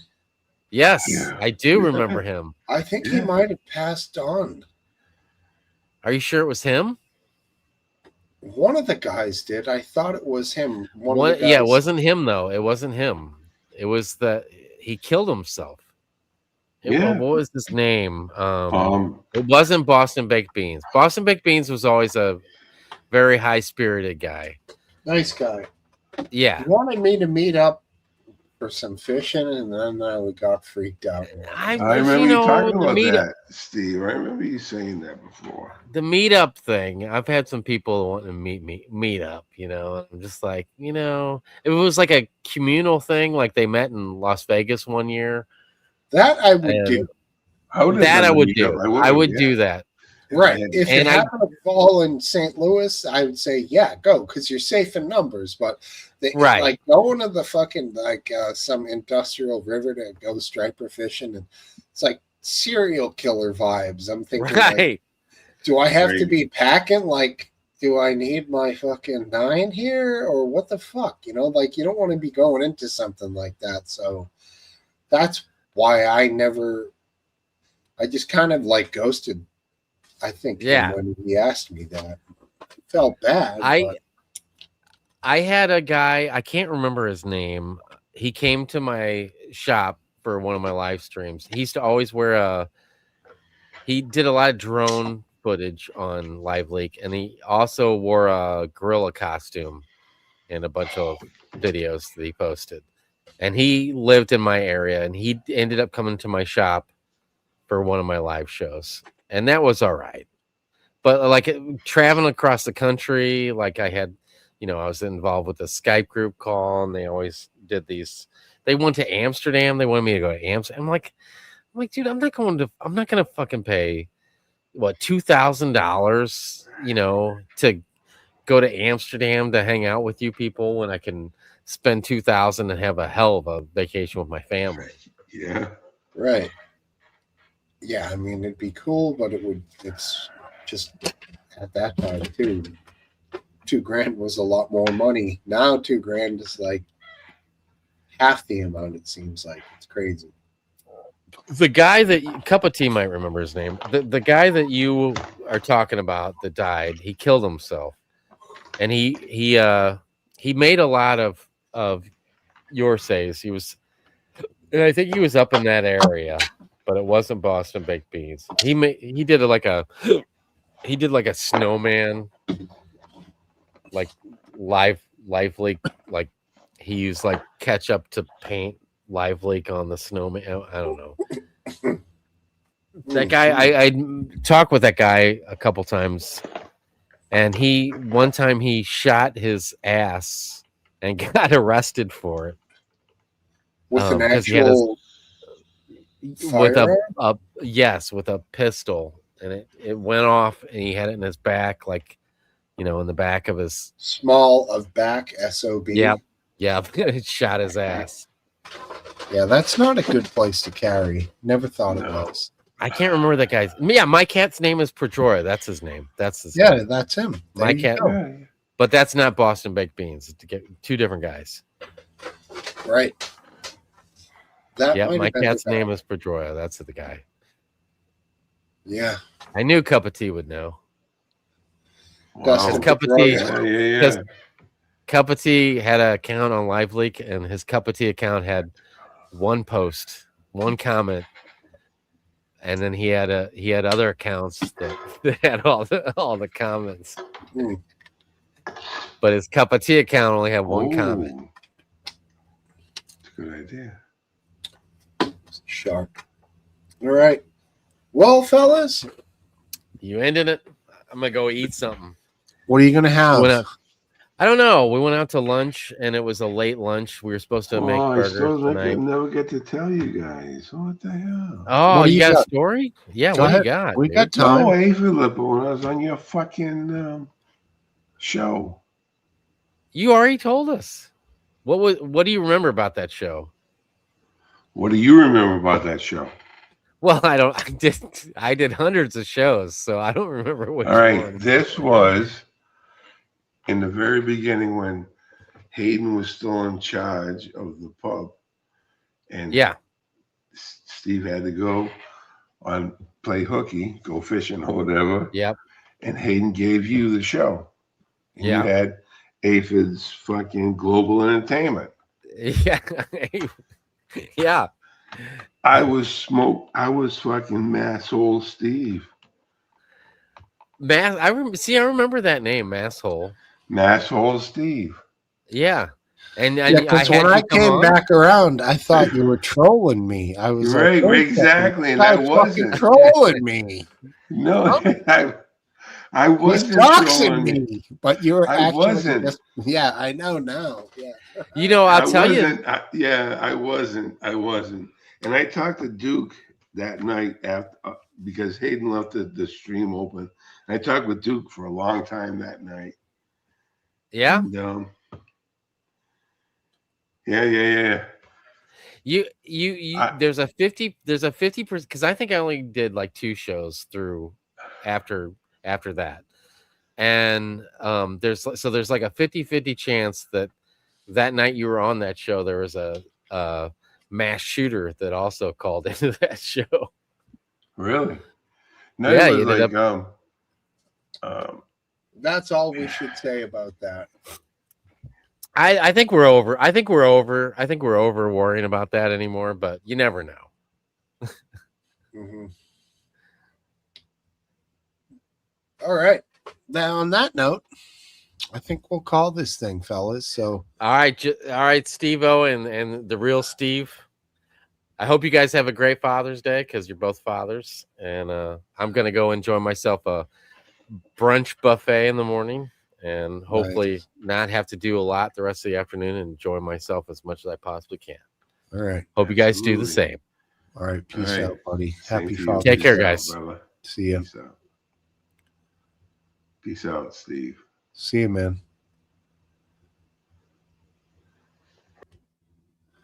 All right, everybody. We're gonna go ahead and end this thing.